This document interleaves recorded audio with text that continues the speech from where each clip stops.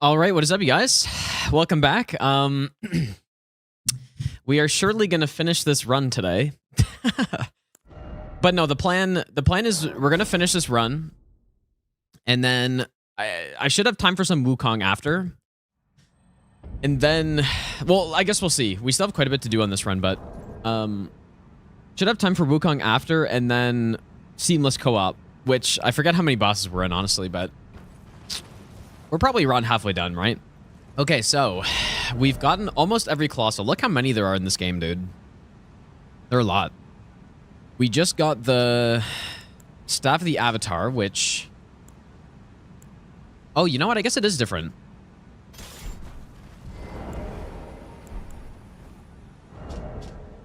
I didn't realize it had innate holy damage with a bit of faith scaling. It's mostly strength still. Like, if anything, that kind of makes it even worse than this one. Because you'd probably rather just have all physical, but... I think a bit of holy can be good. And then it has this... I think this is a unique Ash of War too, right?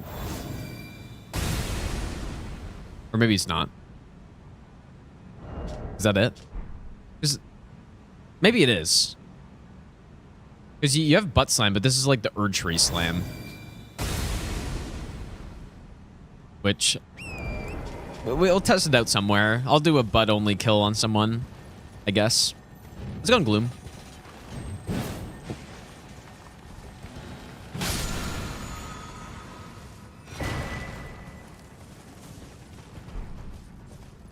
Yeah, the Holy Butt Slam, dude.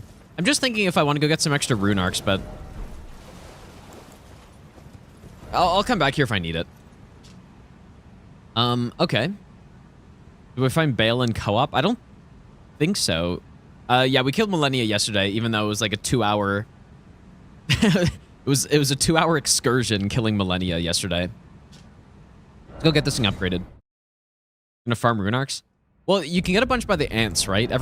I think every big ant just drops a rune arc, so you can get a lot through there.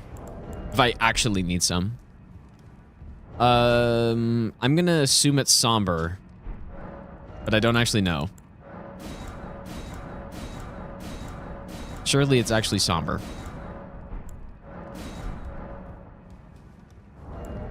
So yeah, in terms of the DLC, so what we have left, we have Malekith until the rest of the base game, or like the end of the base game. We've killed Millennia. We've killed Rykard. So yeah, basically just Malekith, and there's still the Godfrey Axe that I want to get at some point too. And then DLC is where we have the bulk of the stuff. So we got to go kill Metter soon, because Metter has, I think, the last Colossal. I think it's the last Colossal weapon. Let me pull up the list again.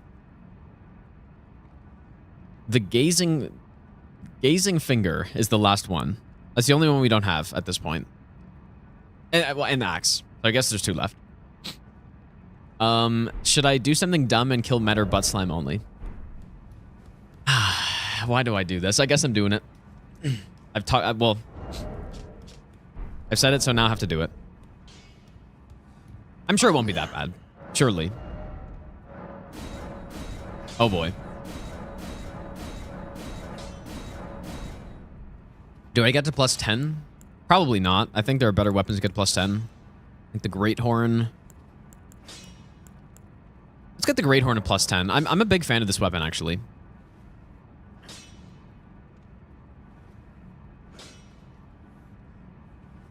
Yeah, we'll get that one at plus 10. If I need more, actually, we can just get more in the DLC very easily. I do want to kill some of these Ghost Flame Dragons with... I'm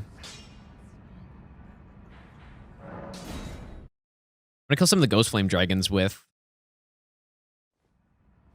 Well, just to one-shot them with the horn.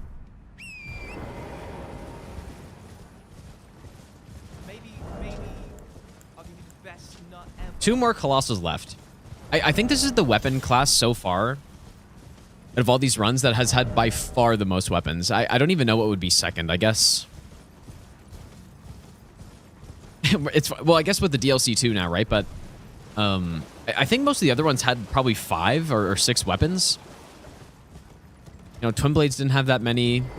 Scythes, there are only, I think, 4. And then Colossal weapons just have... I mean, there's 20, I guess, right? 20 Colossal weapons. Chance, thanks so much for the 2-month Prime sub, dude. And Nataki, thanks for the 8-month Prime sub as well. Yeah, a lot of these. So imagine if I combined Colossal swords with this, we'd just have way too many weapons. It'd just be way too many. Well, it is a inland seeing that we allow me. Okay. We will go to Hinterlands first. Yeah, straight swords. I don't even think there are as many straight swords. Let's go Nobai. Plan to do master run for DLC. I would like to, eventually. I'm not really in any rush to do those runs, but I would definitely like to do master run all... I think people are calling it all legends at this point. So I would like to do that. Ever recorded any content playing Morrowind? I don't have any YouTube videos playing it, but Potastic and I did a co-op playthrough of it last year, I think. Or it was early this year. But I guess that was probably before I started... Maybe I'll kill these guys. Why not, dude? Try out the butt slam. Wait, does it? It interrupts? Man, that is so slow. It's going to be so bad on Metter, but it actually does pretty good damage, though.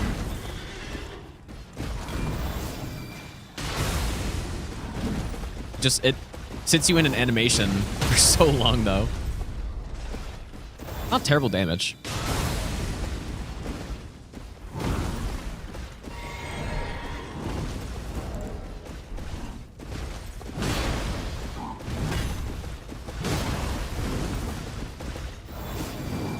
How did that miss?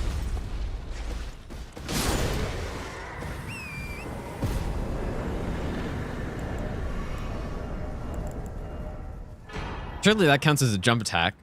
It does not.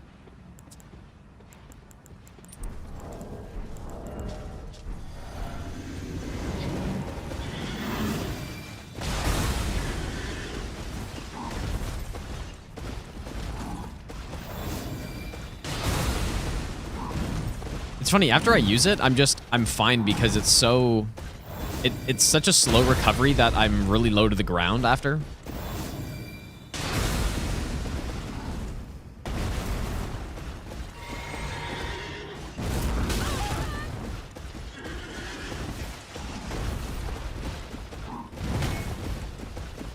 That sucked.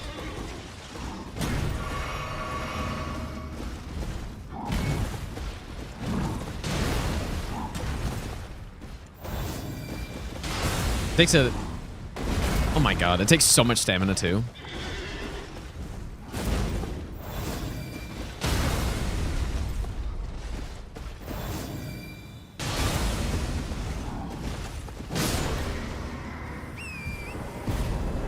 Slim Stem, thanks for the brand new sub, dude. Alright, that's our little test of this, and that's only +9 too. It's not terrible damage, but... kind of failed to see when you would ever want to use this.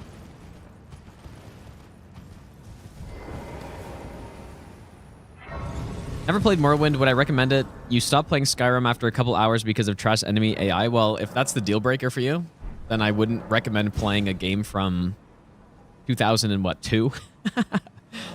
So I would not recommend it in that case. In general, I would recommend it, though, yes. Yeah, I'm going to play PoE 2 on Friday. I'm probably not going to stream it, at least this weekend, because I'm going to be gone, but... Oh, the Bale AoE. You think it would actually... Yeah, maybe it would be. It would work for that. It's funny how many people have asked me if I'm going to be playing it. And I saw somewhere that they were prepared for 1 million players at launch. Like on their servers were ready for 1 million players. Which, like, surely that's enough, but at the same time,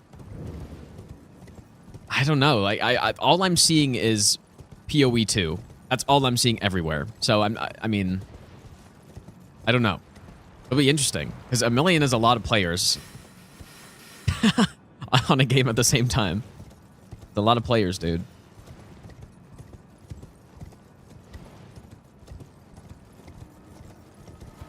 Oh my god, I tried to dismount, but I just didn't get it. Please don't kill me.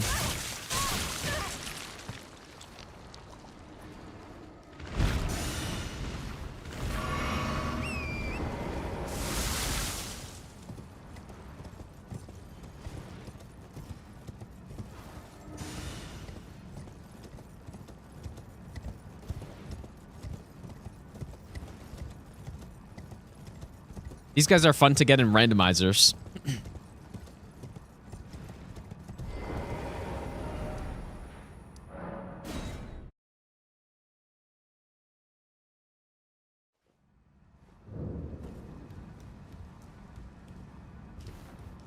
Yeah, I'm gonna play PoE 2, yes. Is PoE 2 gonna have a price or be free? So it's free on like the launch, but on the 6th, December 6th, so on Friday, is the early access, which you need to pay $30 for. Okay, so I guess I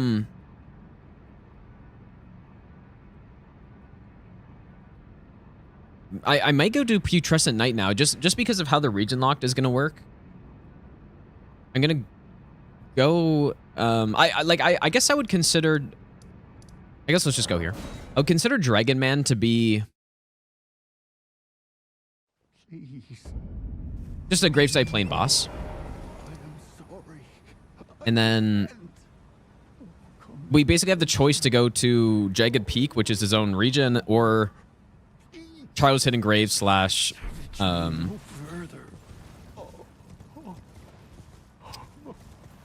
Cerulean Coast. But I'm gonna go do Putrescent Night now, and I think it's gonna be hilarious to try to use the horn against him. I feel like the damage is gonna be really good on it. Hopefully. We'll get some holy buffs going. No, the fist only run is still I'm gonna continue it at some point, but I wanted to do this run right now.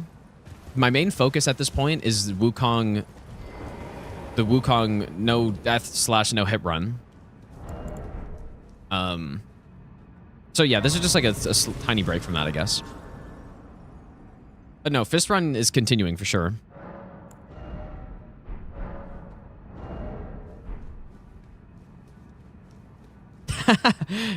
Exactly, Boaz, dude. You're totally right.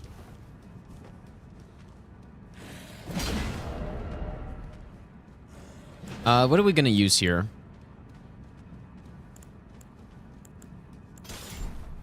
Can't go wrong with the Horn plus Watchdog staff. No way possible. Everything that I've routed so far is possible. But man, it's such a long game, though. There's so much stuff to learn. There's so much stuff to learn. Yeah, Cobrendo's today. Ever thought of doing a Souls Creator Challenge? PvP folks try PvE challenges, and I thought about that years and years ago. I think something like that could be fun. I guess, what do I go with here? Probably mostly Watchdog staff makes sense here.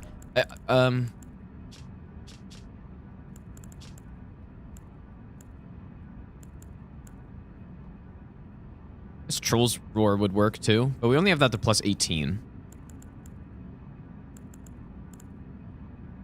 We try Butt Slam too. I feel like that's a terrible idea. Okay, let's see if I can get this horn off. There's no way. Like there's no way I could even do it in the opening either. We just got one-shotted by that. But we are blessing level 14 though, so maybe not one-shotted. Hey, this is it. If he jumps, it doesn't even matter. Oh. I guess if he rolls, it matters though.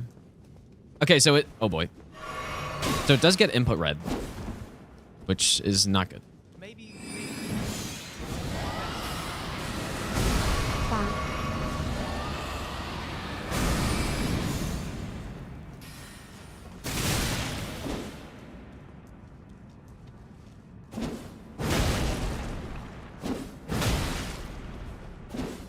It's probably the easiest way to kill him, but I want to use this more and I want to get a full hit off and see how much it does.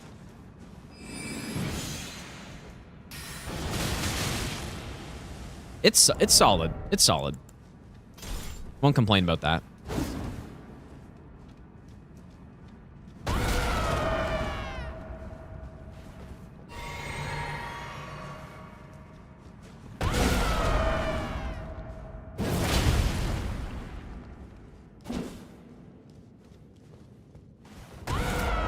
That's crazy.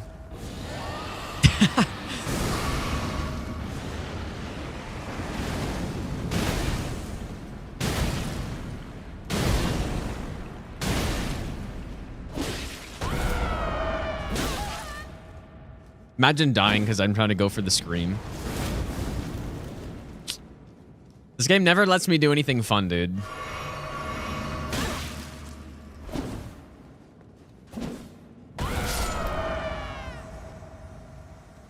It's kind of, out of everything I have, at least for dealing with NPCs, the Watchdog stuff's pretty good. I think it's the best thing. In terms of the Ash of War. But there's no question just crouch poking is by far, or crouch bonking is by far the best thing I can do against NPCs. It's so good. It's just like Colossal Sword crouch pokes. Crouch bonk is just very good. Not as good as the poke maybe, but pretty good.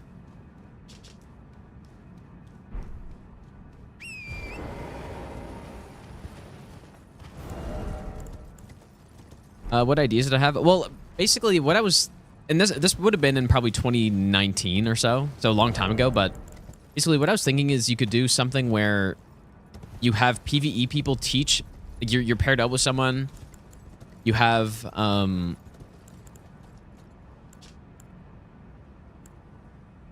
guess I'm gonna kill this guy. You have basically people paired up, one PvE, one PvP, and then the other tries to teach their partner in a limited amount of time, just, you know, how to do, you know, like a no hit run or something, no hit run or, you know, dueling stuff or whatever. And then basically there would be one day where they just get matched up, and then you know. I guess I never saw much poise damage this does.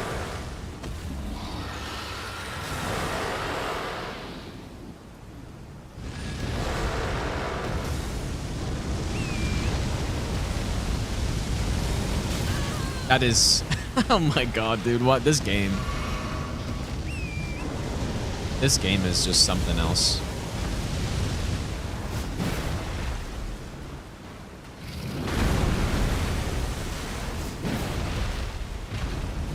Of course, his head is too high.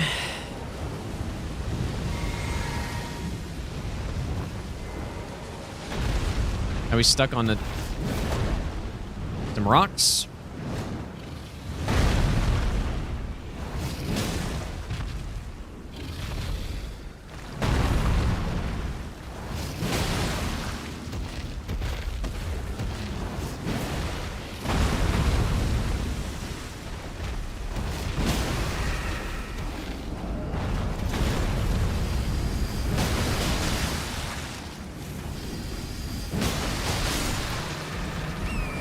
All Jimmy's fault, dude.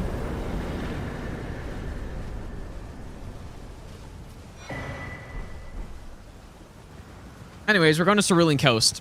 I just wanted to kill that dragon to use my bonks on him, but kind of didn't work out as well as I thought.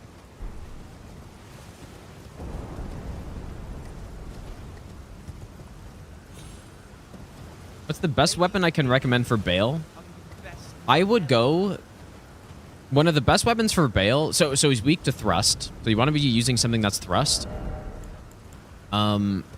The Gaius Sword Lance is insanely good against him.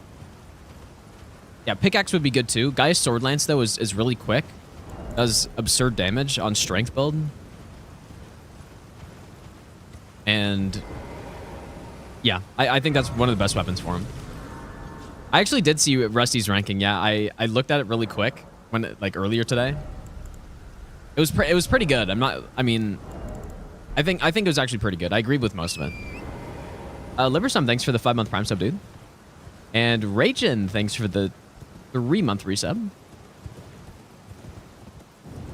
Don't let Hunter work overtime, dude. He needs to work more overtime. He needs to get back in that jail cell. Back in the basement, dude.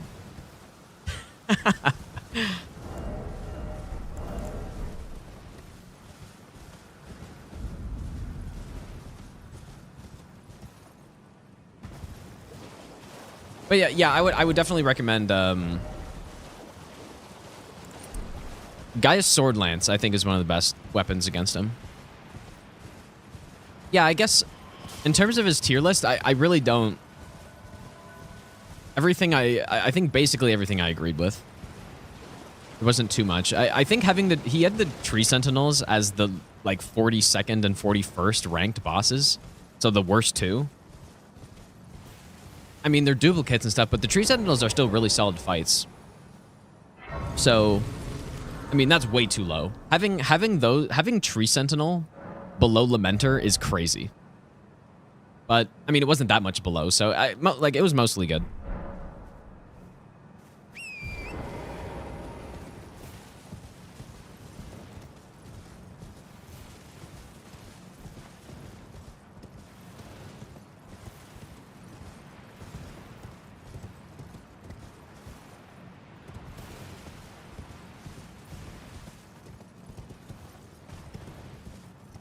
I'm trying to think of what else there was on that tier list, or the ranking list or whatever. I think it was mostly good.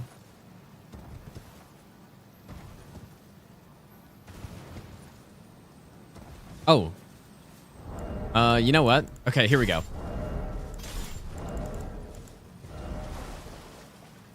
This is maybe a little bit of a suboptimal build, but... man, I really don't have much that boosts...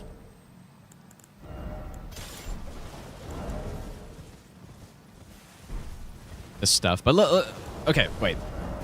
Maybe I should have grabbed the Grace down here, but let's see what we can do to this Ghost Flame Dragon.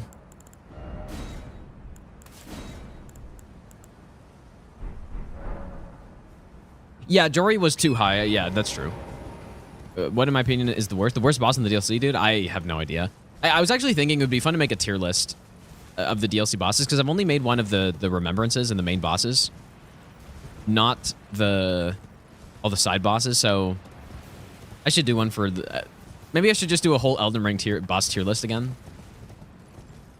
The worst boss in the DLC, I really think there are so many picks. There are so many picks where you wouldn't be wrong to pick them, I think.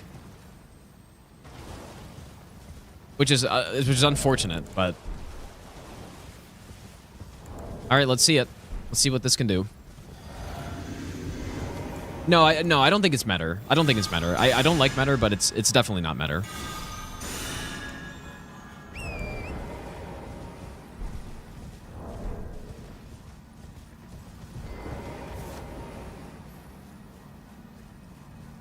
Okay, here we go. He's flying in.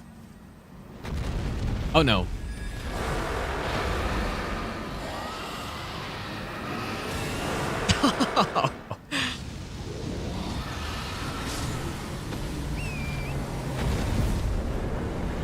Dude, I'm only at 45 faith. If I had a tiny bit of extra faith, that easily kills. Or just the Holy Scorpion Charm, or basically anything. Maybe the bubble hat. I just wanted that somber stone though.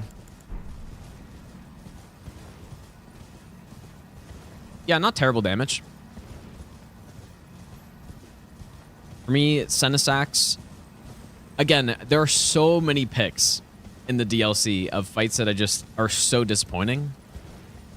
But yeah, for me, like Lamenter is up there for sure.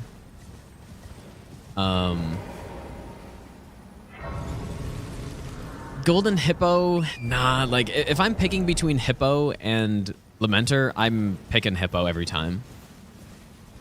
But yeah, Hippo's definitely pretty bad too.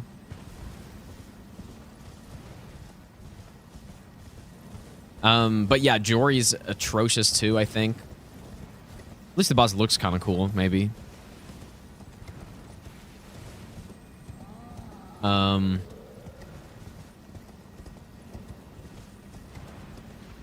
Yeah, but your pick at basically any of the other NPC bosses too.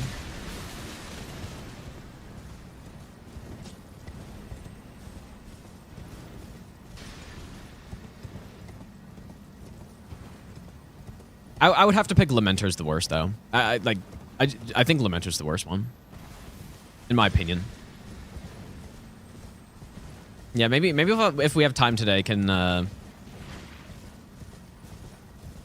get a DLC bosses tier list, because I haven't actually done a full one. Like I said, I've only done the remembrances. So,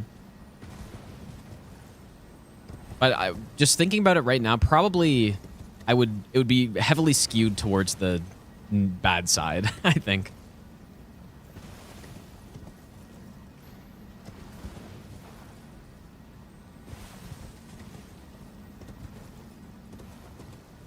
Updated all FromSoft bosses tier list. Well, maybe I'll do that once I've actually fought them all, because I still haven't. The only boss I haven't fought are the ones that are in the Chalice dungeons in Bloodborne. And realistically, am I ever going to do that? I'm not sure. Maybe.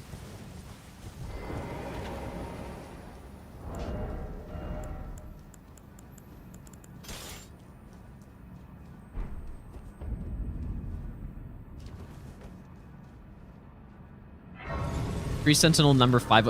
No, there aren't even that. I mean, how many Tree Sentinels are actually in the game? Well, is the DTS not included? Because that's definitely different. There are 1, 2, 3, 4, 5.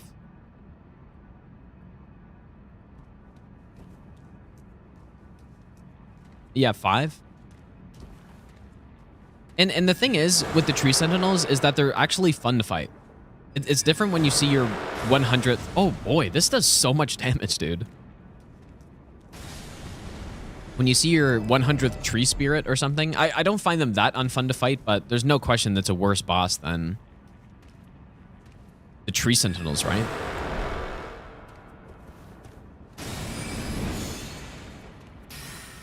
So yeah, I'll take 10 Tree Sentinels over. Yeah, Knights Cavalries. Yeah, true. I'll take 10 Tree Sentinels over 3 Knights Cavalries, dude. No question.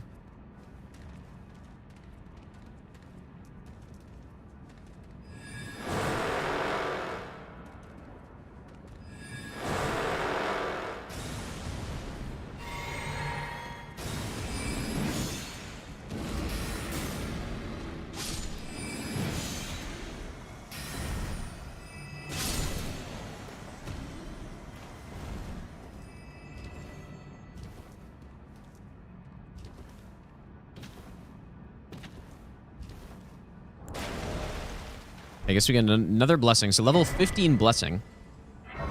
We get really high blessing level on this, dude. The only ones I'm not really going to bother getting are the ones from the extra hippos. Because we're already 15. We don't really need too much more. More strength? More mind could be nice. More mind. Yeah, I guess this part kind of sucks. And these guys are weak to holy too, these birds, so.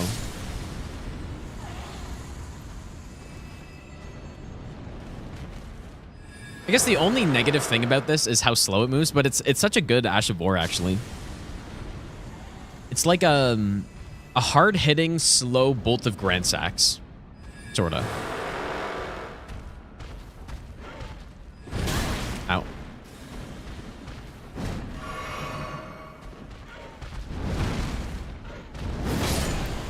Although I'm not actually sure if this is harder than Bolt of Grandsax, but that's what it feels like. Slow version. Oh, that's insane, actually. Slow version with no range. At least relative to the Bolt.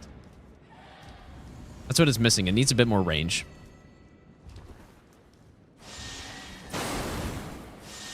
I wonder if I can get off this... Well, I probably can.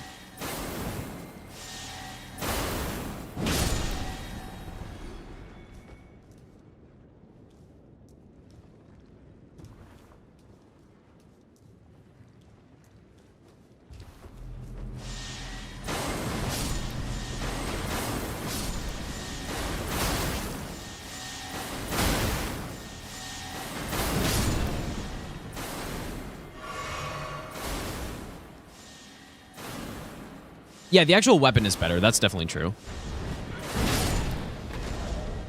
I would agree with that. The Bolt of Grandsax as a melee weapon's pretty average at best, maybe. This thing, I would say, is a bit better. Not by too much, though, but a bit better.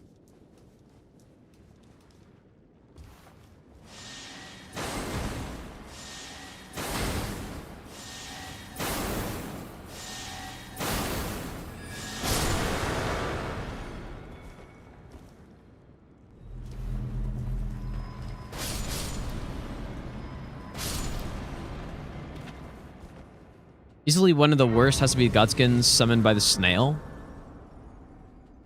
No, I would actually disagree with that. Wait, I'm not sure. Maybe I'm missing a conversation or something, but I think in terms of bosses in the base game, side bosses, Godskin Snail is one of the better ones, in my opinion.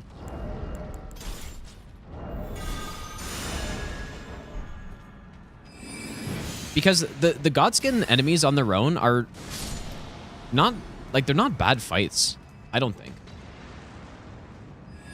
And so when you get a situation where you have an honest fight with each of them, oh boy, 12k damage.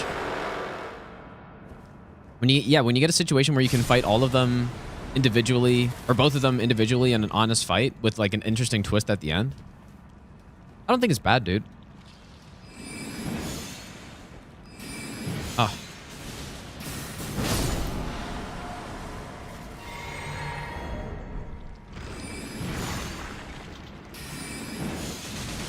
Guy's probably not weak to magic. He's probably weak to getting blended up by a wheel.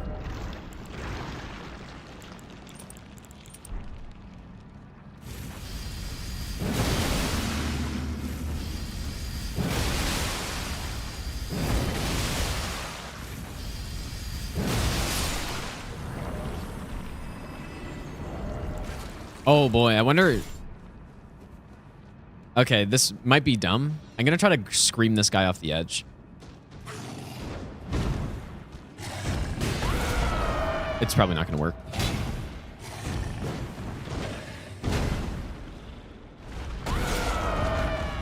Oh, goodbye. No way. And I'm out of FP. You're actually kidding me. Oh, that's crazy.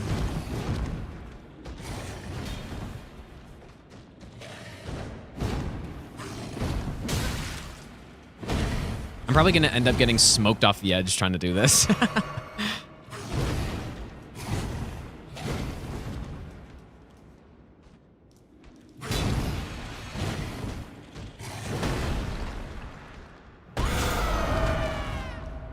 Okay, surely he's done. Oh my god, he's dead before I even knock him off. That's so disappointing. The scream does too much poise damage. Okay. How will the Horn do against this boss? We really do not have a good Ash of War build right now. for this thing. Like, I guess the main thing we're missing is just having, I guess the helmet we're missing and the holy scorpion charm. But I still feel like this will be good. This boss is weak to holy.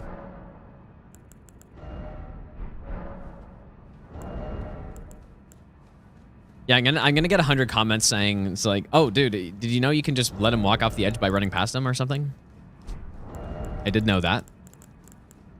I just wanted to try to scream him off because I thought it'd be funny. All right, the double holy set up. Two-handed's good.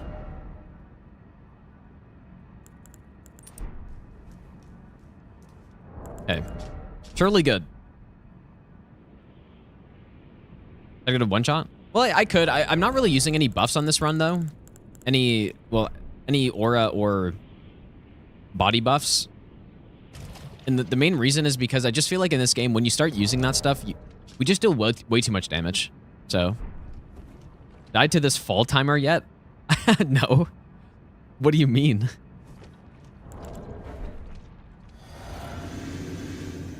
You think I can do a Devonia Hammer opening? Okay, no. Let's go bubble. How many? Oh boy, I'm gonna get smoked by doing this, but.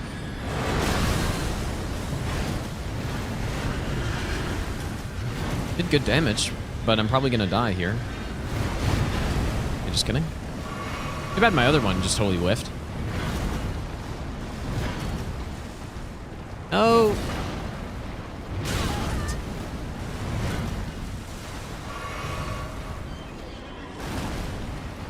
All right, surely I can get a full charge off here. Oh,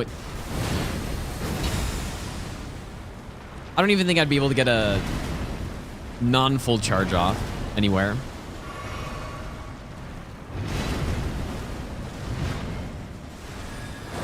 Bonk. Hey, again? Again? I'm gonna get frostbitten killed. Wait.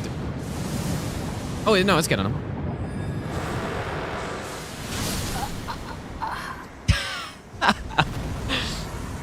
Well. How many hits was that, dude? That's like 5 hits and he's dead. But I also died. Rip Runark. How many times have we done that on this run, dude? I guess that's just when you're using slow things that hit really hard, it's just more likely to happen. Right? Compared to using a, if you're using a dagger, it's very unlikely that you're going to trade and kill a boss because you got to hit the boss more times. But when we're doing this much damage with this slow of stuff, it's like, it just happens all the time, apparently.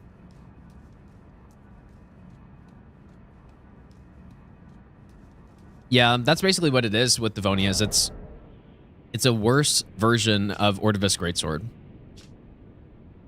For the Ash of War, that is. I like the weapon itself is just a colossal weapon, and it's not bad. Bit of holy damage, but mostly physical is pretty good. It astounds me how much AR this weapon gets, dude. But it's still kind of bad, man. Like, look at the amount of AR the Anvil Hammer gets. 2320. But it still kind of isn't... It's not bad, but... I don't know. I would probably put it in a B tier at this point.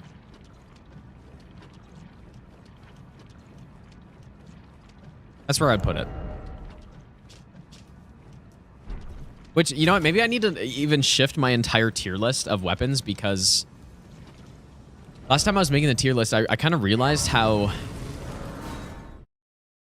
almost the average, like the middle line of the weapons in the game were basically B+ weapons.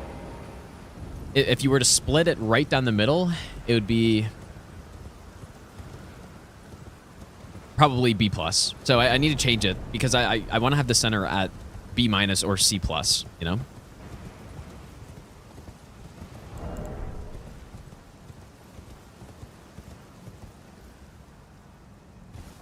And the main reason for that actually is because of the Ashes of War make so many weapons that otherwise would be kind of just mid. Makes them very good. So yeah, the median weapon ends up being much better than you would think. And so yeah, when I was making the tier list, I had most weapons in A tier actually.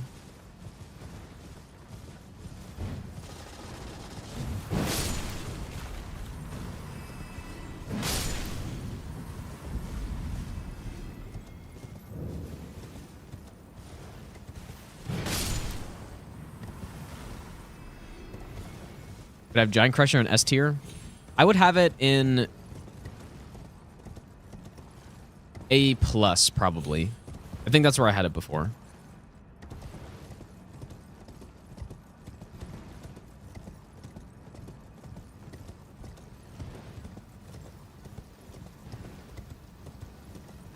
But yeah, the Ashes of War make it tough to make a tier list for weapons in the game, and then I think if you you might go, oh, okay, well, if it makes it tricky, you just exclude the Ashes of War and just do the base weapon. But if you just do that, then you're not really getting a good picture of how good the weapons are, right? Because if someone, let's just say someone is looking at the tier list, okay, like what is a really good weapon that I want to use? And they see, I don't know, they see, okay, like the Prelate's Hammer, right?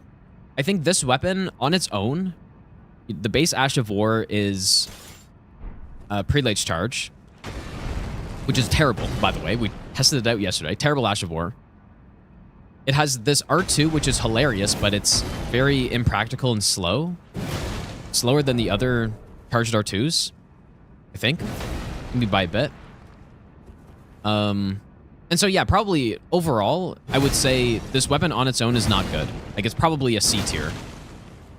But you can put Lion's Claw on it, and then it becomes one of the best builds in the game.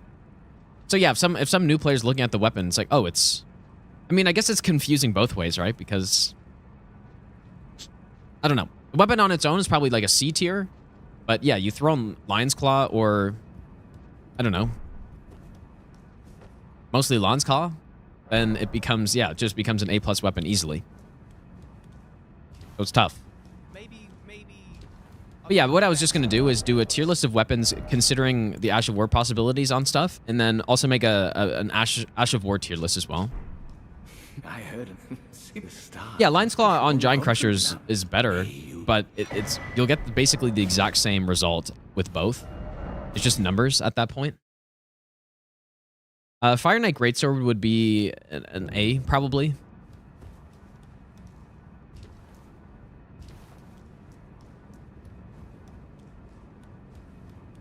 I forgot to talk to him. Is he? We studied you long ago. But why? Like, why what? Yeah, we're gonna go get the Gazing Finger right now. That's the plan. America and this no, and we have. He knew that it's a tragedy that he would feel come in the play. And if an infusible weapon's outclassed on a specific build, wouldn't it make it bad? No, definitely not. Because if you have one thing that is insanely strong and then you have something else that's slightly better, they're both still insanely strong, right? It doesn't make one weapon bad. Fall time or death. If you jump the whoops. Wait, what? Okay, so if you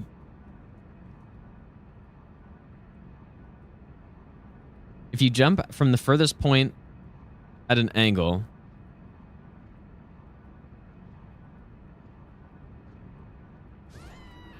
dude, that's so dumb.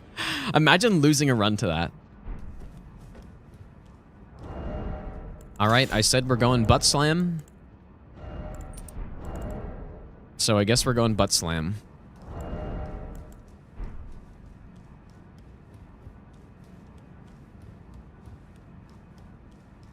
Guess we gotta deal with this NPC first.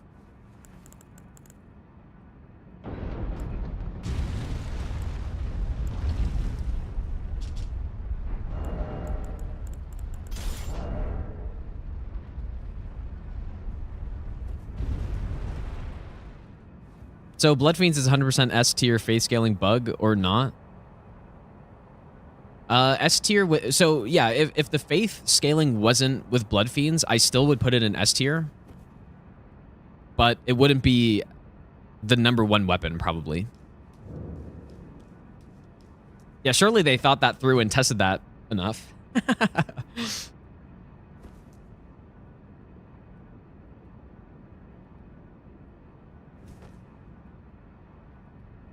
Yeah, we're about to...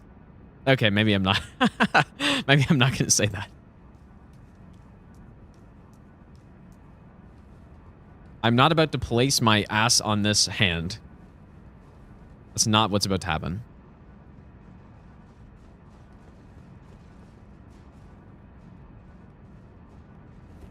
Blasphemous Blade, I would still say is S tier, yeah. I haven't used it since it got nerfed, though, to be 100% fair, but... How is that magma not hitting?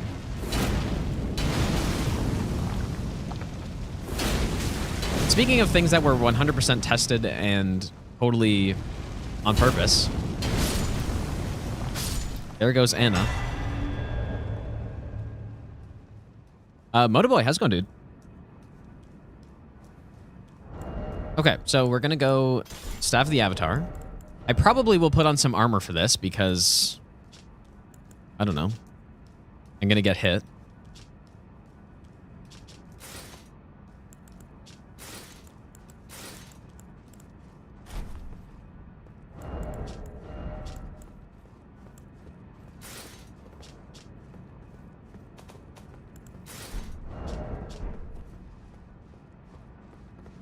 Surely this was not a huge mistake to do this. Yeah, true. I guess, yeah, Blasphemous did get buffed with the Magma Talisman. Yeah, so, but what they nerfed on it, as far as I'm aware, is it's the knockdown, right? The knockdown was nice, but it doesn't need it. It still has the insane regen, still does tons of damage, and it does even more damage now, so yeah, I think it's still a top 5 weapon for sure. Before I had it as #2, just overall. I think Blood Fiends is better still, but... Like, the problem is there's just not going to be any time to use this. But I'm going to try. Okay. Oh, I got knocked down, apparently. Damage isn't terrible.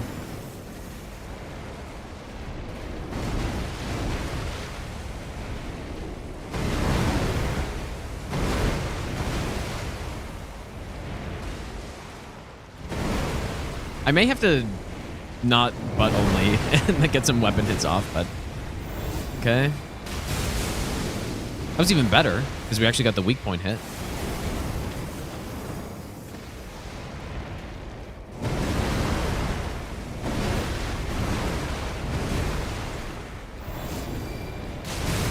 Oh, clean.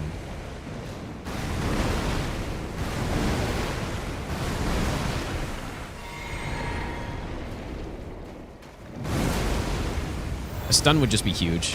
Oh boy.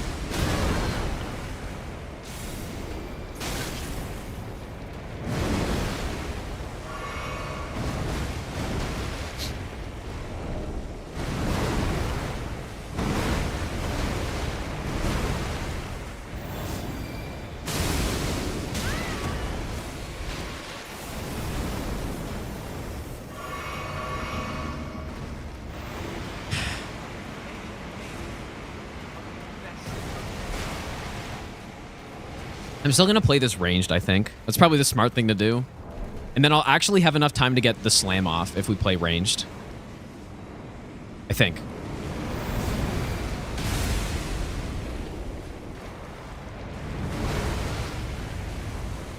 I can maybe go for another one there, I guess. This is going to take a while. Chanban, thanks for the brand new Prime sub, dude. And Zakamo, thanks for the 5-month Prime sub. Zasa, thanks for the 4-month Prime sub. Fuck. Maybe we should go with some regen here.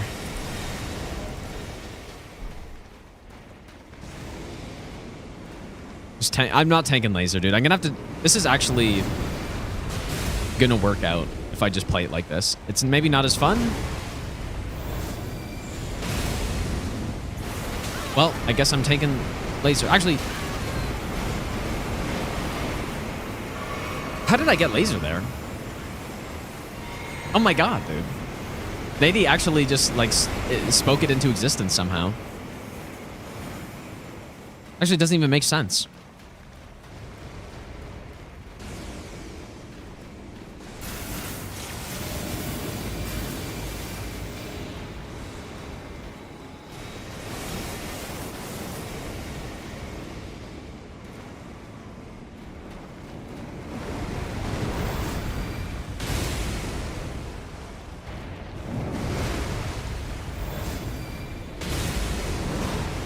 I guess the problem is that I'm not actually getting far back enough if I do a second hit.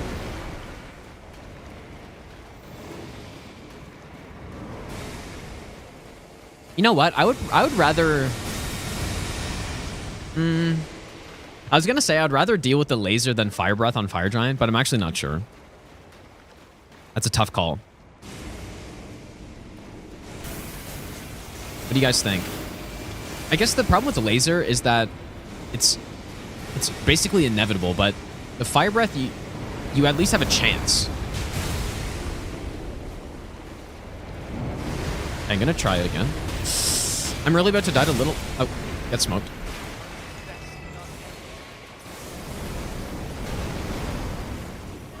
Okay, last heals.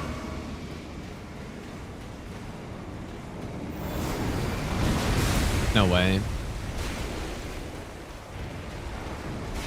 Oh boy. Icon?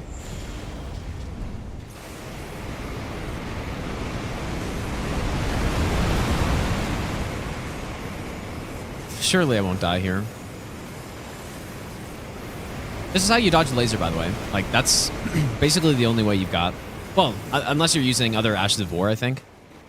But even if you're using something... I haven't actually tested it, but... as far as I'm aware, even if you're using... Raptor... Fuck. Raptors of the Mist. It's not called that.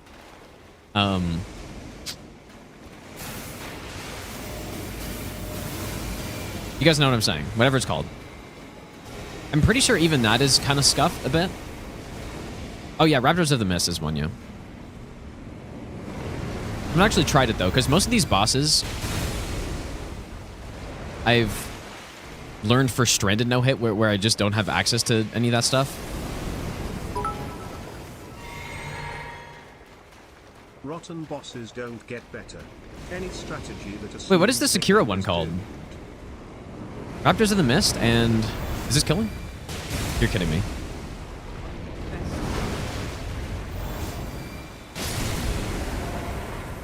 Oh yeah, Mist Raven, dude. Okay. Alright, clean fight. Damage on this is honestly good, but it's just...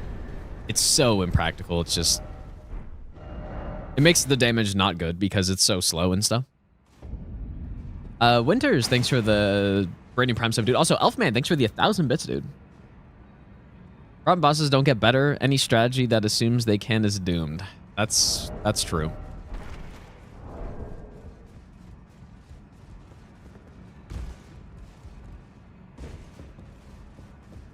But yeah, no, the laser is a terrible attack, and it makes you have to fight the boss in a way that is not as fun. The Glazing Finger. I have tested this out at one point. I don't remember what for.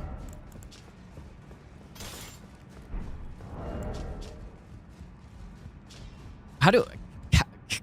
Cow Towers. Cow Towers. Resentment. Oh, no.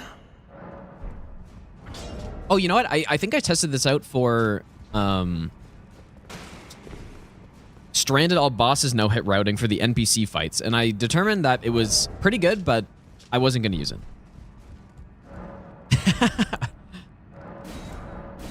King, thanks for the 18-month Prime sub as well, dude. I think I missed... Zasa, thanks for the 4-month Prime sub.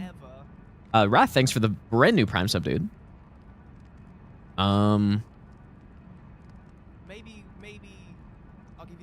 King, thanks for the 18-month Prime sub. Enjoying the which I think I just said thanks for, but I don't know. Keep it up, man. Revo, thanks for the brand new Prime sub, and it's One Core, thanks for the 2-month Prime sub, dude. Thanks, you guys. The Cow Tower. You guys have never seen a cow tower? Bezos bucks for Gino. Tower. It's the Tower and the Cow Tower. WD, thanks for the 23-month Prime sub as well. Oh, no.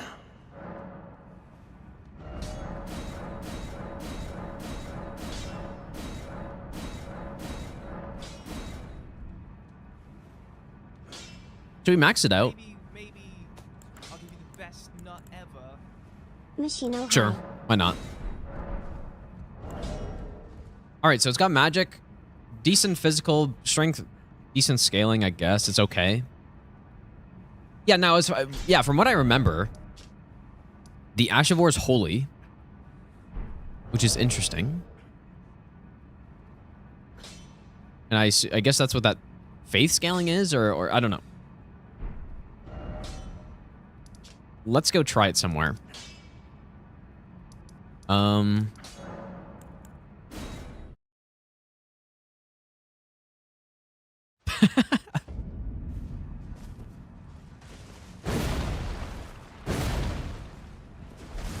Moveset's the same as all the other ones, I think. Oh, it's got... Oh, it has the unique R2. How much poise damage is this? Probably just normal.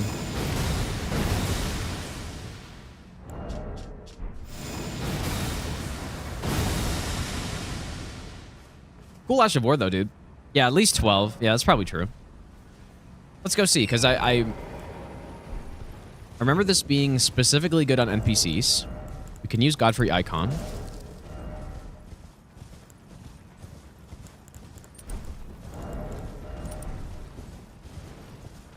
Oh, is there a follow-up R2? Are you sure? Or are you just saying there's an R2 you can do after? Okay, 45. That's normal.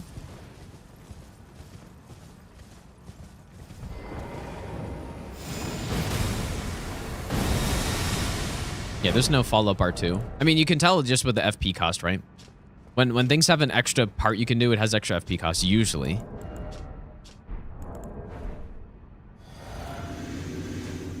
We're using the Cow Tower's Resentment.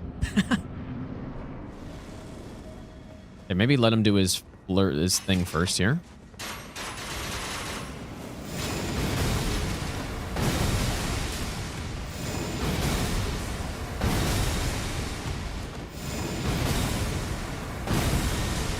That's nice, dude.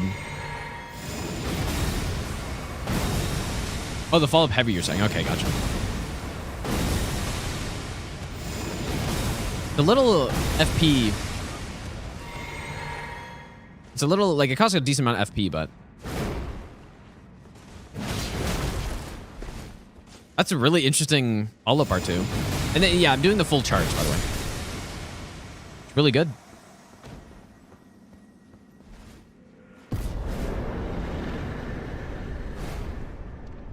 That's very interesting. Okay, where should we go next, dude? We can either go Midra or... Let's go Midra now, maybe. But we have... Oh, dude, you know what, though? We should probably get the last Great Axe, huh? Yeah, it does look like a better Marcus hammer. That's true. Yeah, like a less risky. Probably bigger AoE too. Yeah, let's go get the last one. Godfrey's Great Axe or whatever. It's not a Great Axe, but...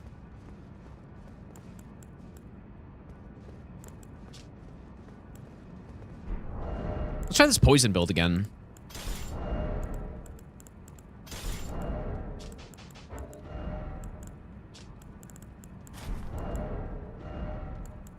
Guess I never got the mushroom crown, but that's okay. We go this one.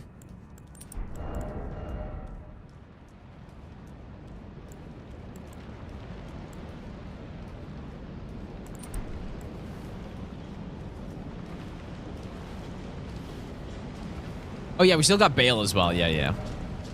Can't forget Bale.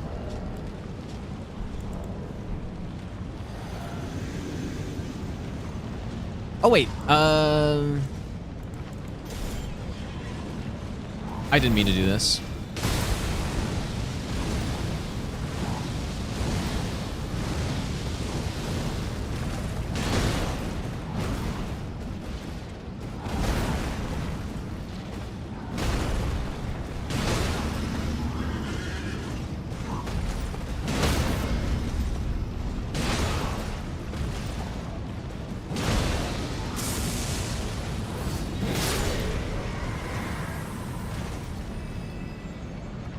Certainly not the best rot build that you could get, but I think it's probably better to go poison instead of double rot. Right?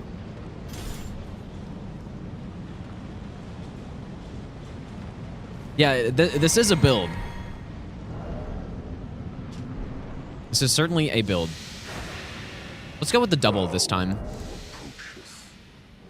Destined death. See if we can get both, but he might. The boss just might die too quick. Stolen from me again.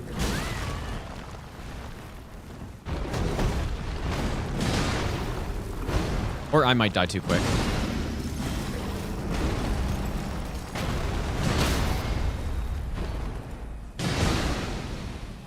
Okay, we procced probably poison.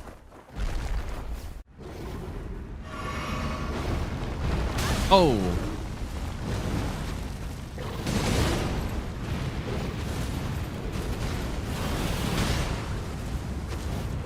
Guess the poison just simply went away. Maybe not a good boss to test this on. Okay, you know what? We gotta restart this. This is no bad build on this guy. We're killing him too fast. The poison's just not gonna do anything. Bad call. Bascu, thanks for the 3-month Prime sub, dude. And Ox, thanks for the brand new Prime sub as well. Jupoko, thanks for the 13-month Prime sub. That was a bad call.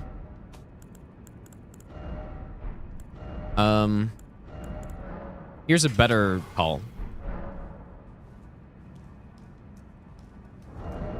Double bonk. You can never go wrong with it.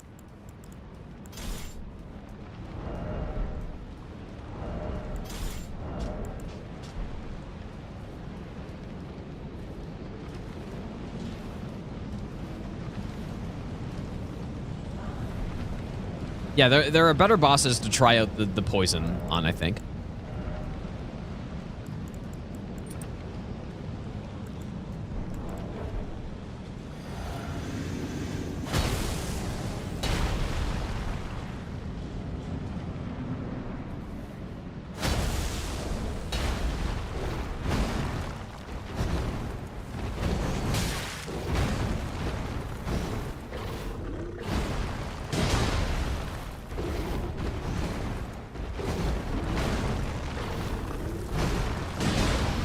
Oh, I should have gone Stone Barb for sure.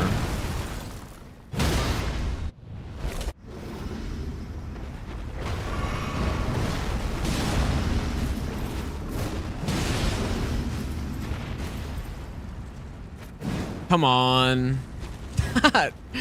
Nice scam, dude.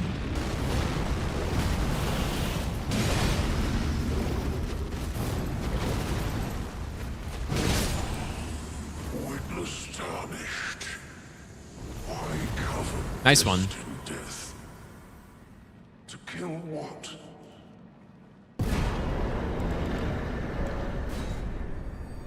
Yeah, Plassy is killed. We smoked him with a bleed build actually, and it was one of the best one of the best kills I've had on one of these weapon only runs. I can't remember what the twin blade kill on him would have been though. Okay. Do I have another? I guess I'll go get the Somber 10 over here. Yeah, what are we using on Gideon's a really good question, dude. Maybe. Probably this. Just launch him in the air. Maybe I'll shoot a bubble at him and then launch him in the air or some like weird combo. Oh yeah, okay, finger. Okay, here we go. 5-head combo on Gideon. is about to happen. We're gonna do ooh, prelate charge build, but wouldn't he just run out of that? Can we see Gideon fly, please? Jux, thanks for the 5-month Prime sub, dude. That is exactly what we're gonna do. Also, Boring NPC, thanks for the 1-year Prime sub. Thanks so much, dude. Does prelate's charge work on Gideon? Does anyone know? I guess we're gonna try it. I'll try it first, and then I may swap after.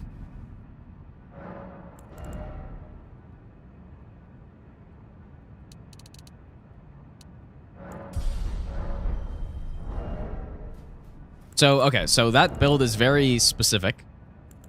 So it's this with this. I guess with that.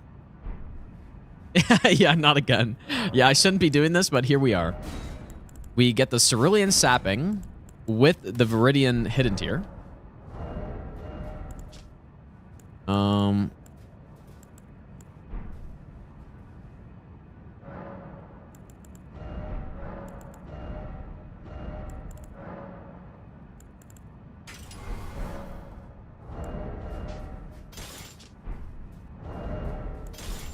Surely this will work. He's just gonna roll out immediately.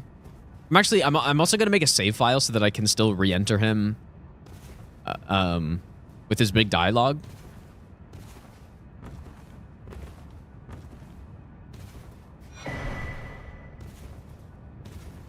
Oh yeah, white mask as well. Re-enter him.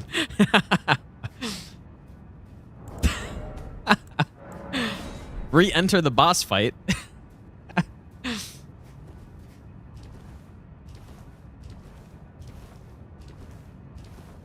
Against Radagon, I'll probably end up going with the Eruption build, I think.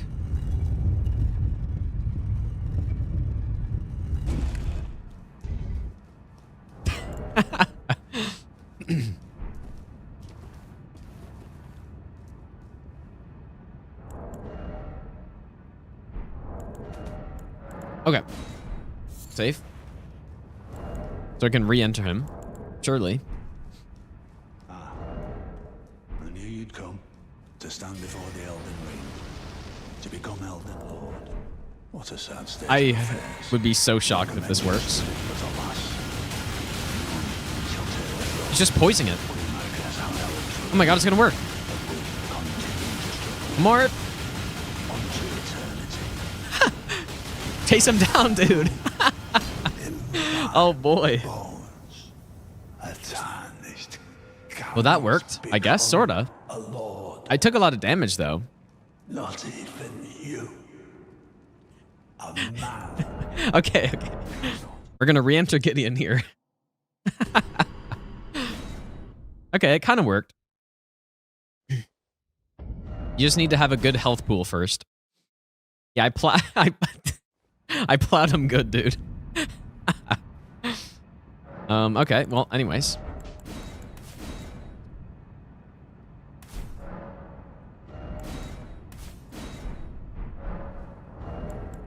So what I want to go with this time is this horn, the Great Horn plus this, and then into this one.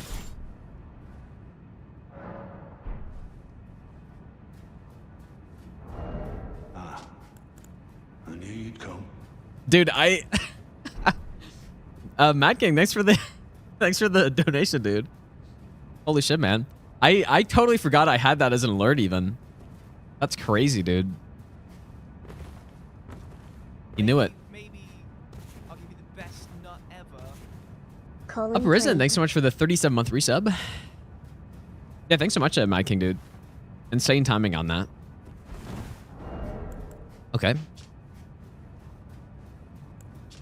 So we don't need this one.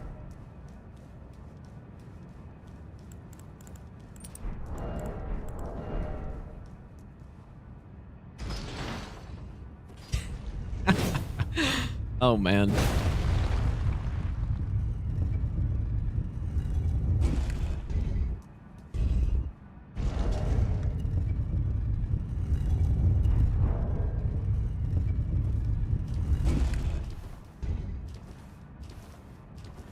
Oh, I guess. Did I not? Oh, you know what? I didn't actually even have my save organizer up, so I guess we're not re-entering him normally. Whoops. That's disappointing.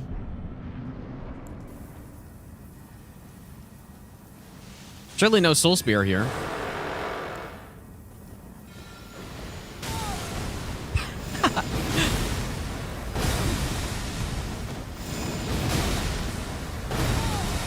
And to finish him off, two very satisfying Gideon kills, dude. We finished him off really good right there. A lord. Not even you. A man. You know, this actually is a pretty good weapon, dude. I think it's unfortunate that it requires 20 int, though. But, you know, like, once you're in the DLC, I think there are... How many NPC bosses are there? There's so many of them that having something like this that just totally takes them out, it's actually good to have. Yeah, they're like 9 or something, yeah.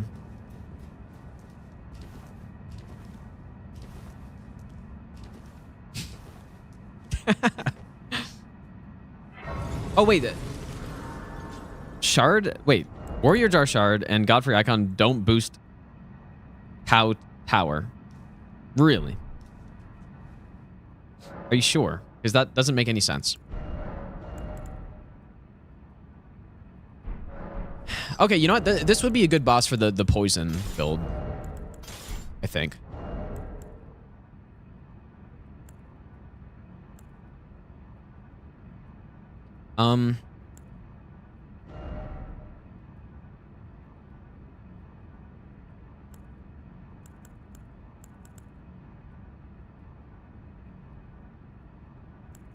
I think this is a good setup, right? I don't actually...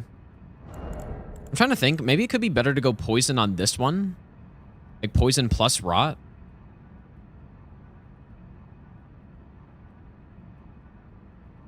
But it's nice to have some extra damage too, but... I guess this is fine.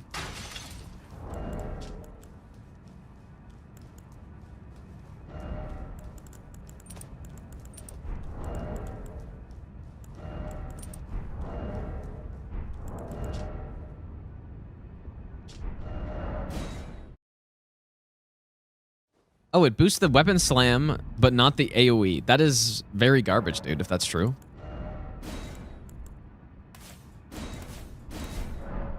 Insane design. All right, this is the last Colossal weapon, dude. But that, like, if that's true, I guess, that makes the weapon even more impressive, because then you're going to be getting a ton more damage if that was actually working as it probably should be. Oh yeah, why do I have two-handed on? You're right. Kill it with that one.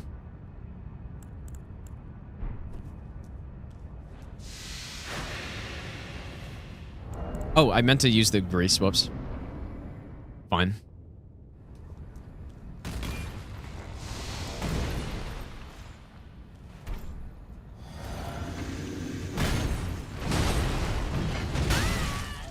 Ouch.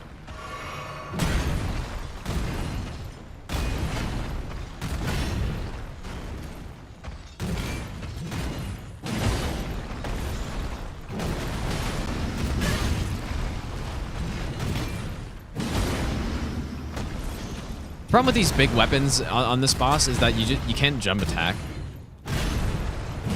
Oh, well, you can't jump attack over the stomp.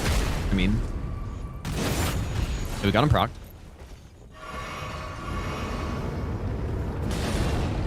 Ah, just too slow, man.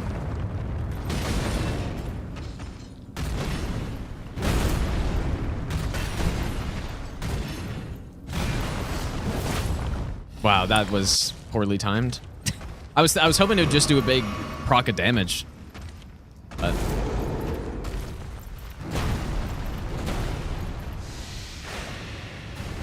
Please don't grab me.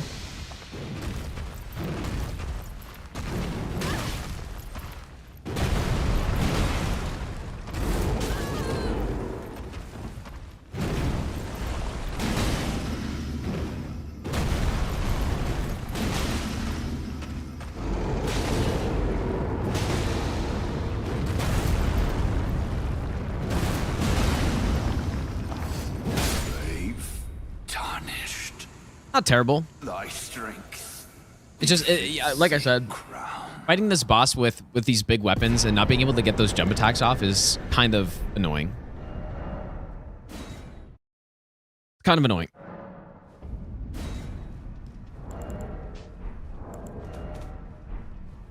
It did look very cool, though. All right, here it is. Axe of Godfrey. Regal Roar. The last one. There it is. So there are 20 colossal weapons in the game. Like, that's kind of insane, dude.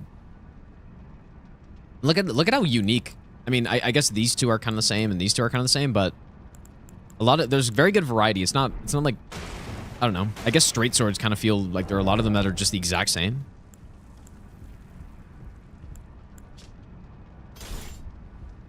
Okay, where do we try this one out on, dude? This axe is so disappointing. Is it really? I guess we're gonna find out. I don't think I've ever used it.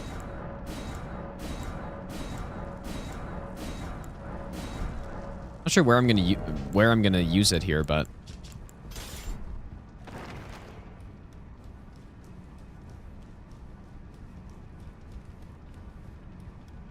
does this one also have kind of the golf swing R2? Oh, 36 poise. Oh, dude. Yeah, that's too bad. Max it out. Sure. Okay, let's go see. I don't know.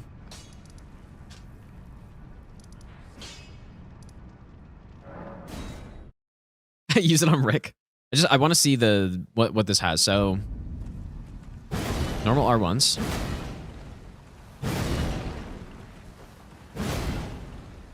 It all seems pretty normal. Decent physical AR, though. I guess not that crazy. Devonia's Hammer's physical AR is actually very comparable with the stats we have. And this also has extra holy on it. Okay. R2. Okay, wait, it's just normal. So it does less poise damage? Even though it has the same R2? As all the other ones? It's like, that's the same as basically all of these other ones. Like...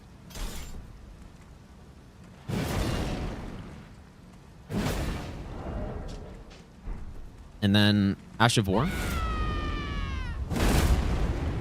Oh. My apologies. Which is also a weapon buff, right? Oh, wait, no. Is it not? Not a weapon buff, I guess.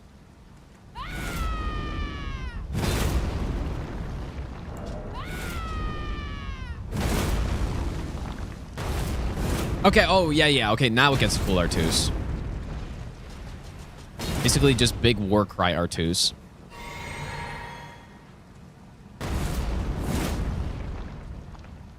It looks cool as hell, though.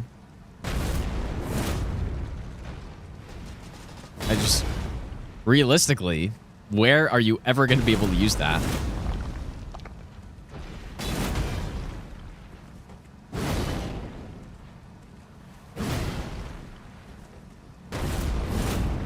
Okay, I mean, maybe you could use that. That doesn't seem too bad. Okay, yeah, so we're going to want to get the roar stuff for sure.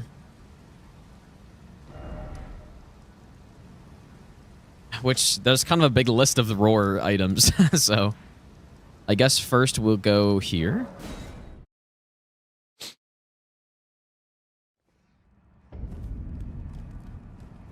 Really cool weapon though, man, actually. I kind of like it.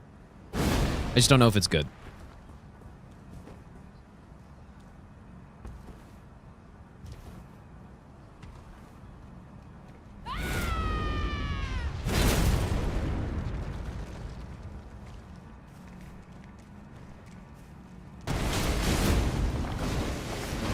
Definitely feel like the... Oh, it's so sick, actually. Okay, Highland Axe.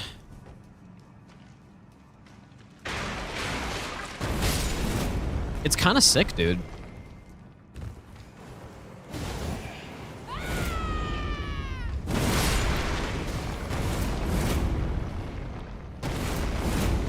Oh, man. Okay. Hey.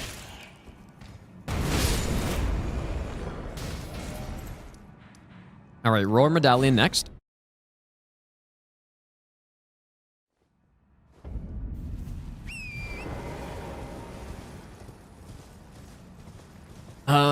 Ryan the Great, thanks for the 6-month Prime sub, dude.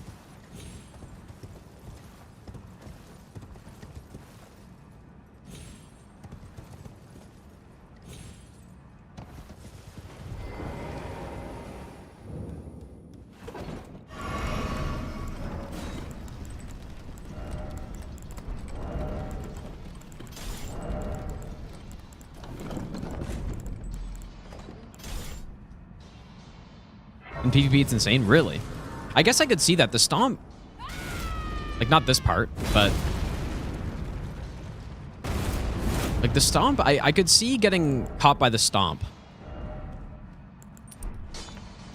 It's so satisfying to use. That's, like, that's what's impressing me the most about it right now. Just very satisfying. Two-handed Talisman's good.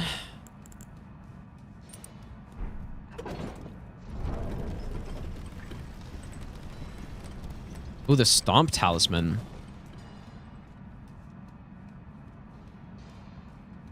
Yeah, I guess so. That's the Shattered Stone one, right? Yeah. Okay. Where even is that? Is that in one of the... In one of the forges?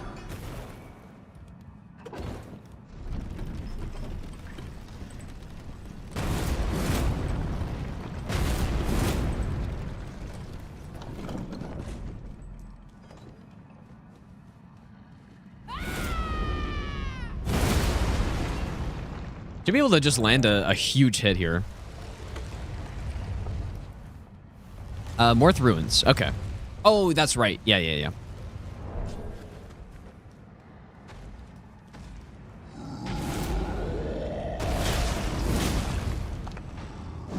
Kind of insane that he didn't die from that, though. Stomp.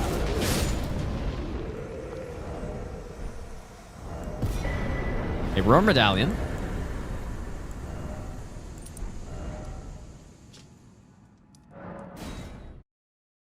The scream is so cringe. Maybe.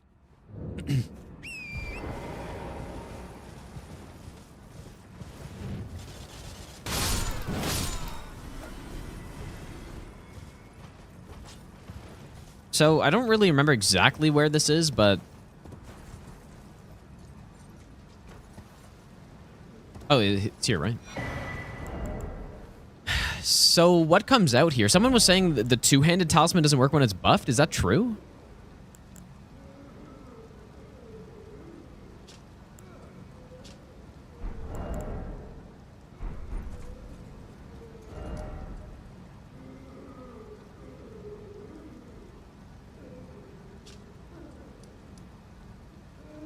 I don't really know where to try this, actually. We tried on Midra. It's probably fast enough on him. But I guess since we're in the capital, let's go finish up the capital here.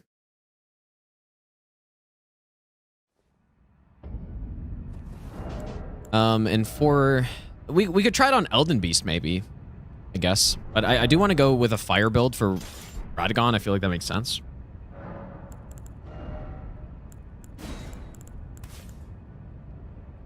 And Elden Beast seems like a good place to use... I mean, I guess there's quite a few things that are really slow, right? Like Devonia's Vortex, but it's holy, so...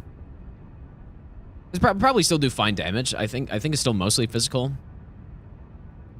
I'm sure the Giza's Wheel would do just fine. But no, let's use Axe of Godfrey. On the Elden Beast part.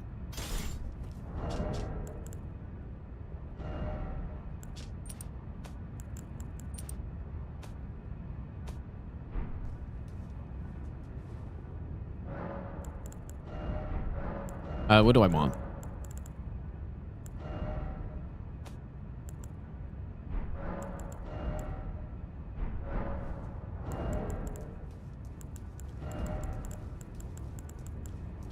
I have to swap some stuff around, though.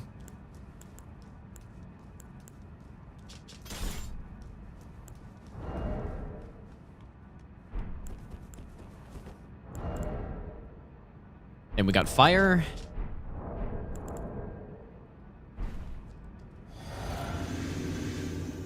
I'm expecting this to be quite good damage here.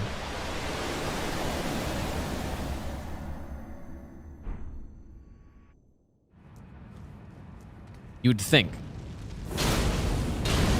Just do 2. Just tank it. Oh. Okay, well he's quite dead. Dang, that's quite a kill right there.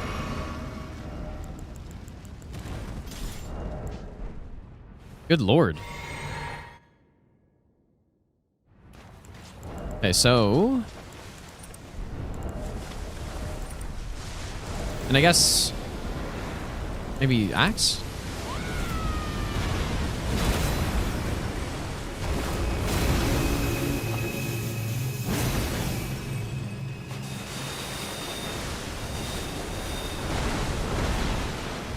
If the two-hand actually doesn't work? Well, I'm just gonna assume it does. I feel like it should work. Uh-oh. Okay, full charge. Here we go.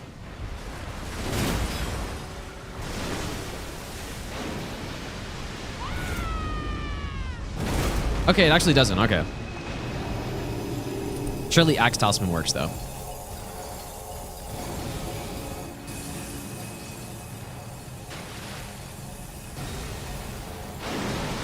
Surely reach.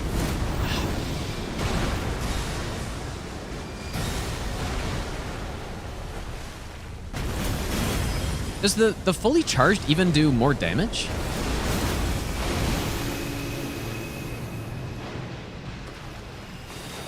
Oops. Oh, this is some... Oh my god, I can use Torrent, dude. I forgot. I guess it's been a while.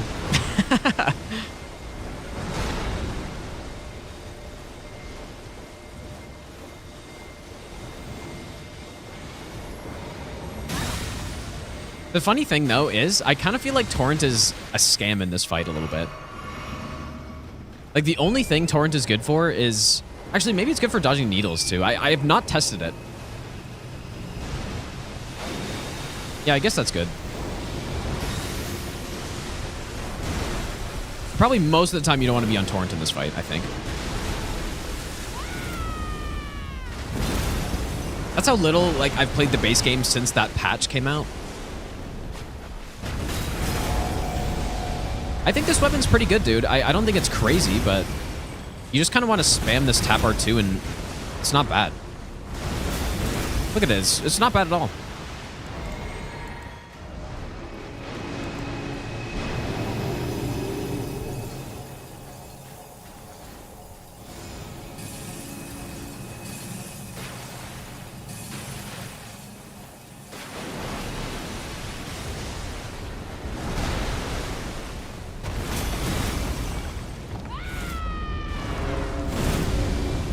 Oh my god, bro.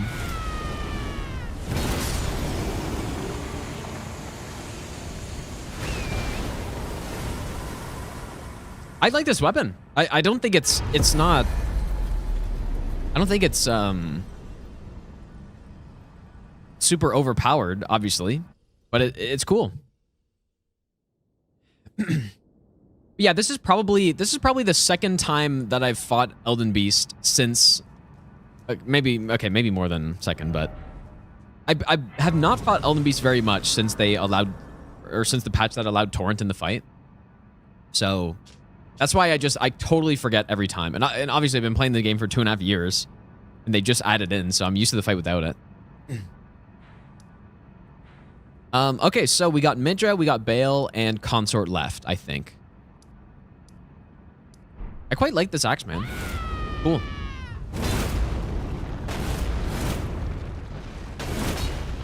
Oh, dude, I didn't try that follow-up R2.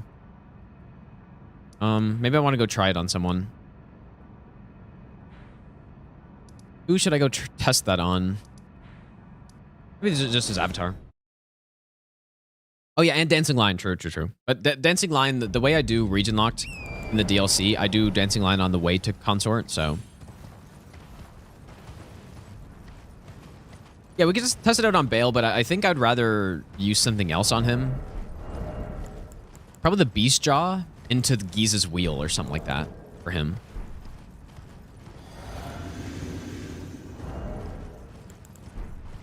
Just want to see if this follow-up... I'm probably going to get slammed here, but... just want to see if this follow-up does anything good. So we have this.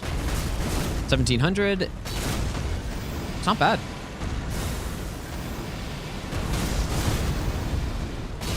Oh. I should have been using it, actually. It is good.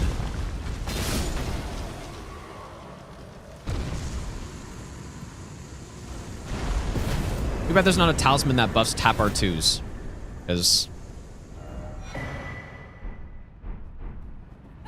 dang, this is... I really like this weapon, dude. I don't know how many times I've said that, but... I just think it's very satisfying to use. Yeah, axe is good on tree. All right, let's go Midra first. Or should we go Bale first? We can just go to Bale. Let's go to Bale.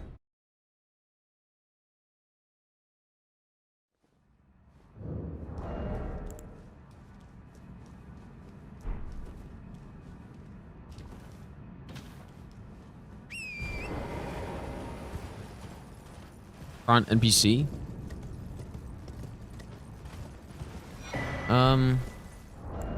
Yeah, we can try it on an NPC. I don't see why it would be good though, but yeah, the only thing that this is missing is poise damage, but it's just fun to use rather than being something that's really good.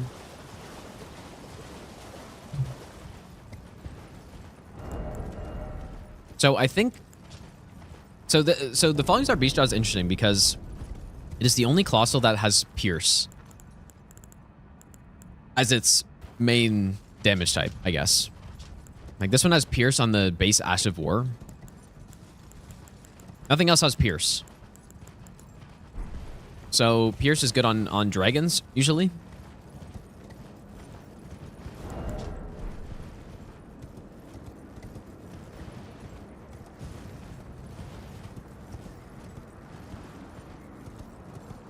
I bet you... I think this would be a really good weapon for Millennia, too. Too bad I killed her before getting it, actually.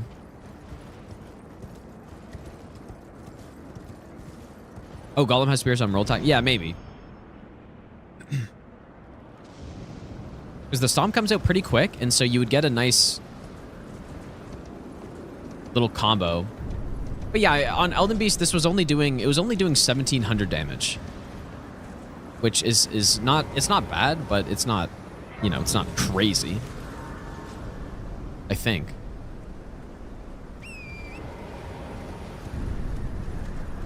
Yeah, we're gonna wheel Bale. I'm gonna stun him and then I'm gonna use the wheel, I think. Maybe we should go Giant Crusher. That's just... it's fitting, right?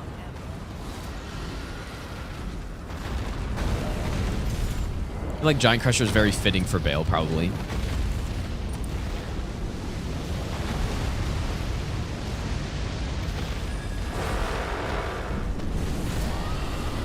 Hopefully that doesn't hit.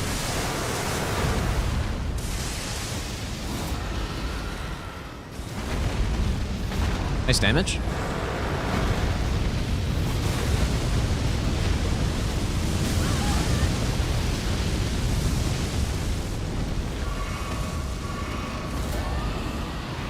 Like, where was that fire coming from, bro? Like, oh yeah, there's just fire spewing out of the air. Makes perfect sense.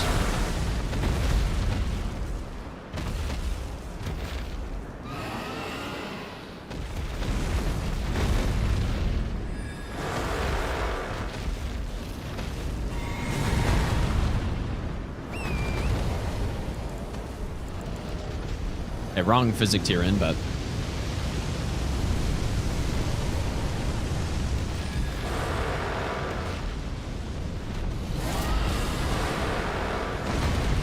Oh, that was a little lucky.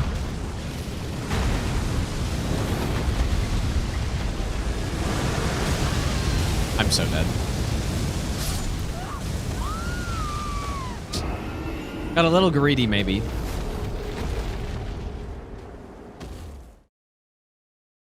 Maybe. How is this fight so bad, dude? How is it so bad?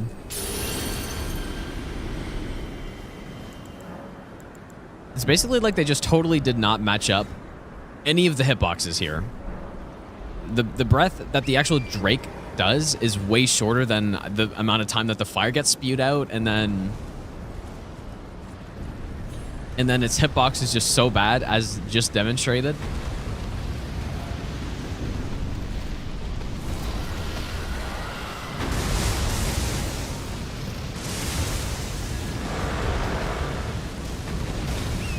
Maybe it's smarter to just kill this guy first, dude.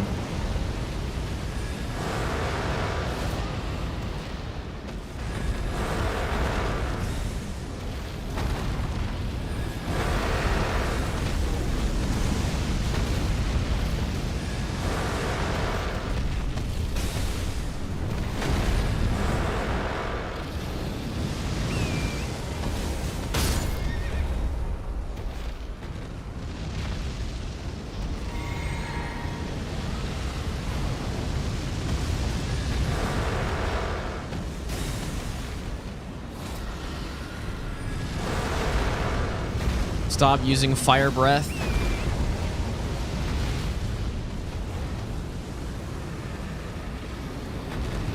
Okay, other guy dead.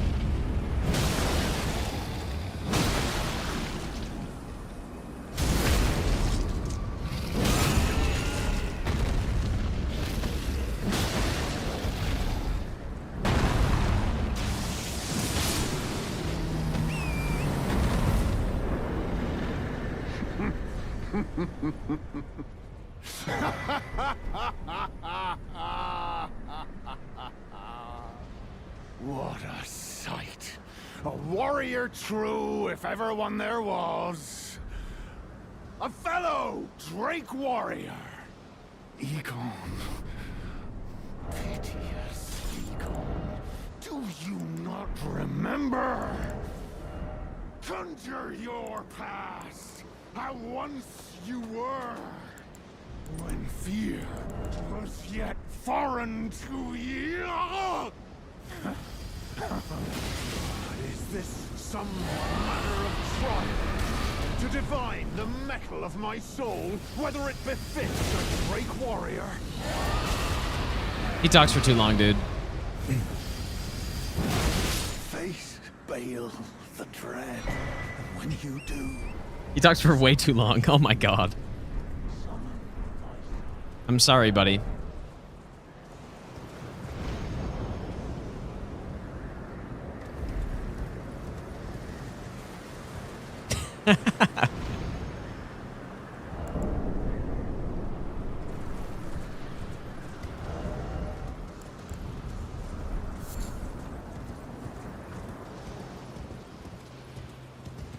Yeah, I'll be expecting Cole in my stocking now after that.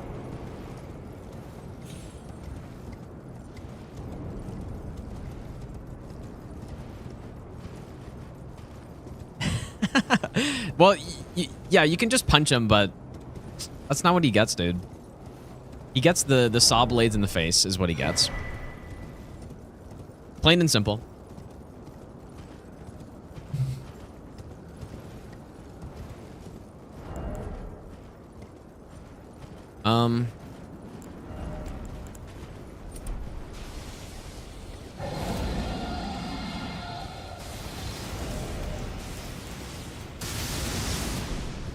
Okay. Probably makes sense. Right hand this, left hand Beast Jaw. Although, like, I'm gonna go Giant Crusher.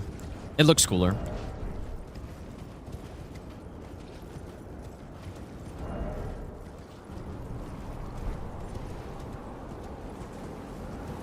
Yeah, I'm not fighting Sea Snacks on this, dude. Horrible boss.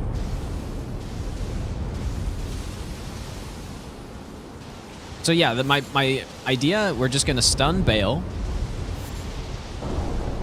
And stun Bale, and then try the Giza's Wheel.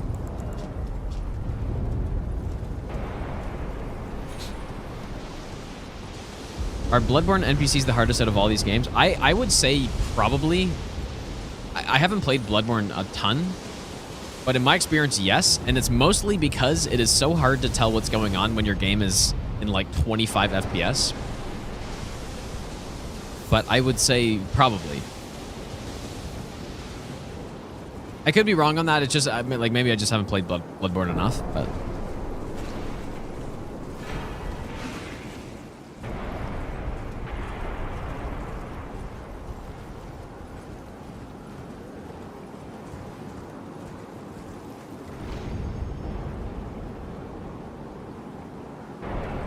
See, Rusty said Sea Snacks was the 18th best DLC boss. Yeah, I did see that. Yeah, honestly, I think that was a pretty good tier list for the most part. Obviously, there's a little bit, maybe a few misses, but it was mostly pretty good. This thing actually scales with Dex too. Okay. We go Thorny Tear and Stone Barb. Oh, wait. Spiked, I guess.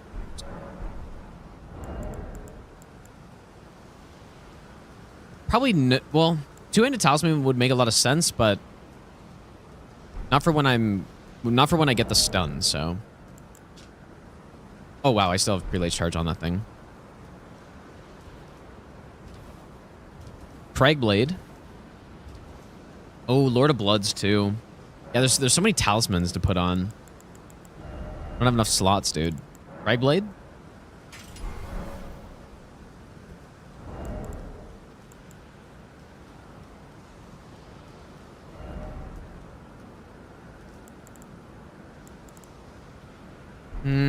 I think I'll keep it like this.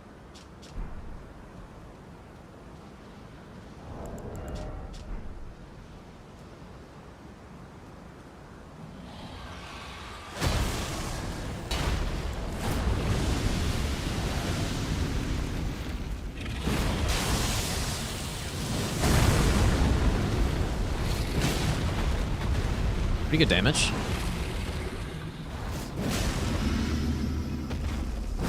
Oops.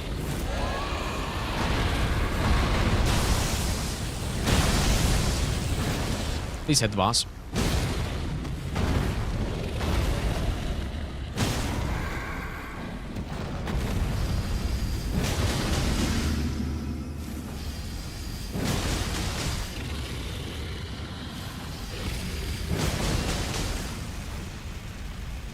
Wait. Oh my god.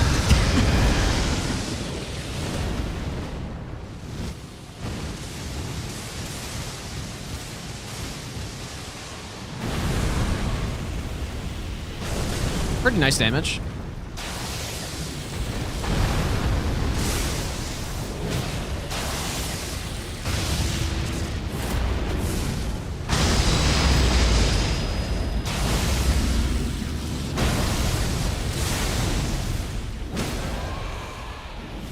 We got more stamina this time.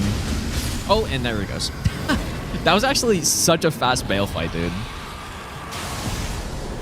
Damn, that was quick.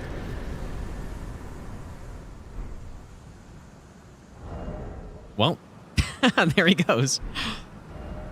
So much for being a big bad dragon.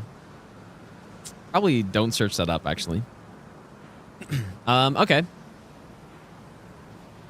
Yeah, this weapon has been the biggest surprise on this run, I think. Like, this weapon's really good, actually. I've been sleeping on it, dude.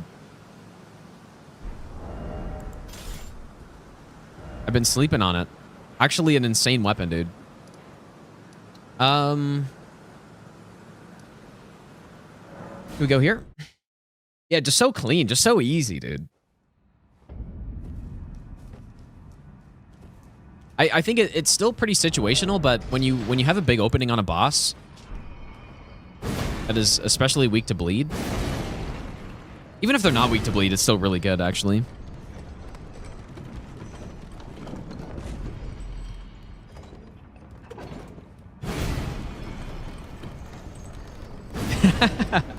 GSG, thanks for the 6-month Prime sub, dude. And this is such a fun build. Let's go scream. I'm sure this enemy won't hear me screaming behind him. Oh, you actually heard.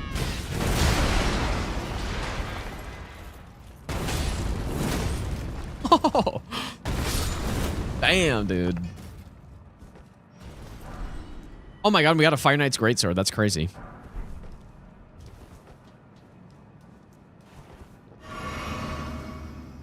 The multi-hit talisman does work with the heavy attack, and that's what makes it so good, because I've never tried that build.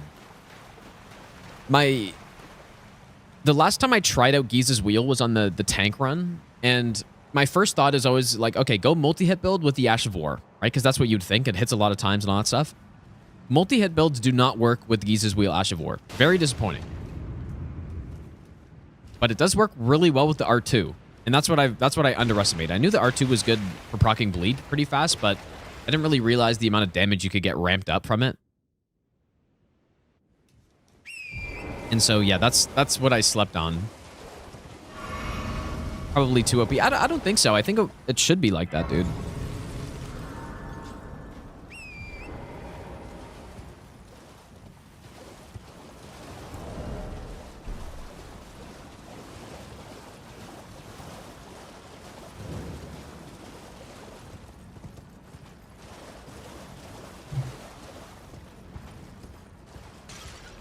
Plays Italian Souls once, now he sleeps on a pizza cutter. True.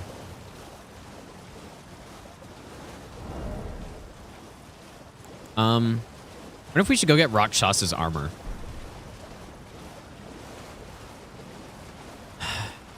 I'm trying to think of what to use on Midra as well.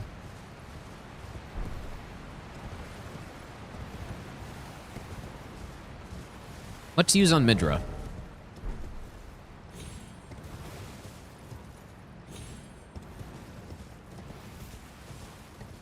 I was kind of just thinking I would use the Axe of Godfrey there.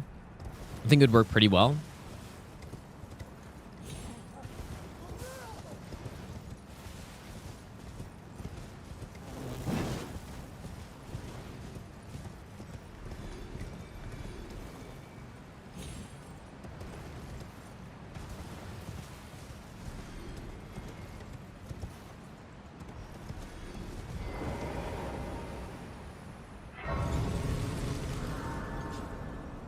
I should have actually gone to get that.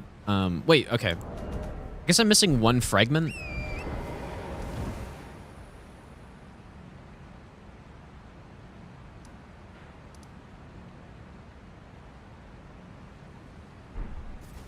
Beyond this one. I guess I could just kill one of these hippos really quick. I actually wanted to get an extra couple levels.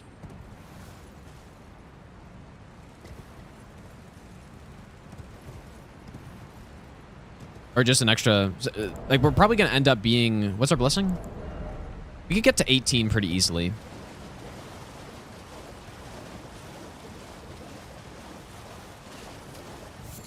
Oh, yeah, Jory. Ah, dude, I mean,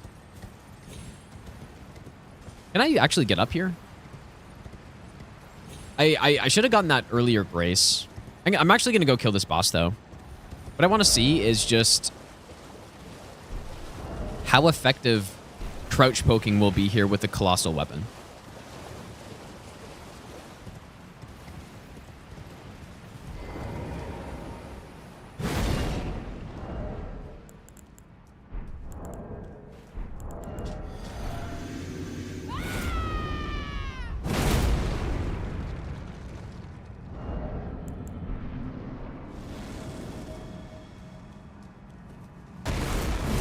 That's absolute. Whoa.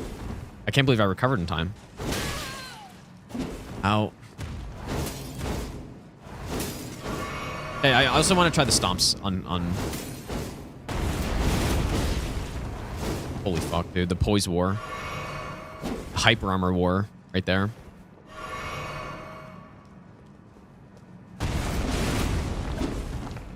You know, I guess we definitely have some range issues with this. At least on this fight. Yeah, let's try the crouch pokes, I guess.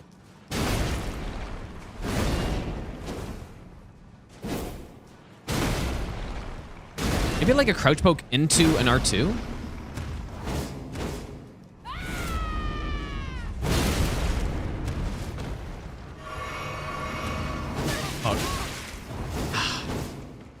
Actually gonna run out of heals, dude. Wait, I have a blessing. Aha.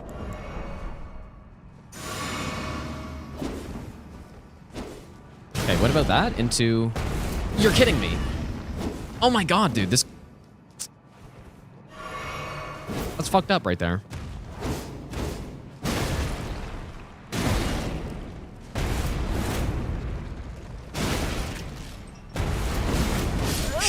Oh boy, that's crazy. I just simply get outpoised, dude. I'm outmatched.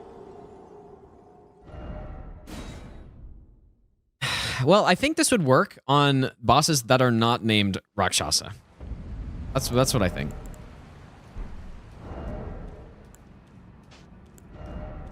Probably. That's kind of disappointing, dude. I feel like that should easily work. But just so much poise.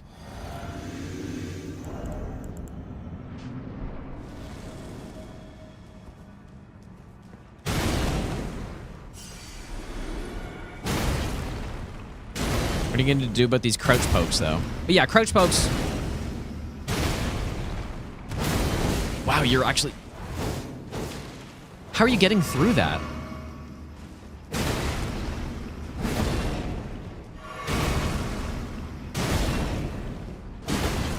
Is it...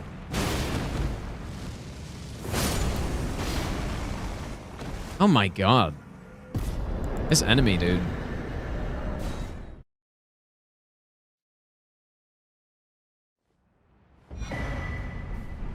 Actually, out of rune arcs too now. Yeah, Havel. This is the... Yeah, this game's Havel. Basically.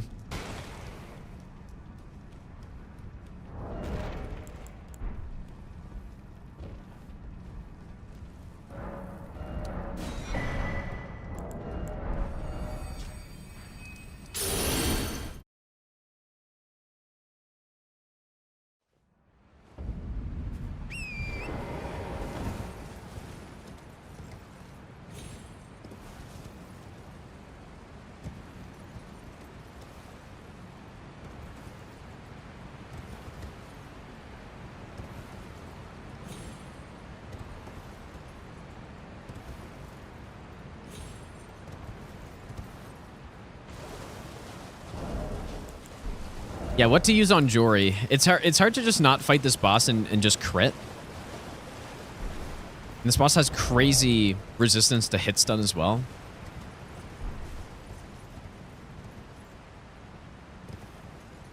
So, I don't know.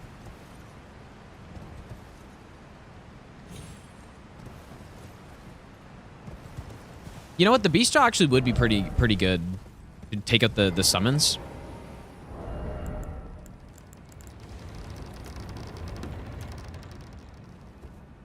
So would the finger, though.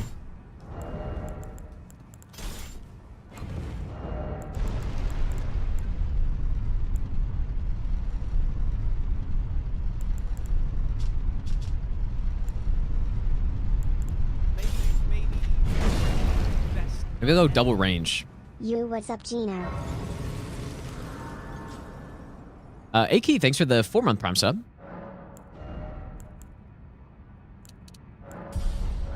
Welcome back.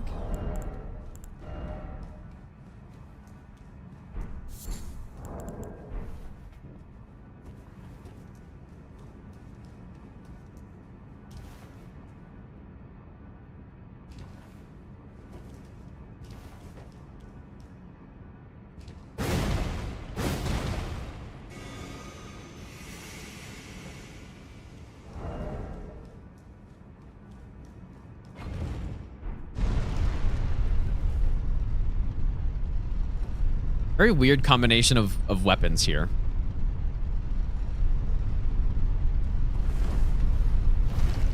Use finger ash of war to go below Midra's helicopter. You probably could. You probably can, yeah.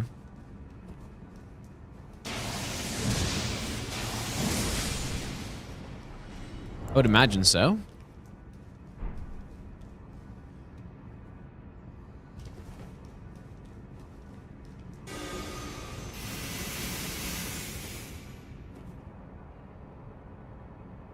Just that spin attack, I feel like is pretty rare. Oh my god, dude, this enemy. What were they thinking with these enemies, dude? Jory's far worse than Sea Snacks. I would agree with that. I'd rather fight Sea Snacks than Jory. Yes, the clip of me dunking on LeBron. Yeah, definitely. There's numerous of those clips. Yeah, that I've like racked up over the years.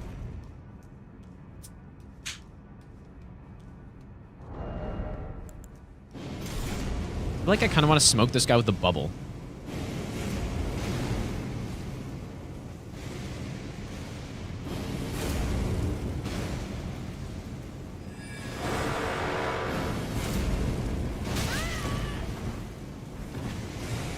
Oh, you're kidding me.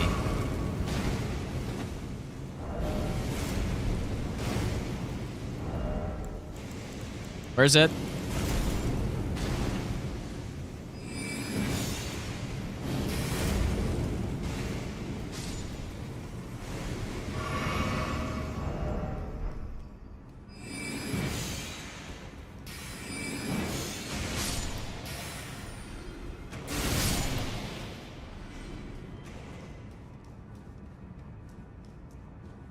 So what's nice about the Watchdog is that it just deals more damage than the Beast Jaw.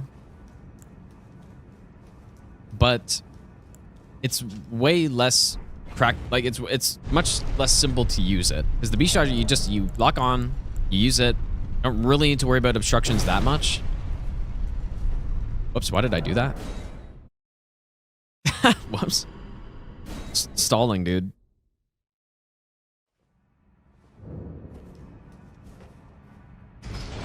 I think for some reason I thought I was near the end already, but I just totally wasn't even close.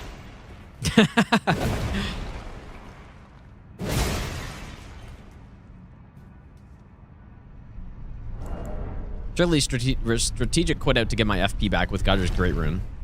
Of course.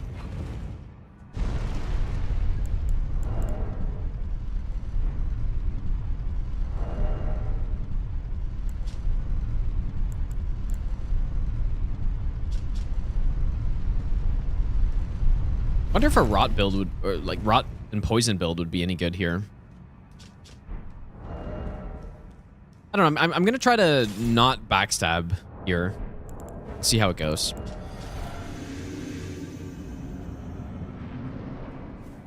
That's an unfortunate opener for what I'm doing.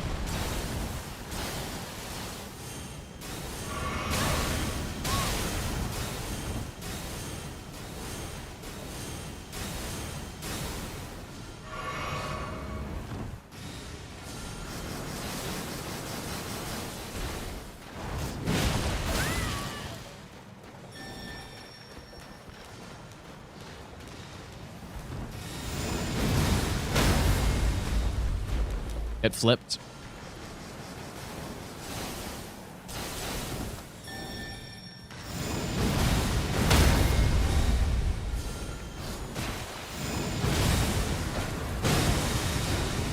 Like, why do you have so much poise, Dory? Oh my god. It's not even so much poise, it's just so much...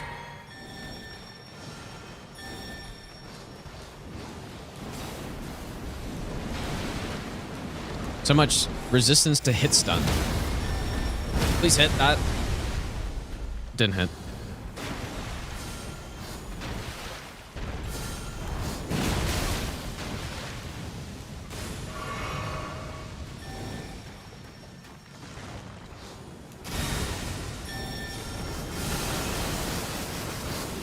I'm dead for sure.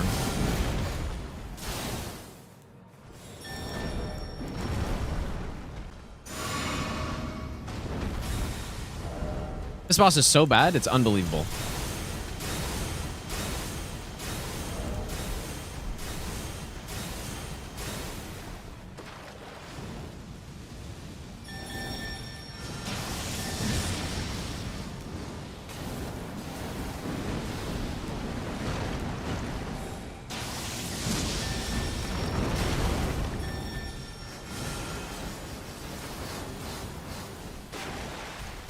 I'm so curious when they were testing this fight.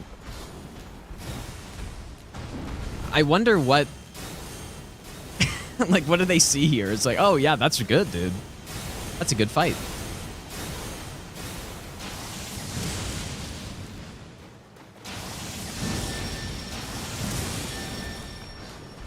This works really nicely. If I die, I'm backstabbing, dude. This is just so painful.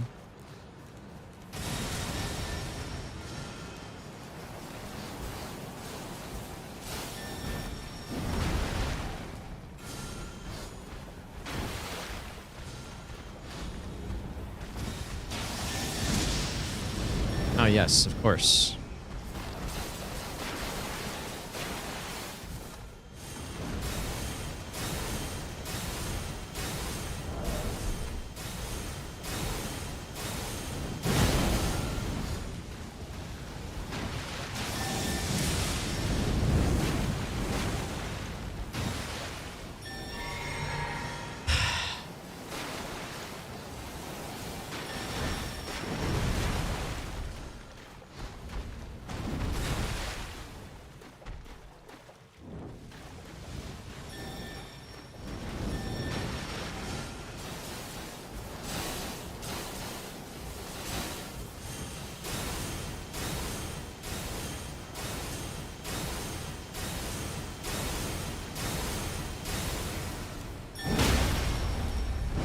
Oh boy. Oh, that's so that's so dumb.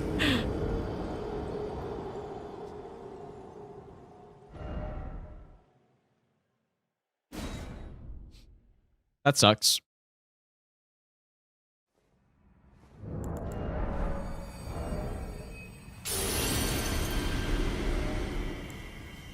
Guess I didn't get the dagger talisman, did I? Well, time to backstab.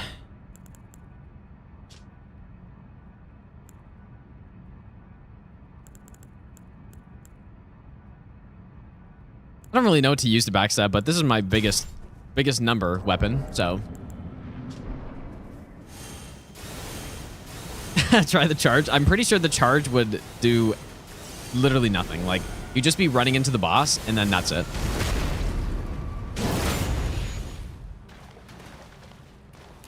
Wow, that was really bad.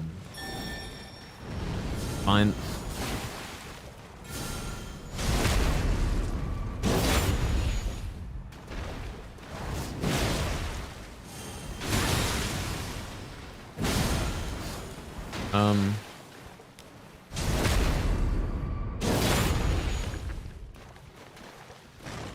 Gravestone, of course.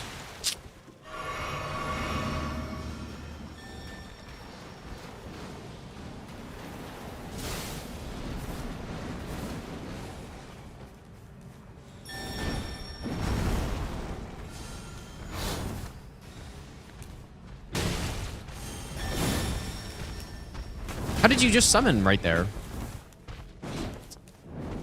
I thought you had to do that to summon. That's not fair.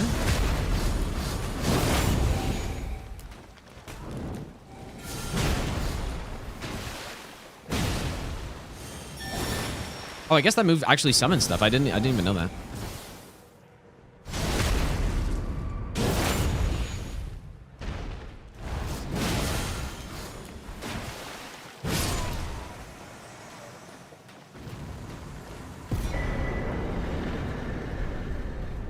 Well, that's probably the last time I try anything on that boss because it's just such a bad boss, dude. It's insane. Zero fun to fight.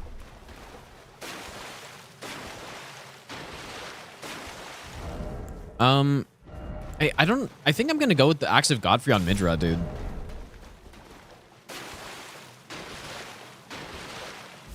Would I kill Jory on Incant only?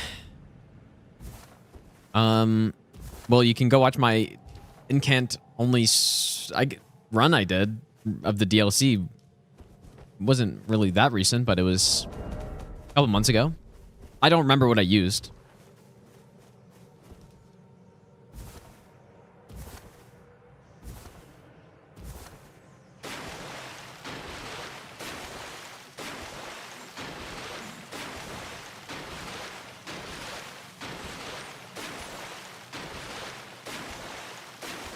I think Jory's worst DLC boss is it's definitely one of them.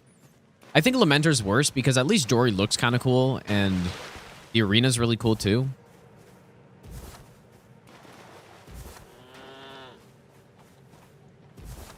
But Jory's still basically an F tier boss. But yeah, probably not the worst, but if someone thought Jory was the worst boss in the DLC, or even the whole game for that matter, I that's a perfectly valid opinion, I think. Yeah, being mandatory is bad too. Well, it's not mandatory, but yeah, being mandatory to fight a remembrance boss is pretty bad.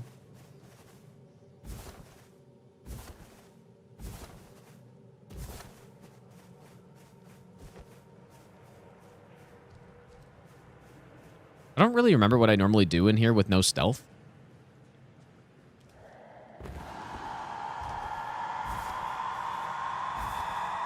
Not that, apparently.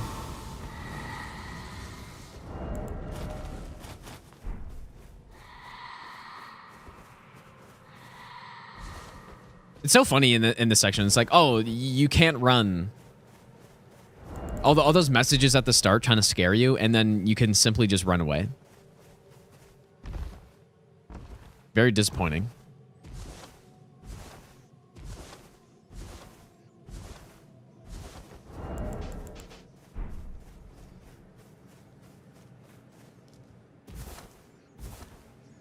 I guess that's actually true. If I died, I'm going all the way back to the start of the catacomb.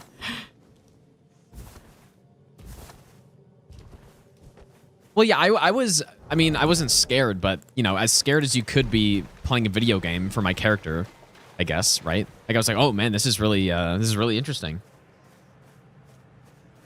And then it's like, oh, yeah, you can kind of just run away from them. It's not some false advertising, dude. I thought they were going to be scary enemies. Well, they are kind of scary, but they're not as scary as they should be, I think.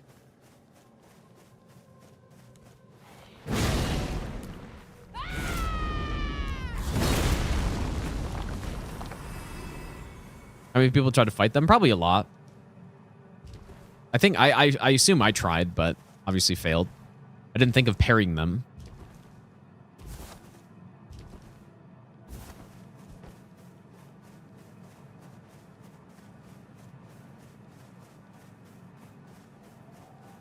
Midra is so cool in lore and also significantly better in terms of gameplay than Jory. I mean, I think Midra is better than most other bosses in the game in both of those ways.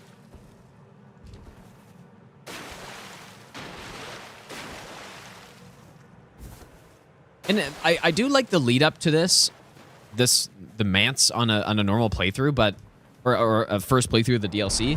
It's just kind of annoying having to run through this part every time.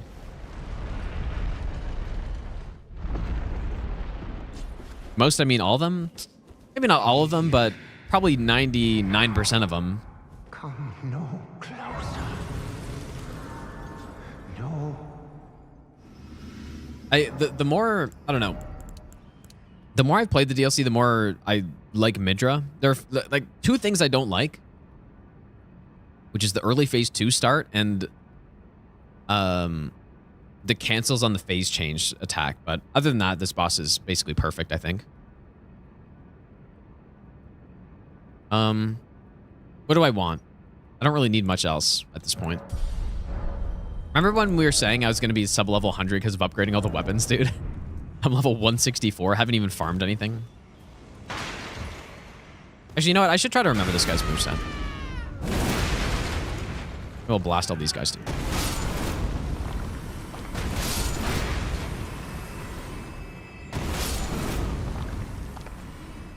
This is the big sword guy. Ow.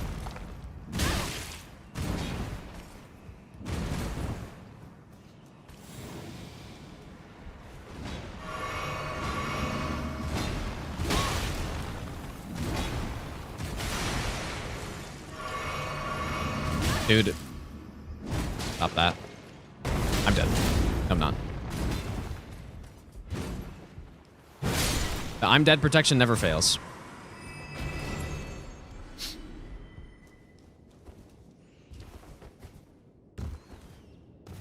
That guy should have been in Jory's place. Gale or Midra? That's tough. I think... dude, I don't know. That's a tough one. I think Gale is a cooler... Well, what I like about Gale is the build-up into all the different phases, I think, you know? Midra, like, that's what Midra's missing for me. That's why I don't like the early phase 2. Because I wish there was, like, a huge build-up into a later phase in the fight. But Gale, like, with each of the phases, it's such a nice build-up. And with the music, too. I probably pick Gale. Even though I think Midra's a better... Like, Midra's a more fun fight to me. But overall, I probably like Gale more.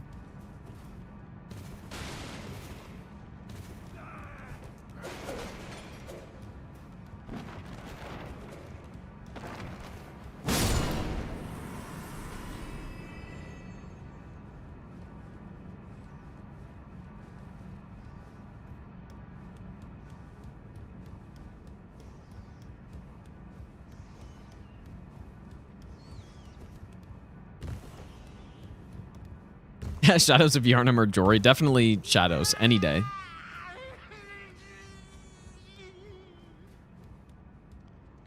I'm not a big fan of either one.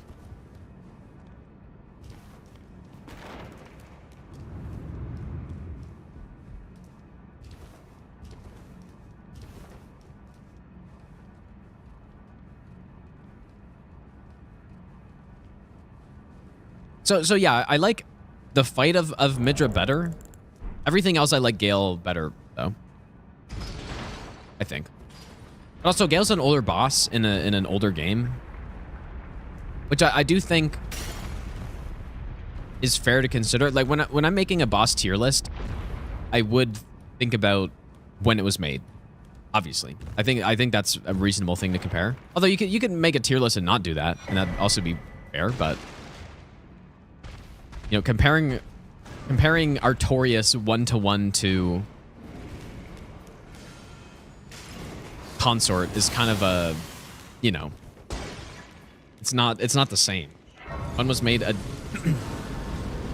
over a decade later.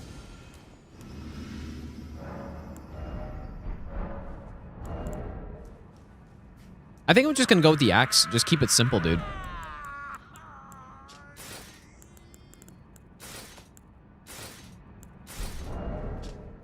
And I really like this armor set as well. Okay, so we go Roar plus... Does Warrior Jar... Like, this doesn't increase the R2 damage when I'm buffed, does it?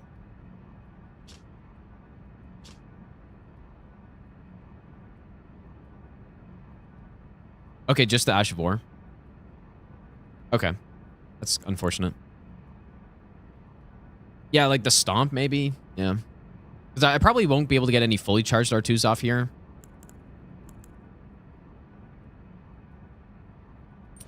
Let me go with this one. I mean, I guess the build-up to this fight's cool, too. I think it's cool, too, but it's more just in the fight itself. I wish there was a third phase or something, you know? Or maybe... Yeah, like a third phase in his health bar or something like that. Because he does have a lot of health. Godfrey Icon works? The depths of your foolishness. Oh my god, he's getting smoked.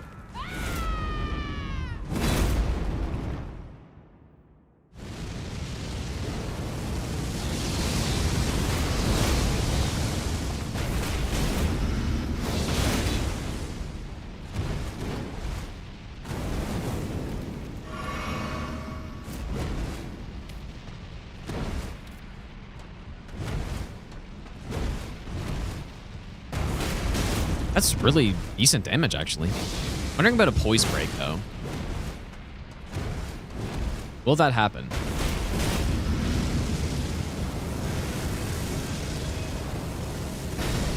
Ooh, the wall is kind of scary. Allow it. Oh, no. Oh. Oh, Oh, that sucks, dude. Of all the things he could have done.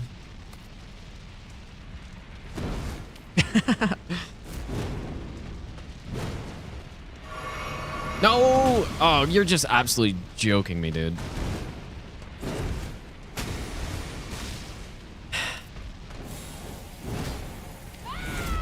Don't laser me. Okay, got the buff off.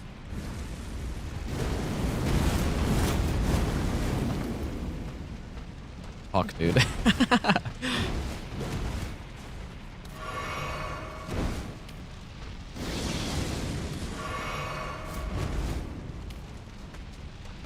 Kind of absorbing a lot of damage here.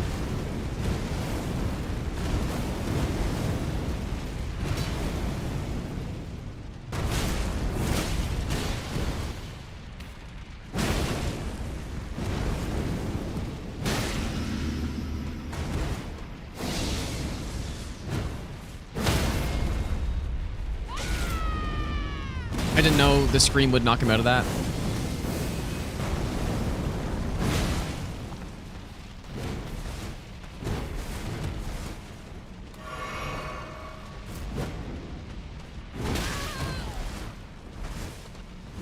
This is going horribly.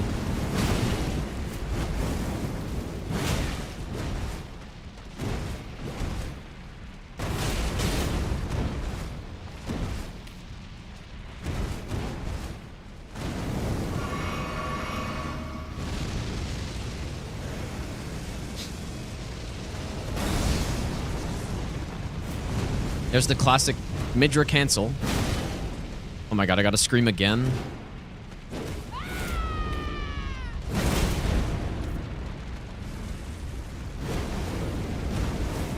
That somehow worked.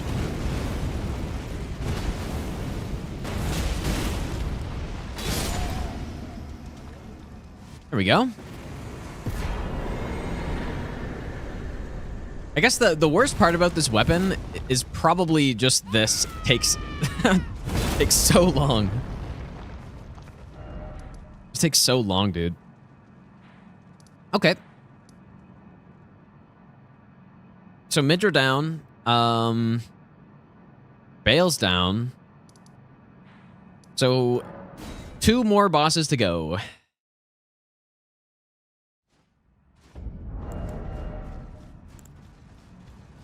What should we go with on consort, dude?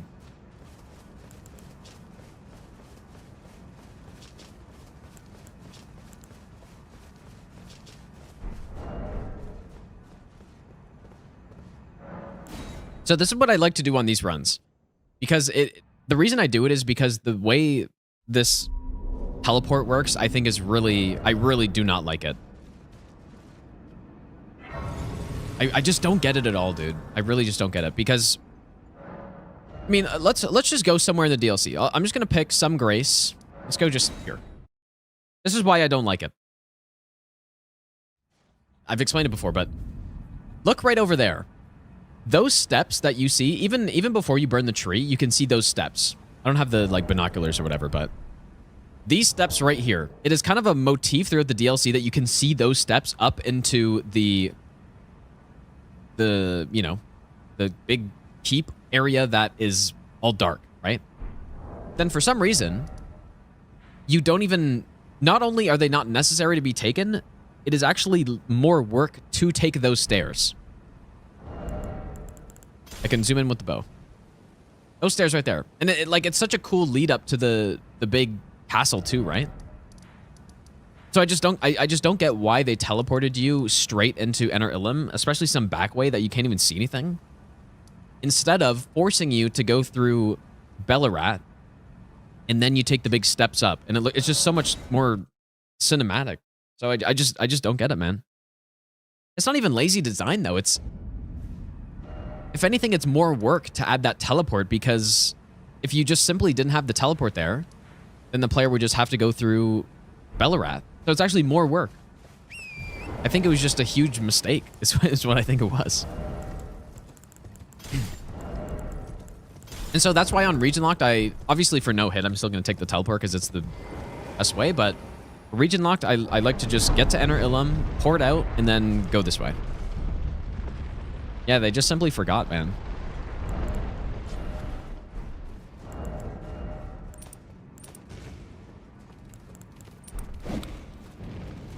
Bonk.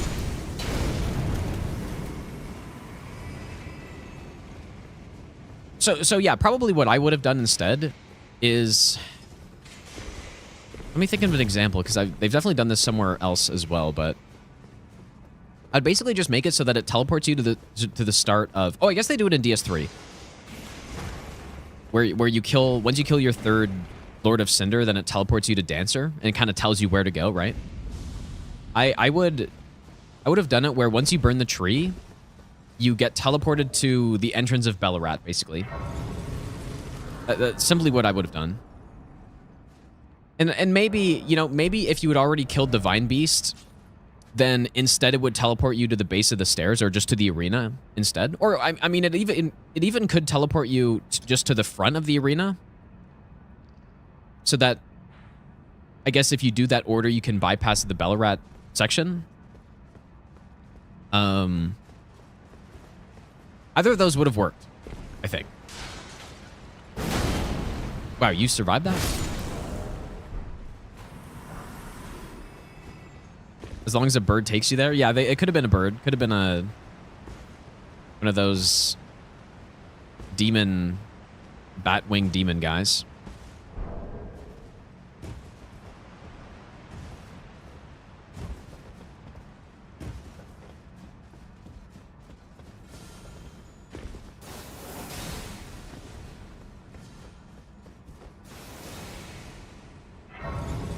Make Divine Beast mandatory? Yeah, no, I think he should be mandatory. Like, that's kind of what I'm saying. I think that's sort of another weird thing, that there are only 3 mandatory bosses to finish the DLC and finish the final boss, which is obviously Mesmer, Romana, and Consort, and that's it. Which is, it's kind of weird, right? Maybe I'll be the best nut ever. Nishandra should have been the final boss.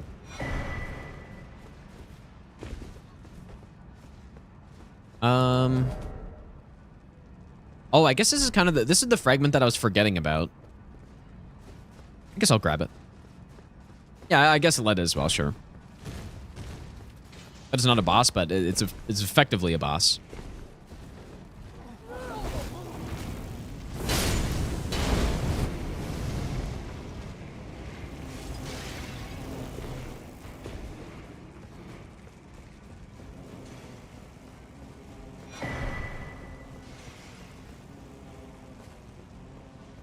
So yeah, having Divine Beast as a mandatory boss by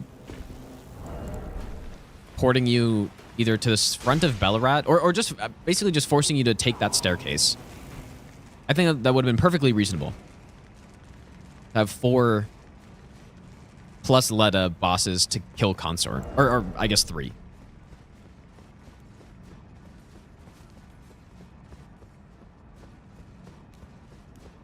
Same DLC has almost no cutscenes. Yeah, that's another interesting thing is... Yeah, the watering hole cutscene and the, you know, draining the water cutscene and stuff, but then a boss like Romana and a boss like Rolana just gets nothing somehow. How do you like my eruption? You do not like it very much. Yeah, Divine Beast is a really cool fight as well. So having it be mandatory to get to Consort, I think would have been cool. But I guess the one thing I do like is I like the routing option of being able to go from Enter Illim down to Divine Beast as a route for no hit or whatever. I do like that that's there, I guess. So that'd be the one downside. But I would rather Divine Beast be required than have that back route option to get to this boss. I'm going to go get one more fragment. I'll just get the one here. Hippo's not mandatory now.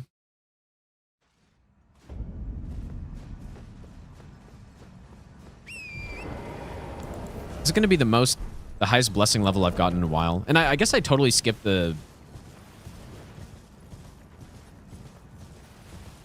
Oops, I guess I should go this way. I guess I totally skipped all the ones in the Abyssal Woods, but who could be bothered to run in there for longer than they have to?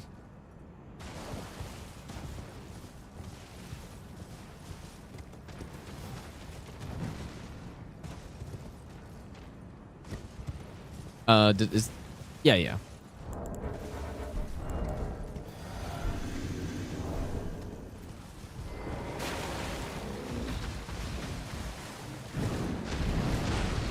Surely no bite. Okay, it doesn't even matter.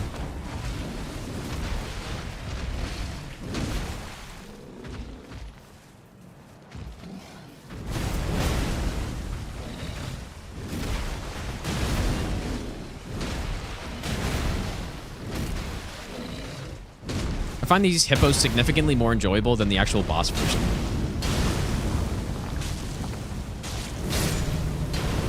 Because you're not in a tiny arena for the size of the boss, and also the enemy's actually smaller, so it's you can kind of see what's happening. Remember this comment, next from game, Bloodborne 2. Did anything come out of that? A bunch of people were talking about Bloodborne server maintenance that was happening. Did anything... There's nothing that came of that, right? I think I'm just going to go fire again here, dude. This boss is weakest to fire, so...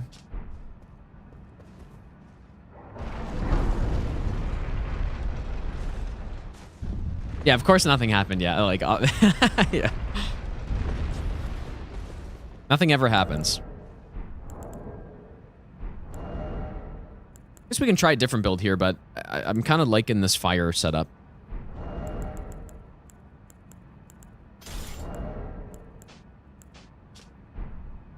Maybe I need more endurance. I need more endurance.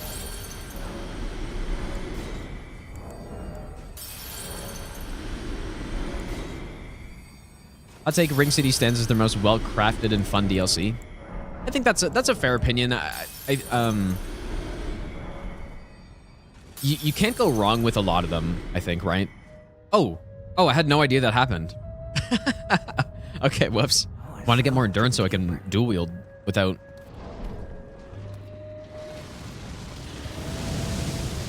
Whoa! I got this weird cam. Yes, the perfect way to not see even more on a Colossal run is have this weird mini cam, dude.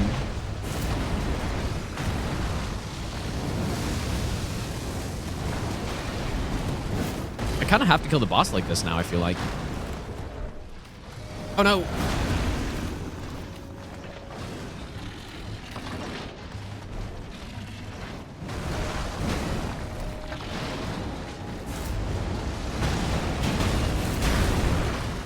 If I even survive, that is.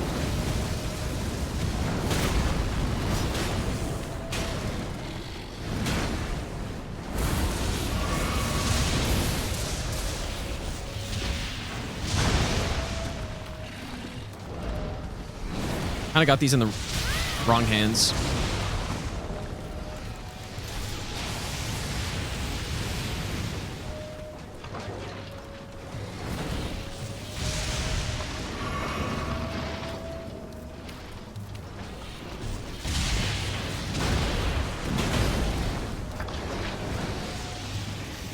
This is so weird.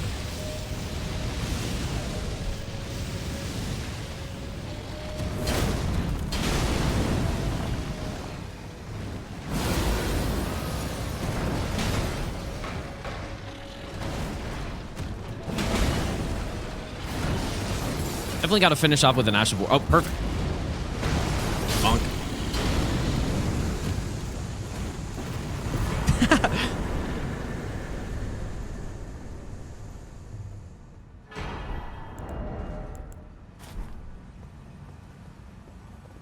Perfect. How this is so weird. you get the zoomed in cam.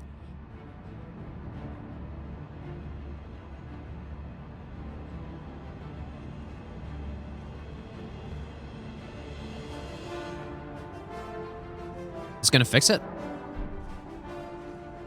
Yep. That was very interesting. Oh boy. Okay, YouTube stream dying. I gotta restart you guys. Rip.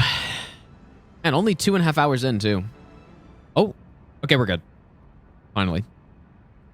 It's the same thing I say about most of the Souls-like games where, if you like the Souls games a lot, then they're worth playing, probably. Like, even though it, might not be the best game of all time, you can still have some fun in them. Like, especially if you're bored and you're looking for just, like, Souls games to play. Okay, just gotta make the stream public now. There we go. Okay, we're back on YouTube. It's actually very annoying that this happens, like, mid-stream. I don't mind it if it, like, makes me just delay starting the stream a bit. But it's annoying when it happens mid-stream, for sure.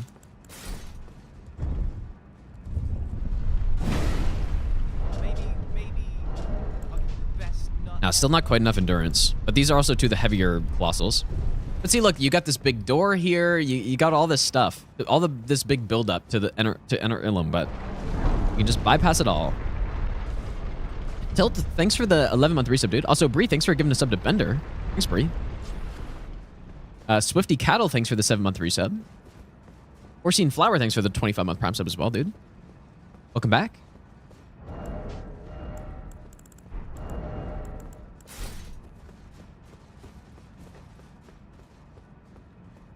These are the stairs. The neglected stairs. Maybe I'll give you the best nut ever. It's also funny too that the elevator starts at the top. And it's also so weird that you can't come down here and fight Divine Beast either. Because it's blocked off. Right, so it's just so weird. Adal, thanks for the 6-month Prime sub. So this is why on Region Lock I come this direction. We go Bellarat into Enter Ilum instead.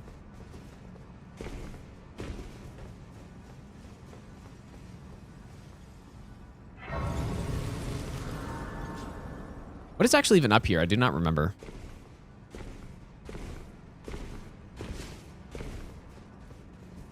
Oh, what is this actually? Ah, huge somber 5.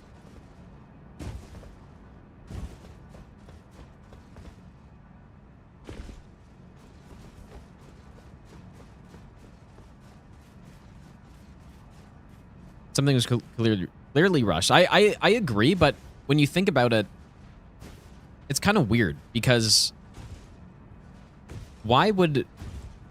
It was actually less work for them to do what I think it was the right thing, which is what I was saying earlier. If they just remove the teleport from the tree. Lothric Space Program's making a comeback, dude. They just removed the teleport from the tree, then it would have fixed it, basically. Right? So they actually did more work adding a teleport and making it worse. Probably gonna... Do I fight this guy and get absolutely just destroyed? I don't have any stealth on this run.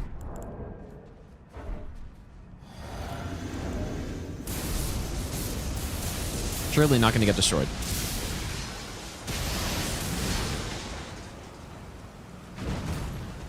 That wasn't fast enough. Oh, and I poised it. My damage is really good, though. Bonk.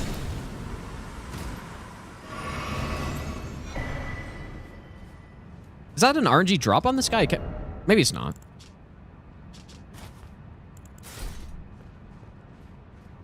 You're good at these. Yeah, their moveset, like, it's actually not... Even though I was getting destroyed by that guy earlier, basically, you just want to circle counterclockwise, and you can end up strafing a lot of stuff. All right, Ray Dimitri. Or not Ray Dimitri. Dude, what the fuck's his name? I'm dead. No, I'm not. Yeah, Nico Bellic.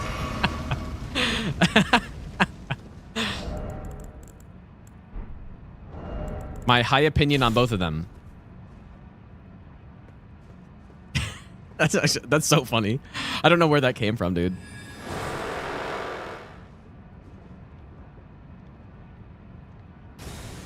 That's disappointing. Both legends. Here we go.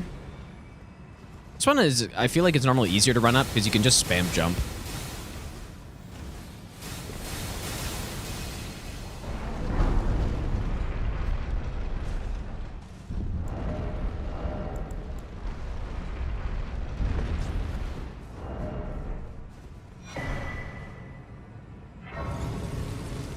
Selgius, how's it going, dude? Hey, this should work wonders on the bird section here, too.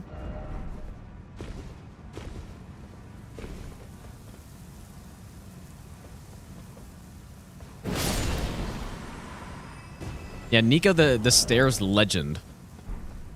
It's so easy. You just simply run up and don't get hit.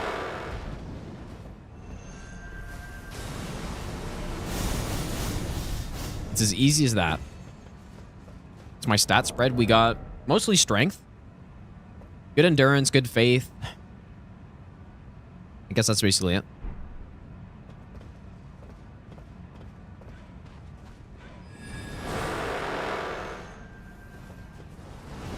I don't know.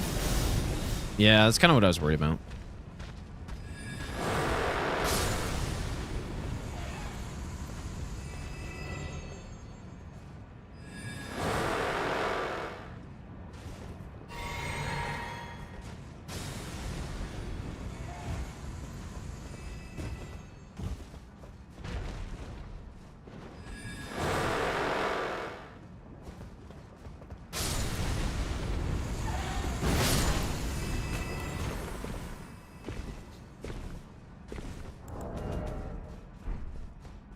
What should we do for Leda? This is the one that I won't fight because this guy is actually just dumb because he gets this big frost AoE around him.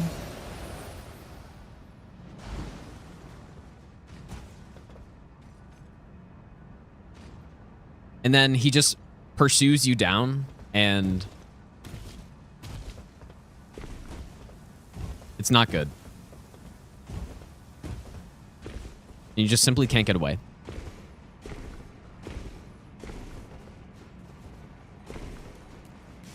Finger Leda. Actually, you know what? That's a good call. Finger Leda's a good call. I would love to use my rot build on Leda if it actually worked. But of course it doesn't, because she's just immune to rot. Someone made a comment the other day that's is actually really funny. Millennia Goddess of Rot. Susceptible to rot. Not weak to it. Highly resistant, but susceptible. Random NPC. Immune. Random Leda, just immune to it. For no reason. Even though she's susceptible to poison. Just doesn't make any sense.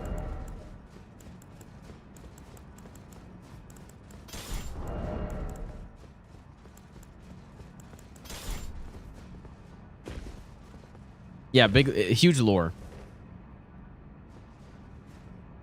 She's already rotten to the core. Okay. So I guess we're ending at level 17. That's pretty high. I didn't skip too many fragments, but I guess... Which ones did I skip? The 2 hippos. I skipped the one down here. Did I grab the one in Jagged Peak? I don't know. I got most of them.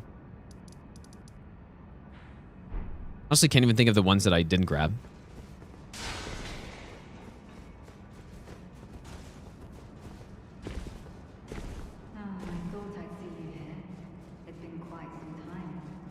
Yeah, the Abyss ones. With the Abyss, that gets us 18, because there's 3 down there. And then 2 from Hippo, so there are 4 that I didn't grab that I don't... Or I guess 3 that I didn't grab, because I did the downstream one. I'm not sure which 3 those are. Oh yeah, there's one before Euphoria, so that's one of them. I mean, I guess we could do the quest lines, but I don't think this is going to be painful, so... Well, hopefully I don't regret saying that.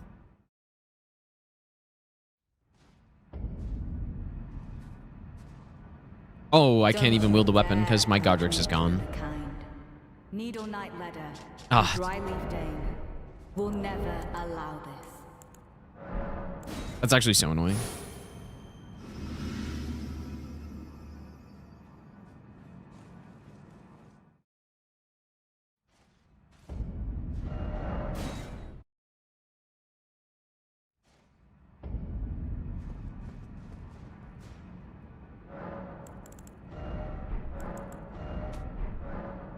I agree with that. I think if you totally just forget that the fight exists,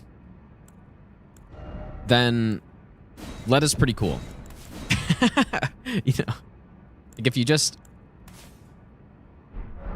yeah, like if you just ignore the fight and then it's like with the quest lines and the NPC interactions and all that stuff, it's pretty cool. The fight itself, though,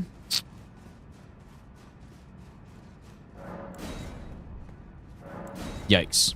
I mean, I guess yeah, it's cool that you can fight with, you know, the guys that you did quest lines with and all this stuff. Like, it's a nice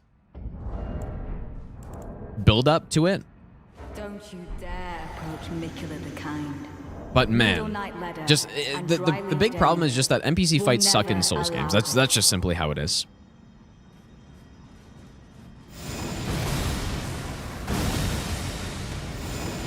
I don't know if I guess I don't have the right things on. Apparently this doesn't even work with this though. There's some good work.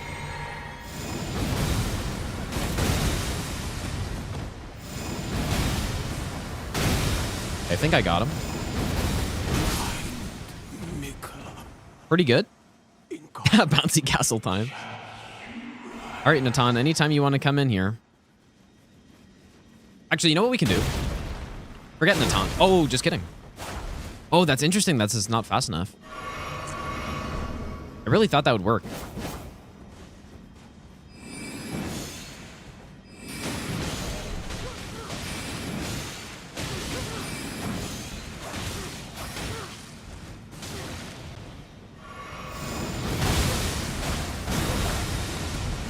Get fingered, Leda, dude.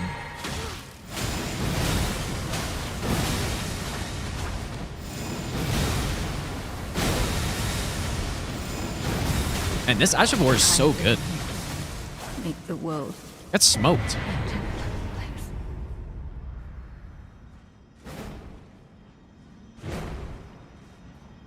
I wish you could just keep doing that follow-up R2 over and over again. It'd just be funny to... It'd be funny to just crouch walk with an R2.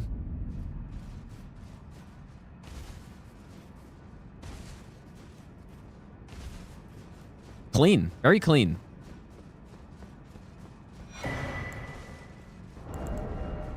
This Leda armor, and plus the crouch poke talisman, or the crouch attack talisman would be pretty good with Colossals. I'm actually surprised that the crouch bonks aren't fast enough for her, though. Because yeah, what I did for Stranded No Hit is, if you have a crouch poke, then she just gets stun locked to death, right? Like you just. But surprisingly, the crouch bonk isn't fast enough. That's so weird. You're the reason I got into Souls games. I have beaten Bloodborne and DS1. Fly Guy, thanks for the 3-month Prime sub, dude. You love to see it, dude. Now, and the best part about it is you still have the best Souls game to go. You got DS2 to go. Still. That's the best part. What build did we go with here? People were saying the Rot build earlier. I think that could be nice. I'll give you the best nut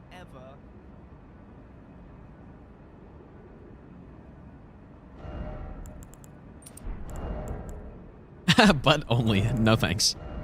That's okay.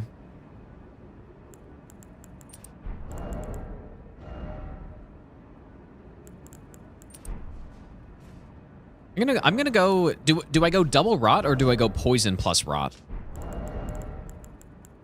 Oh, I don't have any rot greases left though. Maybe I'll give you the best nut ever. Rella charge surely. Let me just dope.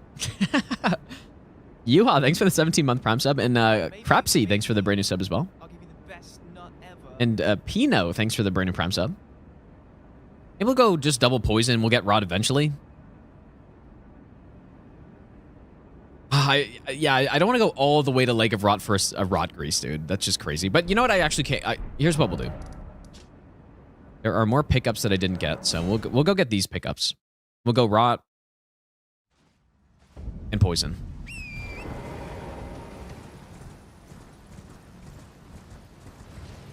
Be able to proc rot second phase? I'm not sure.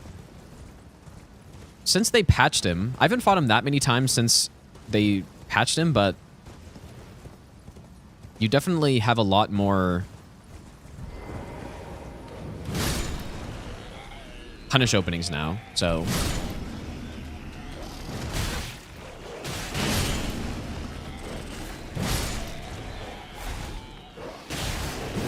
that's crazy.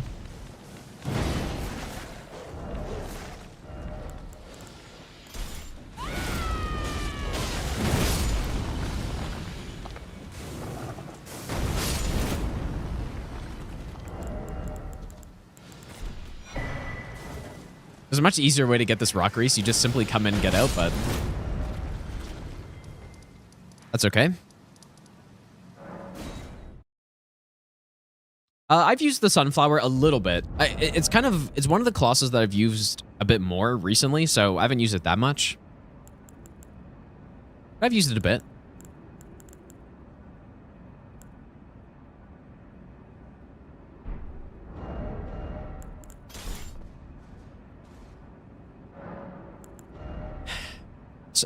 So what I could do is go with this, but poison infuse. I could go with this and then poison infuse, and then go with the Avatar Rotten Staff offhand. So this is kind of a better rot setup, but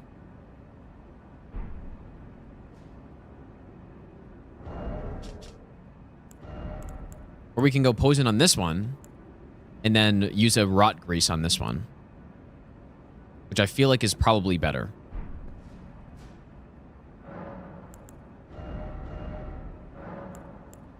Just so I can actually get some more damage, and then once we get the proc, I can make better use of it as well. Oh yeah, we are heavy load though.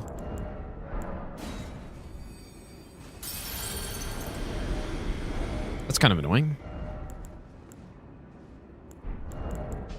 And no gloves, I guess.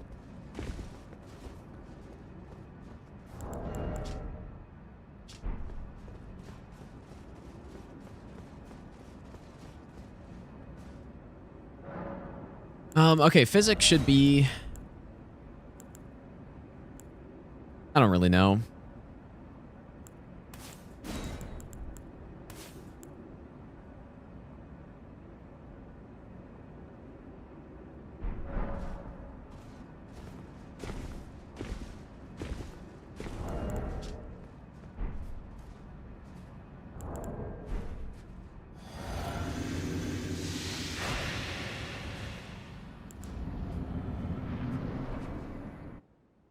My loyal blade and champion of the festival.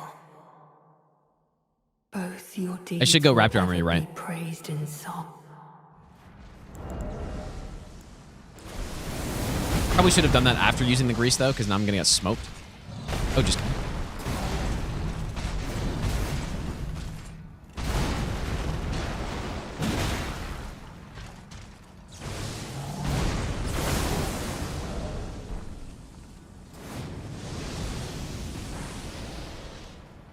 Please don't stall.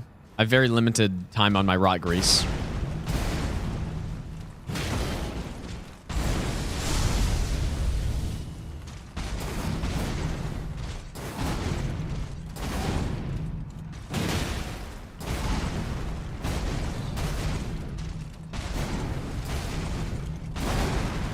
Bonk.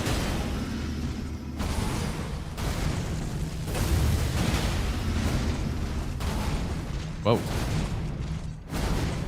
Yeah, someone mentioned the stamina tier. Probably a good call.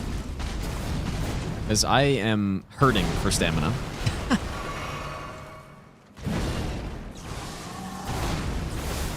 And no rot yet. And no poison yet, somehow.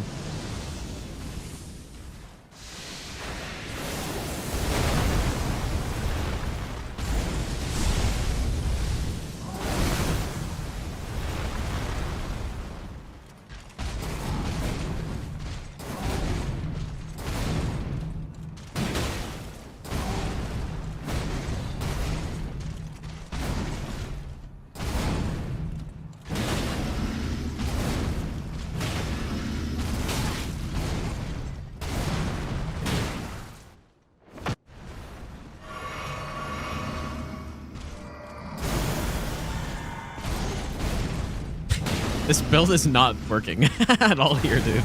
I can't.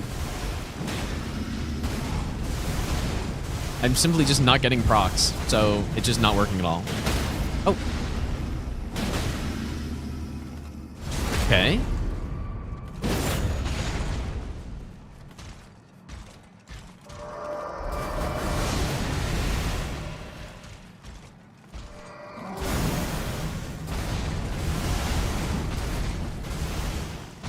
I'm gonna have to refight him or something, dude. Because this was a horrible build pick here.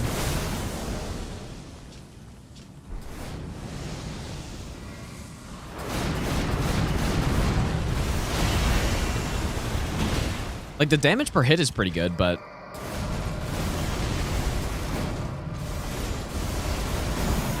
Hey, I need to proc him at least once, dude.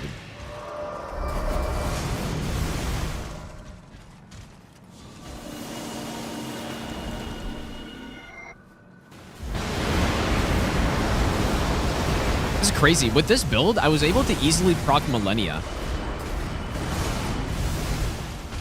Or maybe easily is a bit of a... exaggeration, but... Oh my god, how is he still not procced?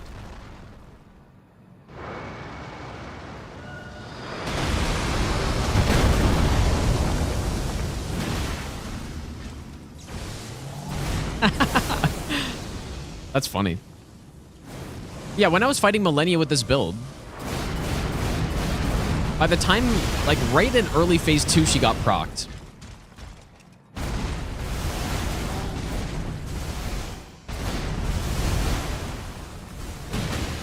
Oh my god, there it is.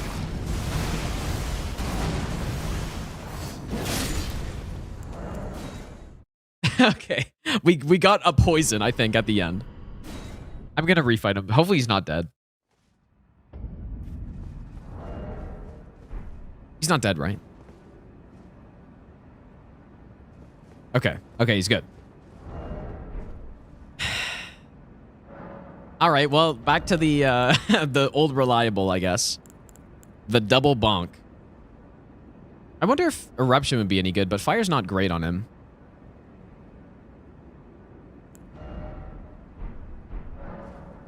I was so disappointing, actually.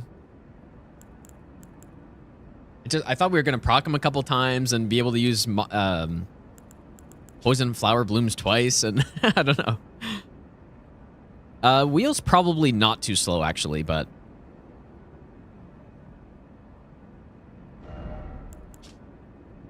do we go double Cragblade?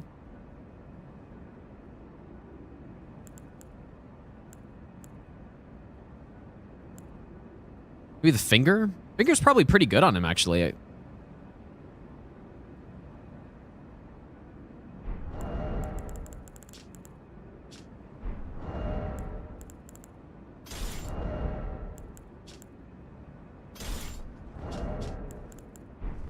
All right, this is it.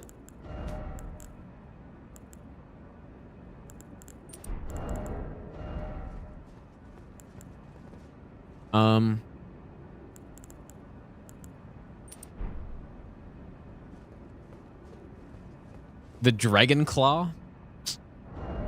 Well, the Dragon Claw is just... Like, it's just, there's nothing really interesting about it, though. Ooh, yeah, Devonia's hammer, maybe. Okay, Devonia's hammer. We should get two-handed talisman on. Okay, here it is. Let me swap to holy. We're going holy damage. We're gonna try out the DLC ones, I guess. That's what we're going with, because I'm too disappointed by that poison setup. Like, we killed him, and honestly, the damage per hit was good. Like, 2k damage per hit is fine, but I was hoping for a bit more.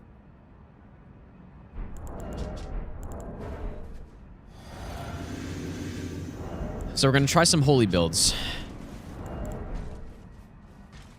No opening. Really? Okay, there it is. Okay, so this is uncharged.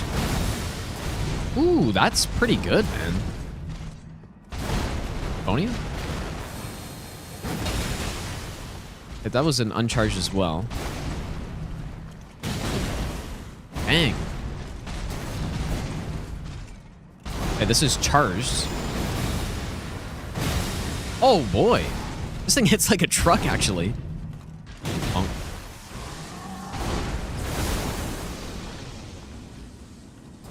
Holy shit, dude. And I guess... Yeah, he's weak to holy in phase 1. I think I got that mixed up earlier. Bonk. Wow, how did we trade there?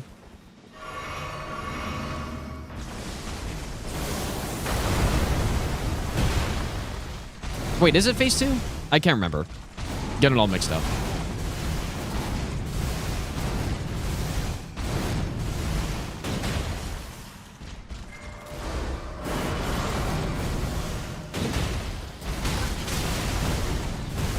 And this boss still does so much damage if you get hit. Uh-oh, I shouldn't have done that. Yeah, we can phase 1, yeah. That's the one.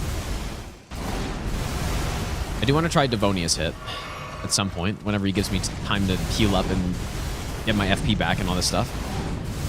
That wasn't safe either.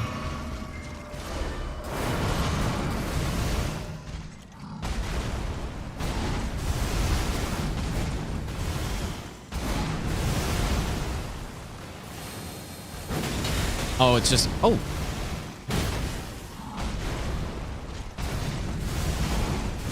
$2,800 not bad, but it's still too slow. It's a decent R1.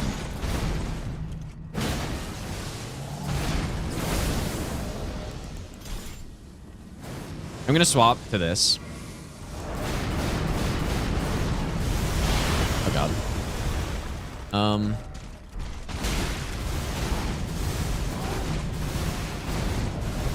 Okay. I'm pretty impressed with that. I'm gonna fight him again though. I want to see an actual multi-hit build here. That was not bad. I think the finger was definitely better than Devonia's. Devonia's hasn't been really good anywhere except for Millennia Phase 1. It can sort of stun lock. Not very well though.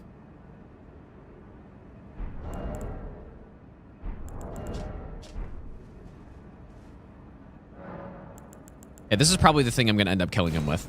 So Thorny Tear, Spiked Tear.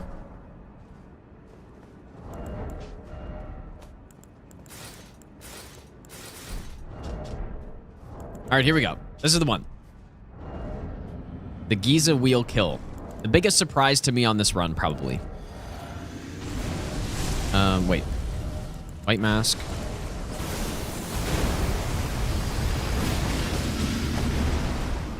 I got hit by that, apparently.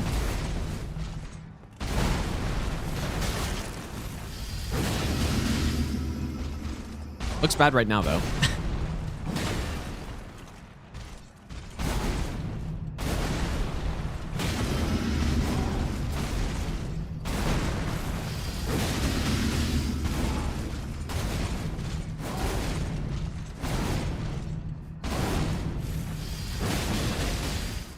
Surely this will look good. Well, 2300 is not bad. For tap R2. There's the bleed.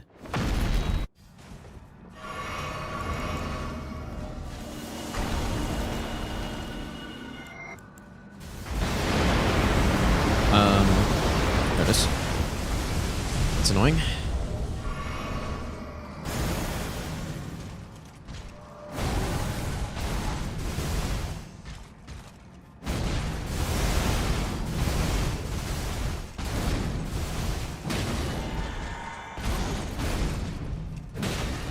It's really not a good R1 weapon.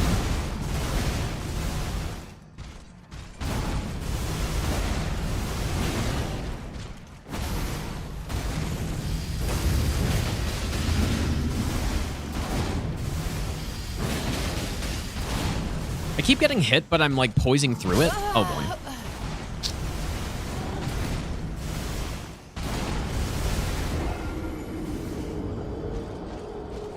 I'm hyper armoring through the hit somehow.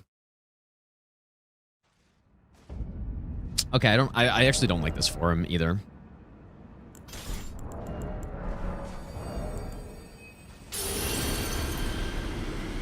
Yeah, you want to use the one-handed R2s on that thing.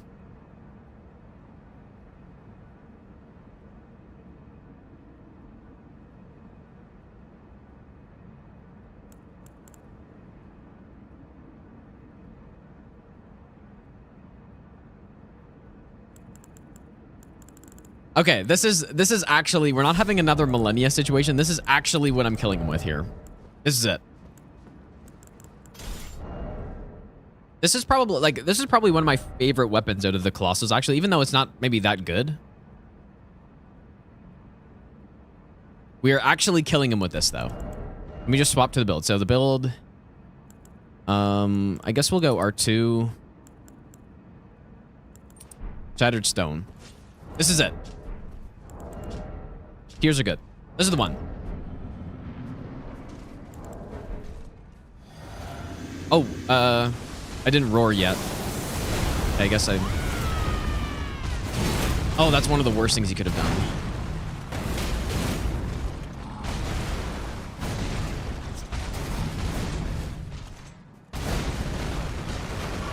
Okay, heal up.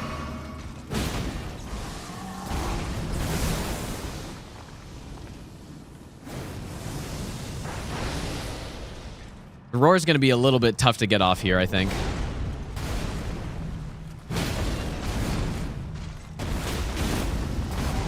$2,400 on a tap R2 is not bad at all.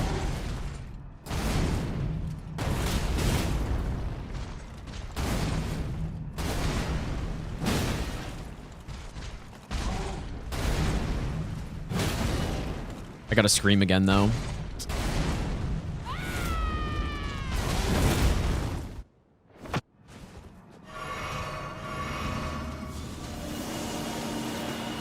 I wonder if I should scream again here.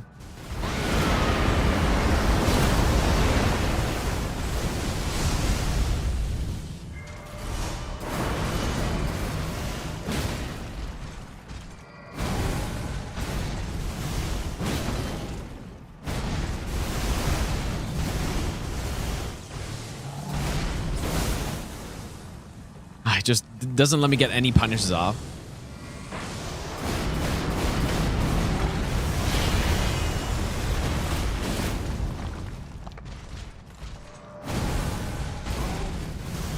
Beast Jaw also would be pretty good here because he's weak. He's weaker to thrust. Just overall. Oh boy. When am I gonna scream?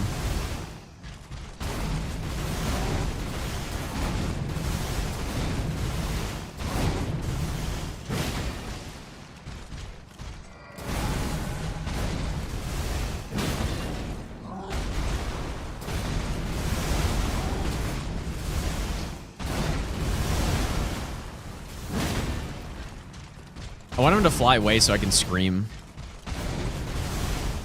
I'll just do it. Fuck it. Oh, wow. It actually worked.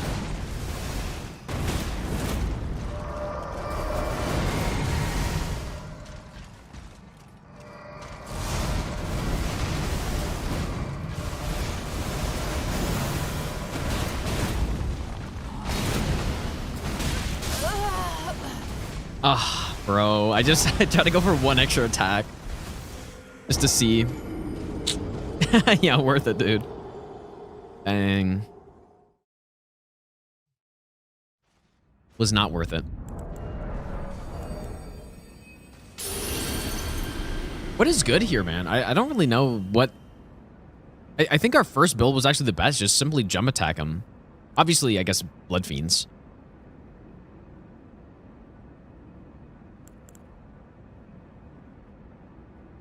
Sunflower.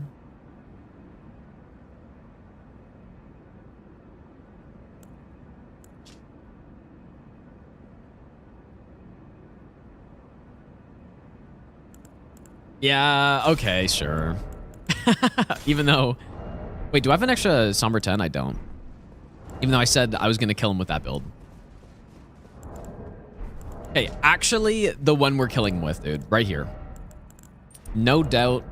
This is what we're killing him with. I'm not changing it.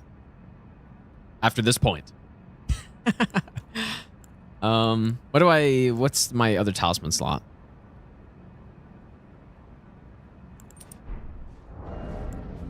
Even though they're both +9. We go Holy phase 1. Thrust phase 2. He's dying with this, dude.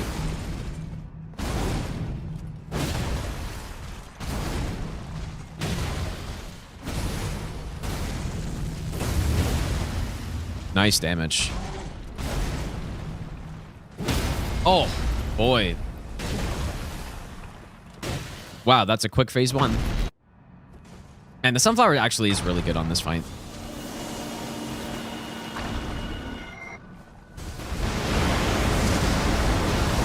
Getting scammed? Oh.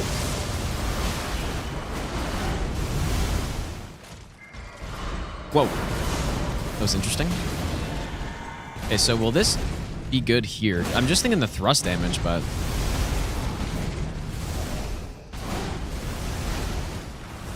Retro 2. 2800's not bad.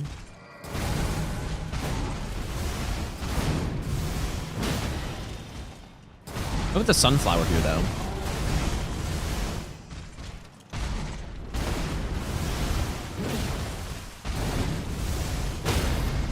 Man. Hard to ignore that poise damage, though, of the Sunflower. And just, like, how quick that comes out.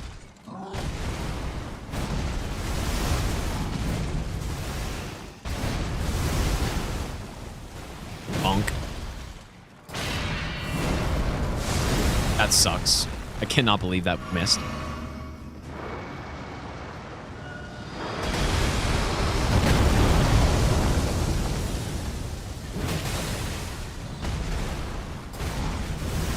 Gotta kill him with the full Ash of War.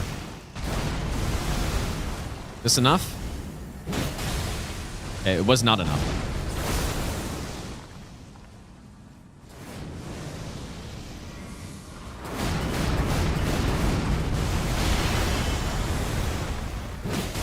Don't run away. Oh, that's... Oh my god, he almost just styled on me so hard right there. Can never go wrong with the Sunflower. Okay, there it is. The run's done, dude. I think. Did I miss anyone? I don't believe I missed anyone. 20 colossal weapons. It's a lot. It's a lot, but basically all of them are good. There's not one that really stands out as being super bad, other than maybe the Dragon Claw, but it's really not even that bad either. It's just, on a run like this, there's kind of no reason to use it, because if I want lightning, I'll just put Lightning Slash on something else. This does Endure on it, though. But yeah, I don't think there's anyone else alive. Time for the huge cutscene. My reward. No, the Golem Halberd's good. Golem Halberd's very good, actually.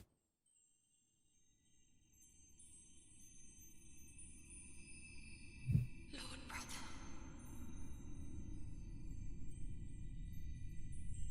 I'm going to be a god.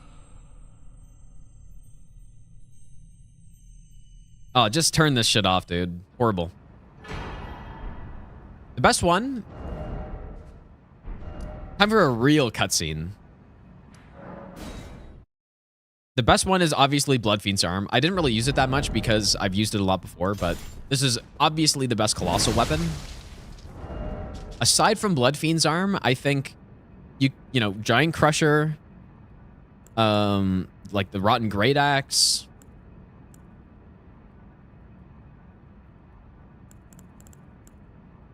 are probably the two best other ones, right? Prelate's Hammer is good too.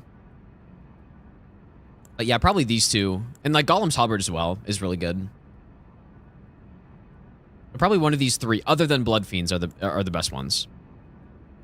And then a lot of these other ones are really nice. I think Axe of Godfrey is really fun to use, but it's not really super good at anything I could think of. Obviously, Beastjaw is good range. This one's a really good NPC killer. Giza's Wheel, I guess, is up there too as being one of the better ones. But, you know, maybe on the faster bosses, it's not... Like, I'd rather use Lion's Claw on Giant Crusher than Giza's Wheel on Consort, you know? But Envoy's Great Horn's really good for just killing enemies at range. Anvil Hammer, if you're just trying to deal just damage on the R1s and you don't really want to use an Ash of War, the Ash of War is okay, but I think this one's better off as just an R1 weapon or something to be dual-wielded. Because Eruption is basically a better version of Smithing Art Spears, I think. So... Great Code's obviously pretty good too. Rot Axe too slow? Well, it's slow, but you can use it and just kind of forget about the rot on it, right? It's kind of like using the Starfist for... Like most no-hit runs, you're using the Starfist, you don't care about the bleed. It's nice that it's there, and it's good when you're doing lower damage, but in the case with the Rotten Great Axe, it's rot. It's nice that it's there, but you know, it's not going to come into play most times. You're probably better off just putting Lion's Claw on it and just using that. Greatsword counts. No, we're going to do Colossal Swords a different time. Yeah, this was a pretty long run though, man. This was definitely the longest of these weapon-only runs so far, but it's, you know, there are 20 weapons in the category, and we also, it's the first weapon-only run with DLC, so it could have been a lot faster, but we also spent like 2.5 hours on Millennia or something, so classic. Just to use Prelate's Charge Honor, that just is horrible.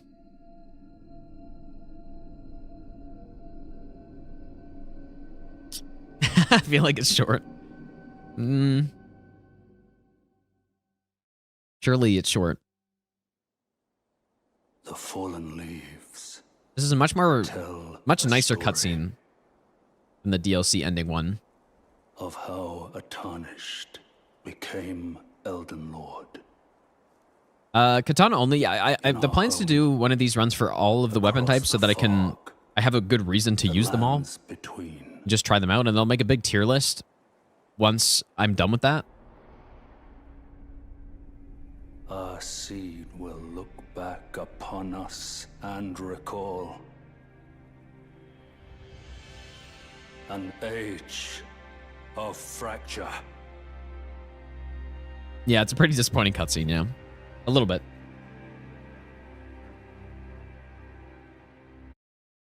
Okay. Colossal, dude. Huge character. Level 170. It's quite high. I don't know if there's really... I like Colossals a lot. They're not as good as Twin Blades, which is the best weapon-only category that I've done so far. Twin Blades are definitely the best. But these ones are probably the most fun, I think. And you got a good amount of variety, too, in it. Twin Blades just break the game. This is just more if you want to bonk this shit out of stuff, dude. Okay. I almost want to say that that's the weapon category that has the most weapons in it. Not sure if that's actually true, but 20 weapons is a lot. Like maybe straight swords have more. Okay, straight swords definitely have more. There are a lot of straight swords, dude. There are also quite a few colossal swords. What we're gonna do really quick now, though, we're doing co-op in an hour. So I'm gonna practice some Wukong really quick, dude, for the next like 40 minutes or so. Oh, I guess we could do tier list too. I mean, there's lots of time for both. Because Rusty released a tier list video today for the boss in the DLC.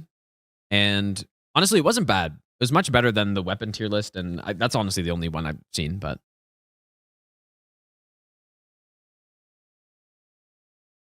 let's see if I can find this tier list maker thing. Does anyone have a tier maker on every DLC boss?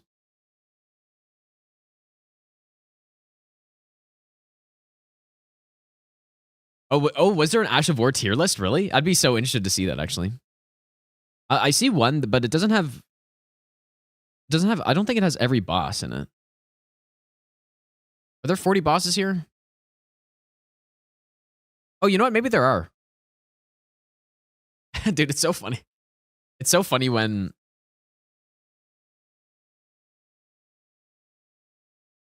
I don't know. When I see... Is there a faster way to do this? When I see like difficulty tier lists, I find. Okay, nice. It's perfectly set up, dude. No. I'm gonna play Wukong after this. This shouldn't take. Well, I don't know. We'll see how long this takes, I guess. I thought there was. Oh, here we go. Okay, DLC bosses tier list, dude. I will play Wukong 100%. Rank score off at 86. Yeah, that's kind of funny. Okay, so I've made a tier list for the main bosses, but not the optional bosses as well, or the non-remembrances. And it seems like a good time to do it. And I'll be curious to see the spread. I would imagine it's mostly going to be C and below. But I don't know. Maybe I'll give you the best. Agiyad, thanks for the 44-month Yeah, resub. Thanks so much, yeah. dude. I appreciate that. Okay. Ancient Dragon Man. I mean, F tier. Simple. NPC fight. And that's it. Horrible name, also. Like, probably the least creative name they possibly could have come up with.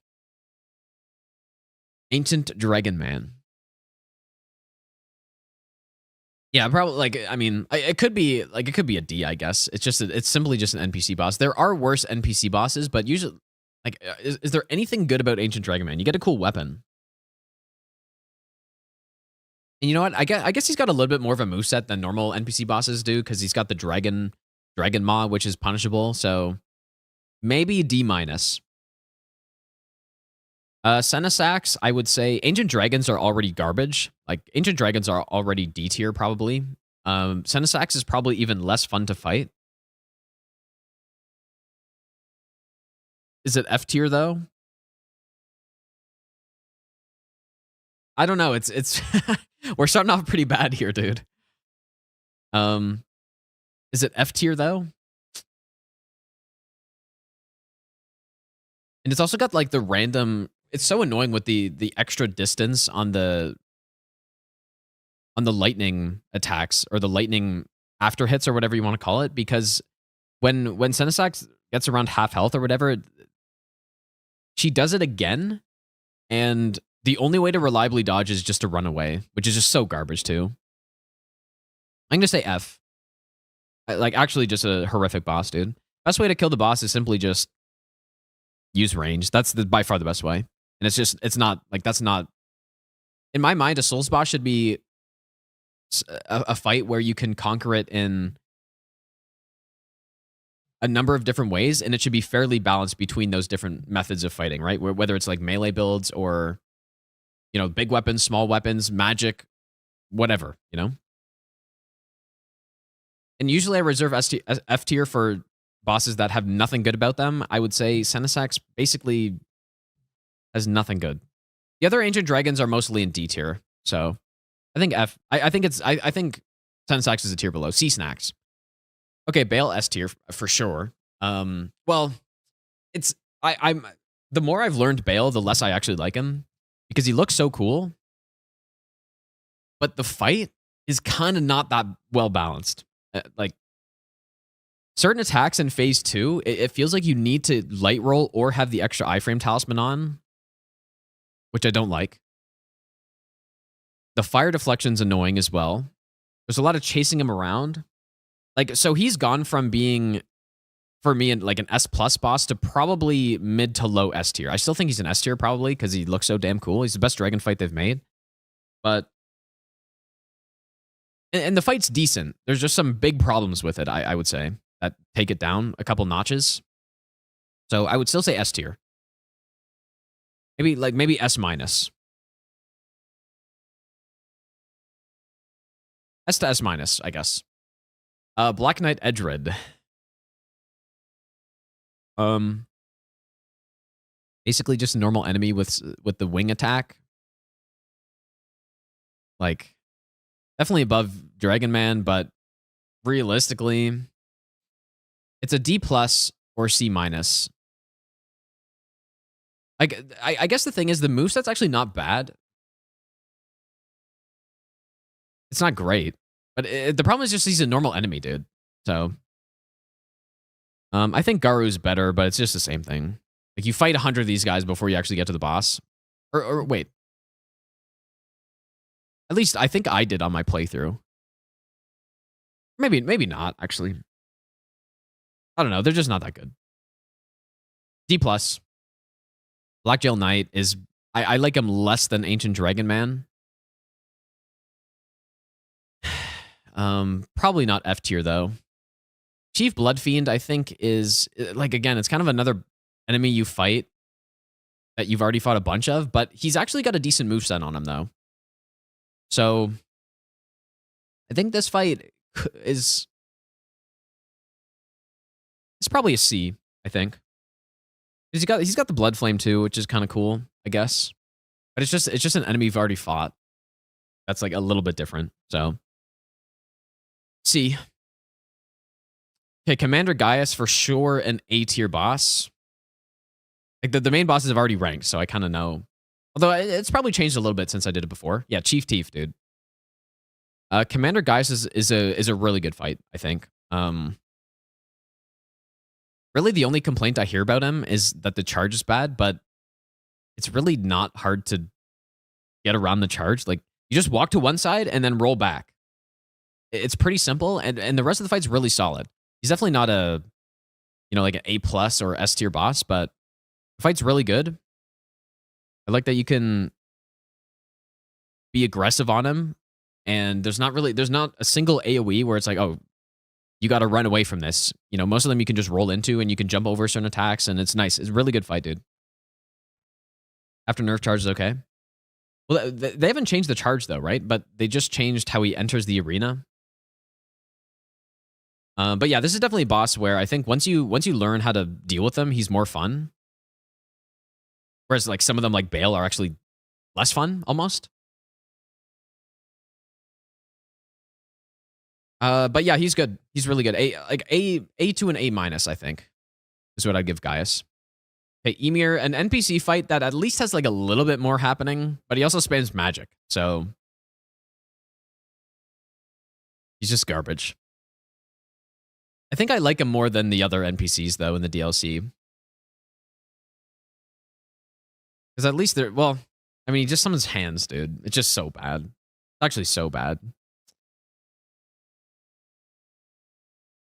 I'll put him above simply because at least there's some like context to what he's doing. But it's just trash. Labyrinth is, it has to go in the same tier. I think it's a more fun moveset than the Black Knights, but it's just another enemy you see numerous times before the boss.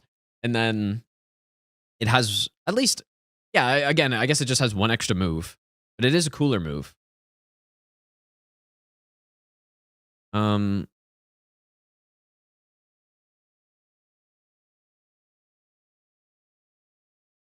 Yeah, it's got to be a D. I like the moveset though of these guys. Much more interesting than the Black Knight. So like maybe it could be a C-, but I think that's too high for an enemy you just see a bunch of times. Okay, Dancer is even worse, I think, than the other ones. Look at the spread right now. We have 7 D tier bosses, and then 2 bosses are above B, like above the average line. Okay, Death Knights, I think the Death Knights are pretty fun, but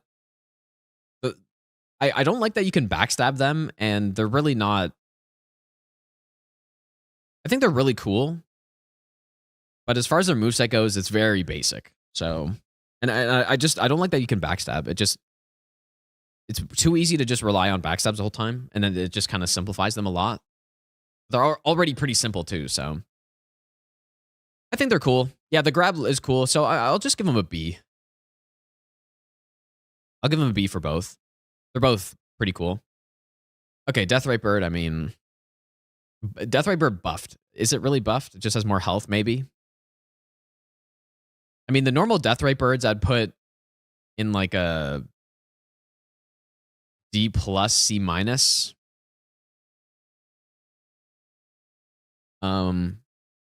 I'll put it in D+ simply because it's in the DLC. So it was kind of disappointing to see another one of these guys a little bit. Okay, Maraga has to be an F tier, dude. Like this is just it's another copy from the base game that is just a garbage fight.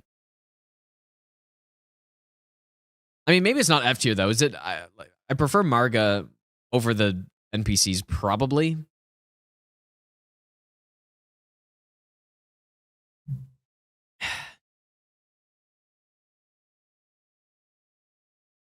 Maybe F is too harsh on Senesax, actually. That's tough. These two are right on the cusp, I think. I'm actually going to switch Senesax, though, I think. Or, I don't know. Okay, Swordmaster owns, dude. Okay, he's obviously not an S tier boss, but I'm gonna say an A-, I think.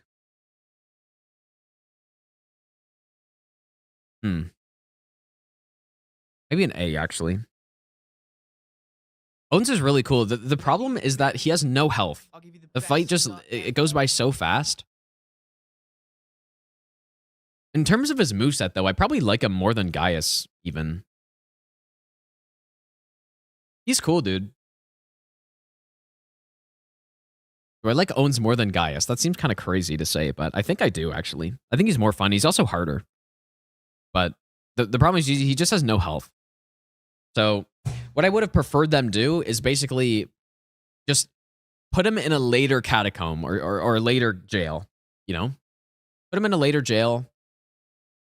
And I guess a boss we're going to get to later. Okay, here's the thing. This boss, I think, has around 11 or 12k HP. Lamenter has 36,000 HP. So 3 times more.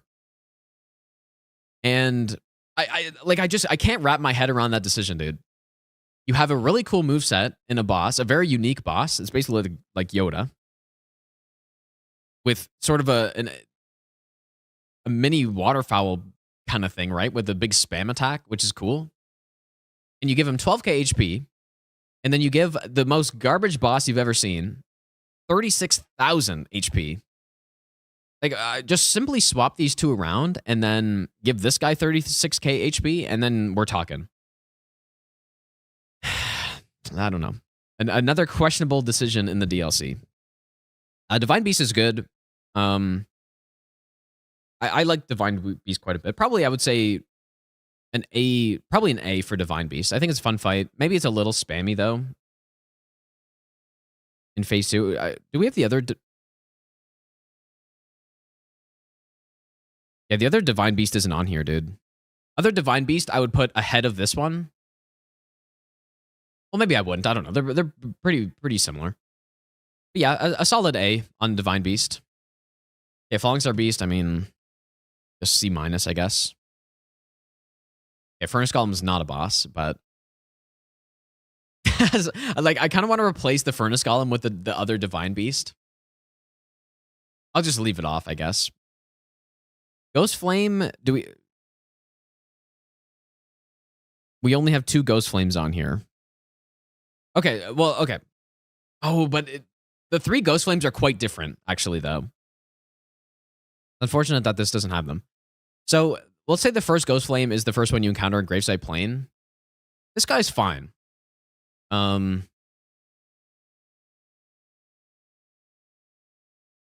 He's fine. He's probably like a C. Maybe a bit below average. Like his attacks are kind of... His breath attack kind of sucks. But it's kind of like a normal dragon, so say C. Now, Ghost Flame Dragon 2, we'll say, is the Shadow Altus one. This one is so bad. And the reason why it's so much worse is because you have 1,000 mobs around it. And it would be one thing if the fight with the mobs and the Ghost Flame Dragon lasted maybe 30 seconds. But for some reason, they deal 0 damage to him, and he deals basically 0 damage to them. So the fight ends up taking actually 15 minutes if you're just sitting there, 10 to 15 minutes. And then if you try to engage, all the enemies basically go after you instead of the dragon. So now you have a dragon plus a bunch of guys. You're also on even worse terrain because this one's on flat open arena. This one's on a big slope, which makes it even worse. So I have almost nothing good to say about this fight. It's really bad, but I don't know if it's worse than NPC boss bad. Okay, and then there's another one. There's another Ghost Flame Dragon that is the Cerulean Coast one, which I guess I don't have a thing for. But the other Cerulean Coast one would be... Is this too high? I'm going to say all these bosses are D minuses, by the way. These ones are Ds, these are D plus, these two. I'm gonna use the Furnace Golem one as the replacement for Ghost Flame Dragon 3, which is Cerulean Coast, we're saying. And I'm gonna say that one is just barely above. Also a D minus because it... Okay, maybe we'll say it's a D. But it summons a bunch of skellies. And it is so annoying. So it's the same moveset, but it summons skellies. So it's just as bad, basically. Golden Hippo is...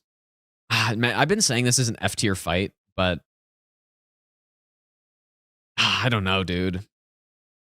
Maybe it's a D minus. Does it squeak its way into D minus? F tier is for if there's basically nothing redeemable about the boss, which it's almost true.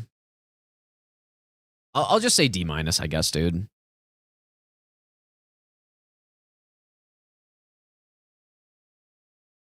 Oh boy, look at this D tier. I'm gonna put it here, I think.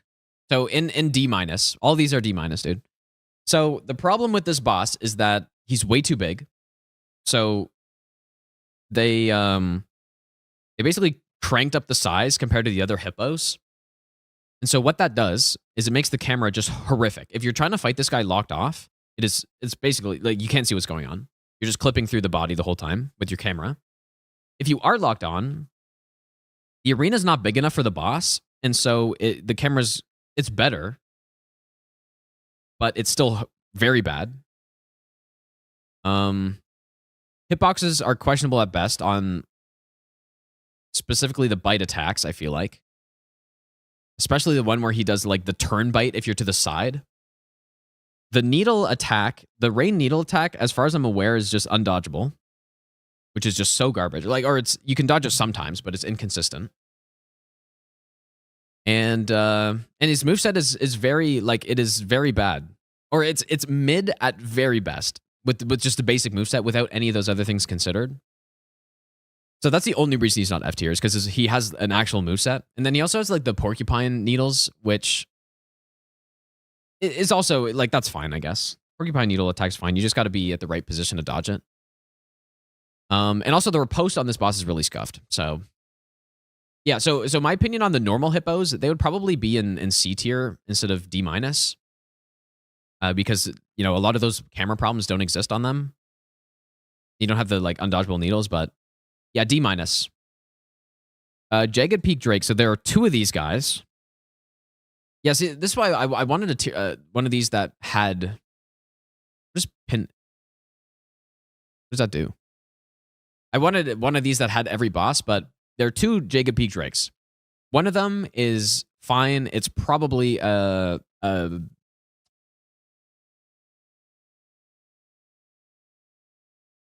first one is probably a C minus.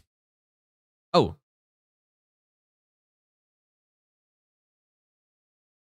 Is this all the bosses here?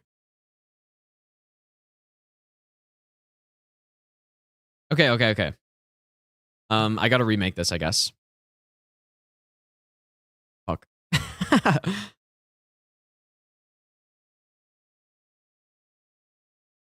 Okay, we're remaking. I didn't see that. 41 images. Wait, so there's one boss missing?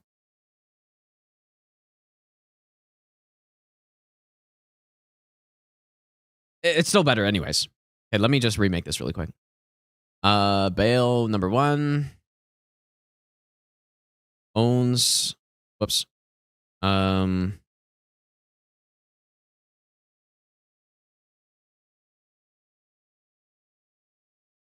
Where's Gaius?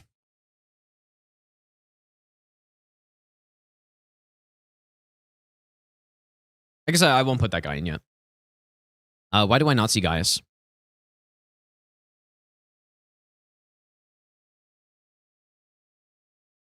Middle. Oh, okay. Here we go. Okay. Death Knights. Can I search on here? I probably can't because they're images, dude. I'm having issues finding them. Black Knight.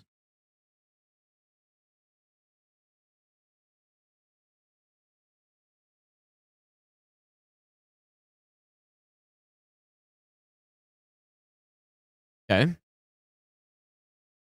And then we have Deathrite Bird, Labyrinth. It actually might be easier if I just simply... We haven't done Red Bear yet.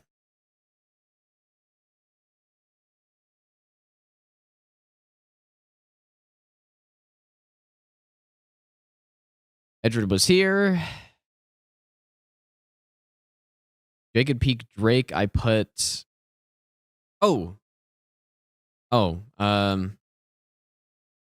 Add row above.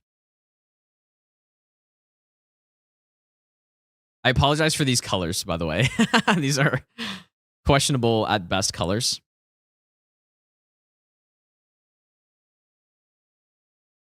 Okay, we need a new C tier.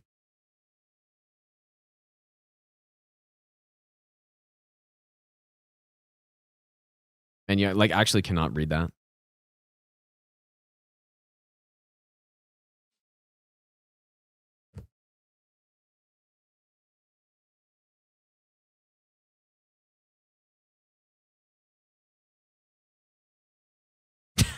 Dude. Oh, whoops. I'm having issues with these colors, man. Good enough.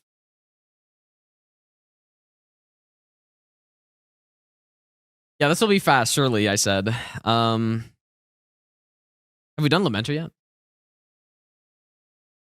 Okay, Labyrinth was here.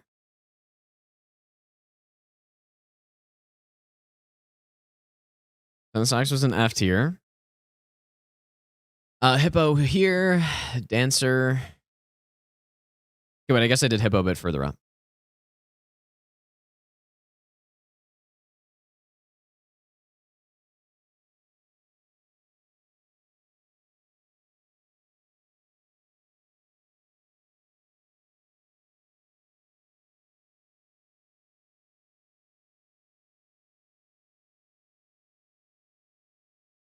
What's my... Oh, Bloodfiend?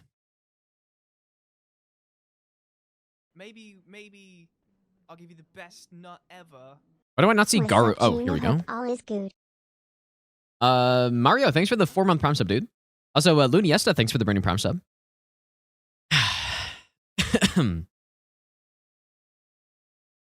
Okay, let's just go from here. I think we're good, basically. Sorta.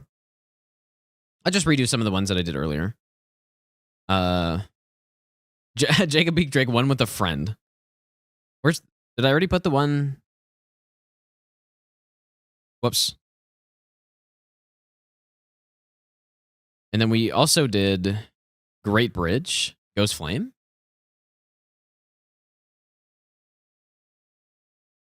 Mariga.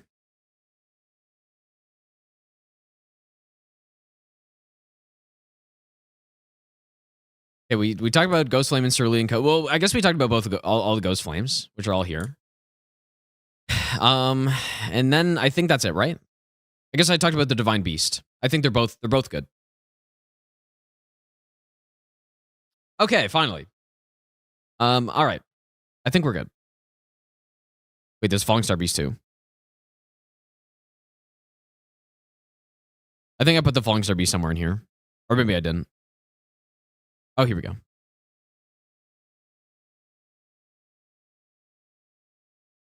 Okay. Okay, Ralva. I think the Red Bear fights are actually really good. Really solid. I'll put them at a B+. Like it's not just a copy paste of the Rune Bears, and also I think they just have a decent moveset, dude. I do like them more than the Death Knights. I would put the Death Knights at a B. Ralva, I think I would put at a B+. Definitely not an A, but I think solid. Dane's just as garbage as all the other NPCs, so that goes somewhere in here. At least he looks kind of cool, and the challenge for him is kind of cool too. So maybe I'll put that at a slightly higher D-. Red Bear is garbage. Just garbage. You know, I'm gonna put Marga above the NPC fights, even though they're all at a D- anyways. Okay, Jagged Peak Drake, the one with the friend. So the other one I think is okay. He's probably a C. C to C-. The other, well, probably a C-. This one is significantly worse. Oh yeah, I can zoom in, I guess.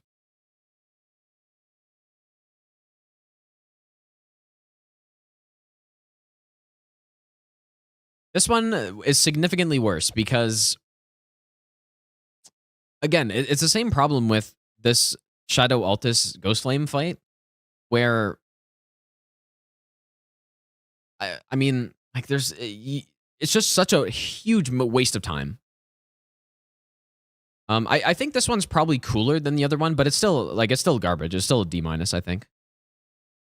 Because yeah, it's either you wait for a long time for one of them to kill the other one, or you try to go in, and then we all know, like, even we saw on the run I just finished, how garbage the hitboxes are on the flame.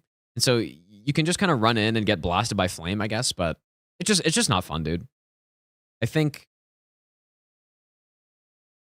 it would have been much cooler in this instance, and the same with the Shadow Altus Ghost Flame, like, just have kind of a scripted event where the Drake, I don't know, maybe the one of the Drakes, or the one who's the boss, bites the other one in the neck or something and kills him right before you get there. If you want to show that they're having a fight, that's probably a much better way to do it than to have two of them fighting for a good 5 to 10 minutes. And then for the Ghost Flame Dragon, like, maybe he could have just stomped all the enemies in one go or something, right? Like, that would have been so much cooler and so much less of a waste of time than what they are. Rakshasa, just another garbage NPC. Lamenter is, like, he's got to be worse than the other ones, man. Because I was just trying to think, like, I guess if you're just thinking, if you forget about the fight for a second and how bad NPC fights are, at least Lamenter has some extra ideas. It's kind of like a Crystal Sage type thing where you don't kill the clones and you just instantly die. At least there's an idea, even though it's just a complete reuse idea. Sorta. The problem is the boss has 36,000 HP, and the whole gimmick with the fight is horrible. Like, it's not fun, and he's an NPC. If I didn't say that already. So the fight just ends up being super annoying. It's like, okay, how can I try to stun lock him or just get big enough AoEs to kill the guys. Either way, it's just really annoying. It's not a good fight at all. Horrible fight. So I do think it's worse than the other ones because it's, you know, at least these other ones you can try out some of your NPC killing stuff on them if you got the Meteoric or Greatsword, or like we did in this run, the finger, the glazing finger. You can use it and it's like, okay, it's fun, sure. Or it's fun to see them go flying. But the fight itself's still bad. But Lamenter doesn't even give you that because generally with most setups, even if you're trying to stun lock him, he'll just instantly go into his hyper armor and disappear. So, but at least they tried something. But I really don't think there's anything good about this fight. Putrescent Knight. I mean, when we compare it to all these other bosses, I'd be tempted to put him even a bit higher, but I'm going to say Putrescent Knight is a...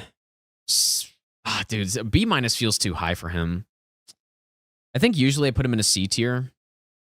But just when I'm looking at some of these other bosses, man. I don't know, I think he's kind of a scuffed boss. But at least he has a moveset and stuff, but... Especially when the blue flame starts coming in, it's not... The blue flame is not satisfying to dodge because it's so... I don't know. It just feels scuffed to me.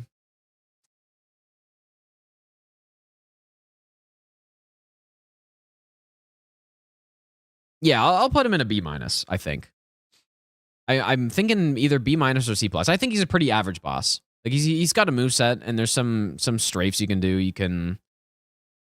Maybe you can jump over some stuff. I'm trying to think. Maybe not, but... He's just okay. He's okay. Really nothing special about him. He's just a boss with a moveset, and that's it. Like, okay, Mesmer. Definitely above Bale. I would put Mesmer at an S tier. Not like high S tier, not S plus with some of the other Souls bosses, but I would say a solid S. I guess the things I don't like his arena. I think it kind of gets in the way of the fight a little bit, especially in phase 2 when you have the snakes just clipping through the walls. But so the arena I don't really like, and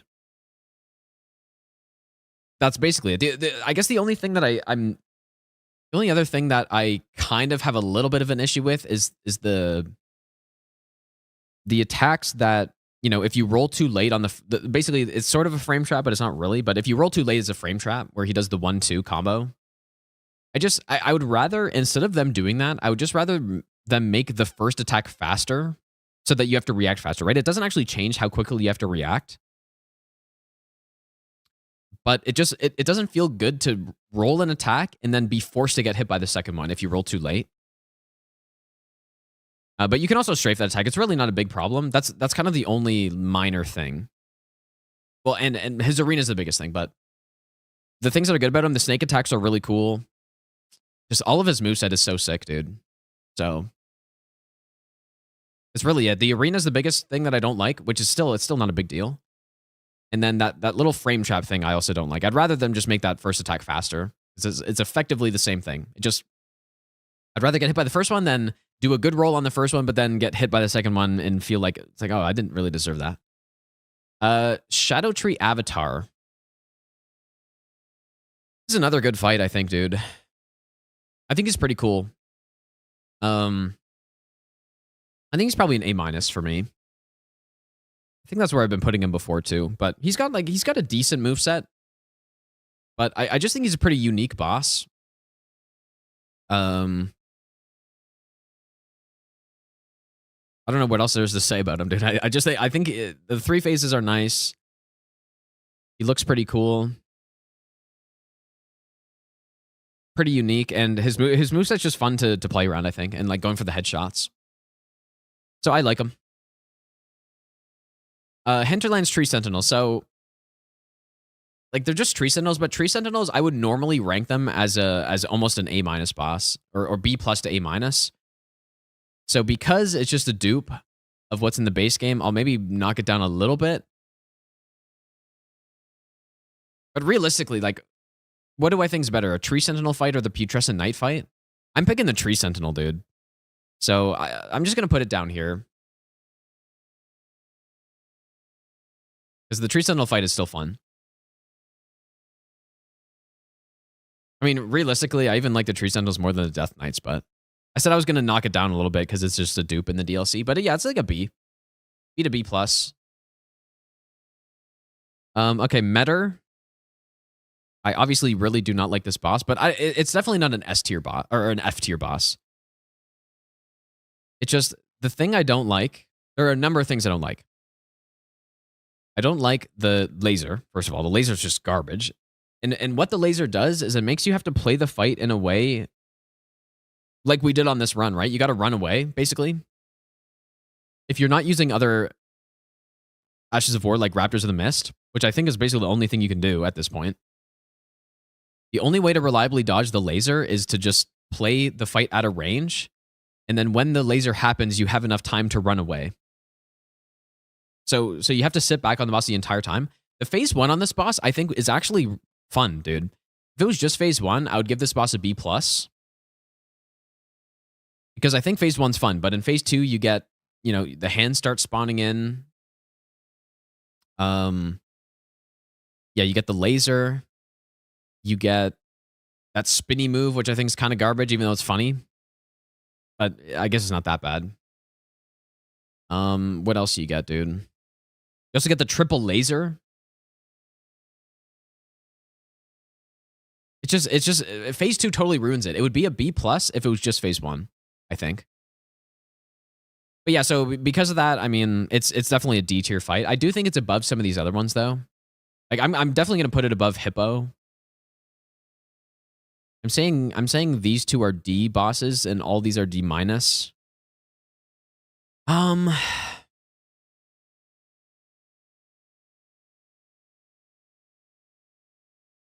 I don't know. It's unfortunate because it's just, I feel like Metter could have actually been a really good boss. Like I said, the moveset in phase 1 when you're fighting up close is fun to fight. So because phase 1 is solid, I'm going to put it as a D tier, I think. Or like maybe D+ even. D+, we'll say. Well, is that too high though? I don't know, man. Maybe just a D. I'll say a D. Okay, Jory is an F for sure. I mean, this fight is so fucking bad. Just horrible fight. Any like fights that summon stuff are automatically going to be way worse, usually. And then the teleport's really annoying. The insane hyper armor is really annoying. Such a wasted boss space too, because you have to fight her, or you have to fight Jory to get to Midra, who's a cool boss. And then you have the sick arena as well. It's so unfortunate they didn't put a good boss there. Just garbage. Just horrible. Okay, Midra. Now, before I had Midra in an A+, but I've grown on Midra a little bit. And I would say I like Midra more than Mesmer at this point. Because the things that there are very few things that I don't like about these two bosses. But I don't know. It's so tough, actually. That's tough. Yeah, I'm just going to say solid S tier at this point. But yeah, like the Mesmer, I don't like the arena. I don't like that frame trap. Like two kind of minor things. Midra, the only things I don't like. Dude, that's tough, actually. The more I think about it. What I don't like about Midra is mostly the fact that once he gets to phase 2, he goes to phase 2 really early. And then it feels like you're just fighting, like the fight almost gets a little bit boring because it lasts for so long. And I don't mean because I'm dealing low damage or something. It's just relative to how phase 1 goes. It just feels like he goes into phase 1 way too early. So yeah, what I think is the fight should have 3 phases, dude, or something. Like maybe he does that AoE like he does normally, but then he gets a couple extra moves and then he does it again and gets even more moves. I just think it's weird when you get to phase 2 and it's like 75% health, and then the fight just stays the same the whole time. If he had a 3rd phase, he would probably be a top 5 boss for me. The other thing I don't like is the cancel when he does that that phase change move, which isn't actually just a phase change move. Like, he can do that at any other point, but him canceling on that because of the bad terrain is kind of annoying. Which is kind of another thing I don't like, but it's pretty minor. But yeah, if he had a third phase, he would be probably top 5 for me. Which, like, I guess he kind of does have a third phase, but it's not like the first phase is not. It's kind of just a meme. So, Tiller, thanks for the 5-month resub, dude. Okay, Regalia, same as the other one. Good fight. Romana is, I don't know, dude. I think she's a cool design, but the hitboxes are questionable. They just extend too far down the centipede, I think, and it feels weird when you get hit. It's like, dude, I rolled into this, and I'm at a part that's not even moving, but I somehow got hit. And the instant rod is just absolutely garbage. The rest of the boss is actually okay. I'm gonna go ahead and say pretty average, I think. I like the design. It's just, yeah, the instant rot AoE is annoying. It's annoying to play around it too. And hitboxes aren't great. So C+, I think. I think it's just like a pretty average boss, in my opinion. Also kind of comes out of nowhere too, I guess. Like, it would be nice if there was a cutscene or something. Which is maybe a recurring theme in the DLC a little bit. A cutscene or just simply a good cutscene. Consort, I'm going to say is a very solid boss now with the changes they made. I don't think it's S tier, though. I think it's still...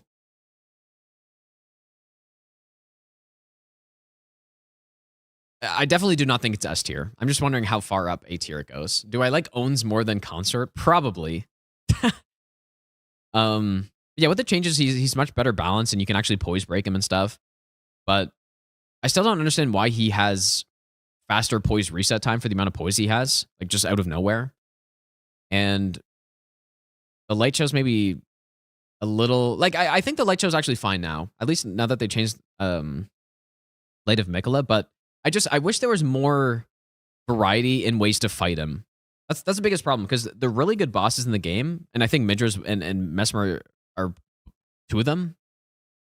You have a good variety of ways to fight them, and you can throw in jump attacks, and you can like do all this other stuff.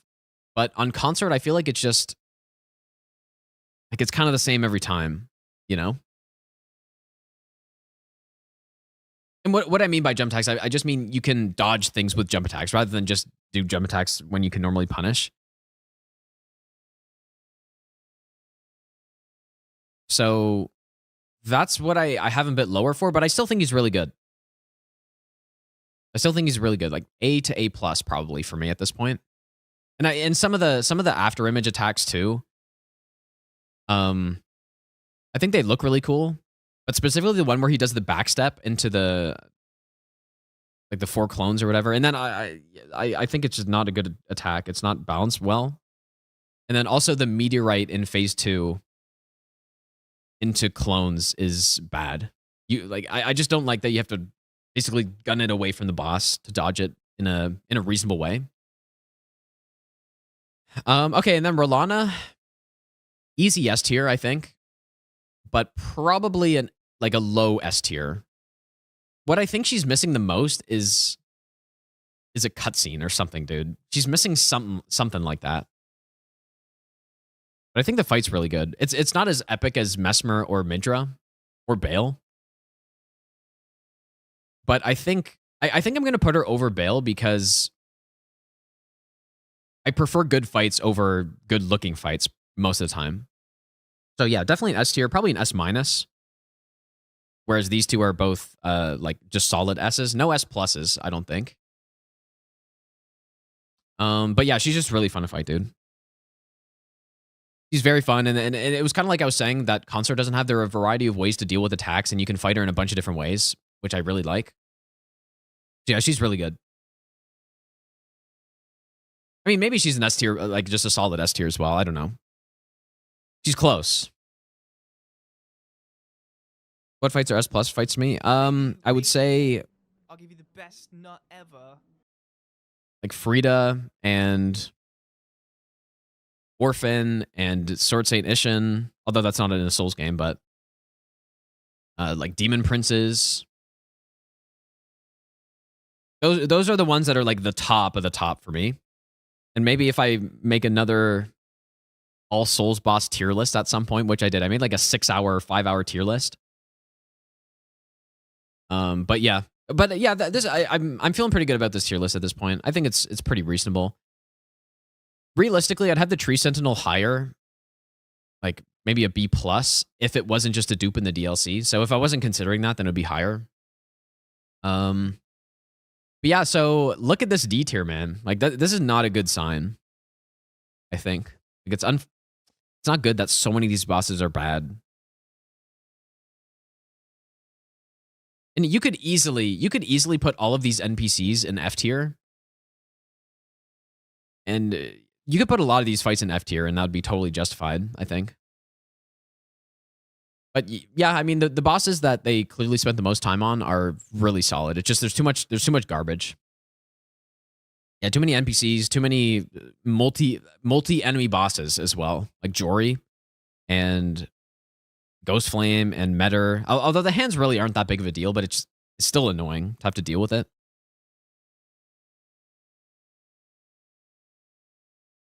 Honestly, if this was a normal Death Bird, even though it would be kind of weird to have them in the DLC, it would be higher than D tier. Just Deathrite Birds are so weird. And the mainly the reason I don't like them that much is because they have that Ghost Flame that kind of spreads randomly on the ground after they do certain slime attacks, and it's just not a fun attack to deal with because you just can't do anything basically. NPCs aren't really bosses. Well, they are based on the definition of what I'm considering boss, which is an enemy with the boss health bar at the bottom of the screen. So, I feel like they rushed the DLC. Yeah, I don't know, man. I don't know if they rushed the DLC, but I'm actually at a certain point I was thinking I liked the DLC more than the base game. Might have been a bit of recency bias after I played it, but there's no doubt I think the base game is significantly better than the DLC. Like even down to the open world, I think the layout of the open world is cool in the DLC, but if you compare, do I still have the game open? If you compare the contents of the open world in the base game versus the DLC, it's totally different, dude. In the DLC, it's like, okay, you have, I don't know, the same camp that you've already seen before here, and you got like a little church here with invasion, and like it just feels like it's so empty. You got this big plain with a little ruin in it and some garbage NPC boss, and then all this is basically empty. But I feel like in the base game, there's stuff kind of everywhere. I mean, maybe that's not a good thing with some of the catacombs and the duplicate caves, but it just feels, even the lower quality catacombs and caves make it feel like there's more reason to even be open world compared to the DLC. So does it feel rushed? I think it does a little bit.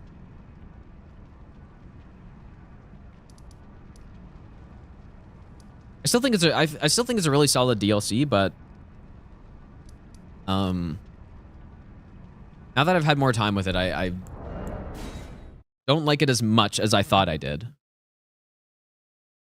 Who's missing? I actually have no idea who's missing on this list, you guys, because yeah, there are only 41 apparently. Oh wait, are there? Yeah, 41 images. I don't know who's missing. Anyone know who's missing? Oh yeah, the other Tree Sentinel. Yeah. Right. Yeah, so there's no one missing. Wukong better than Elden Ring DLC? Honestly, dude, maybe. I'm really high on Wukong the more I play it. I think it's so fun, dude. And I was gonna play Wukong today, but I apparently spent 50 minutes on this, so probably everyone saw that was coming. Wukong's really fun, man. Yeah, if Letta was a boss, it would go... Well, okay, I mean... for me, who weighs the fight more than the actual story and lore implication of a boss, it would be easily bottom of F tier. But I could see why I can definitely see why people like the fight so much. I just don't, because I care about the boss fight more. The boss fight itself is bad. There's almost no way to argue that it's not. I think it's cool based on the story implications and progressing the quest lines and all that stuff. I think it's cool. But because I prioritize the fight itself more, I think it's horrible. So yeah, I mean, I could see why people would put it in A tier if they, you know, they do a single playthrough DLC and it's like this big epic fight with all these NPCs that you talk to and stuff. But yeah, I'd put it in F tier for sure. No question. Okay, well, I guess I'm gonna go take a quick break, you guys, and then we got some co-op coming up. Man, I wanted to practice some Wukong, dude, but there's no way I have time now. So, anyways, I'll be back in a few minutes.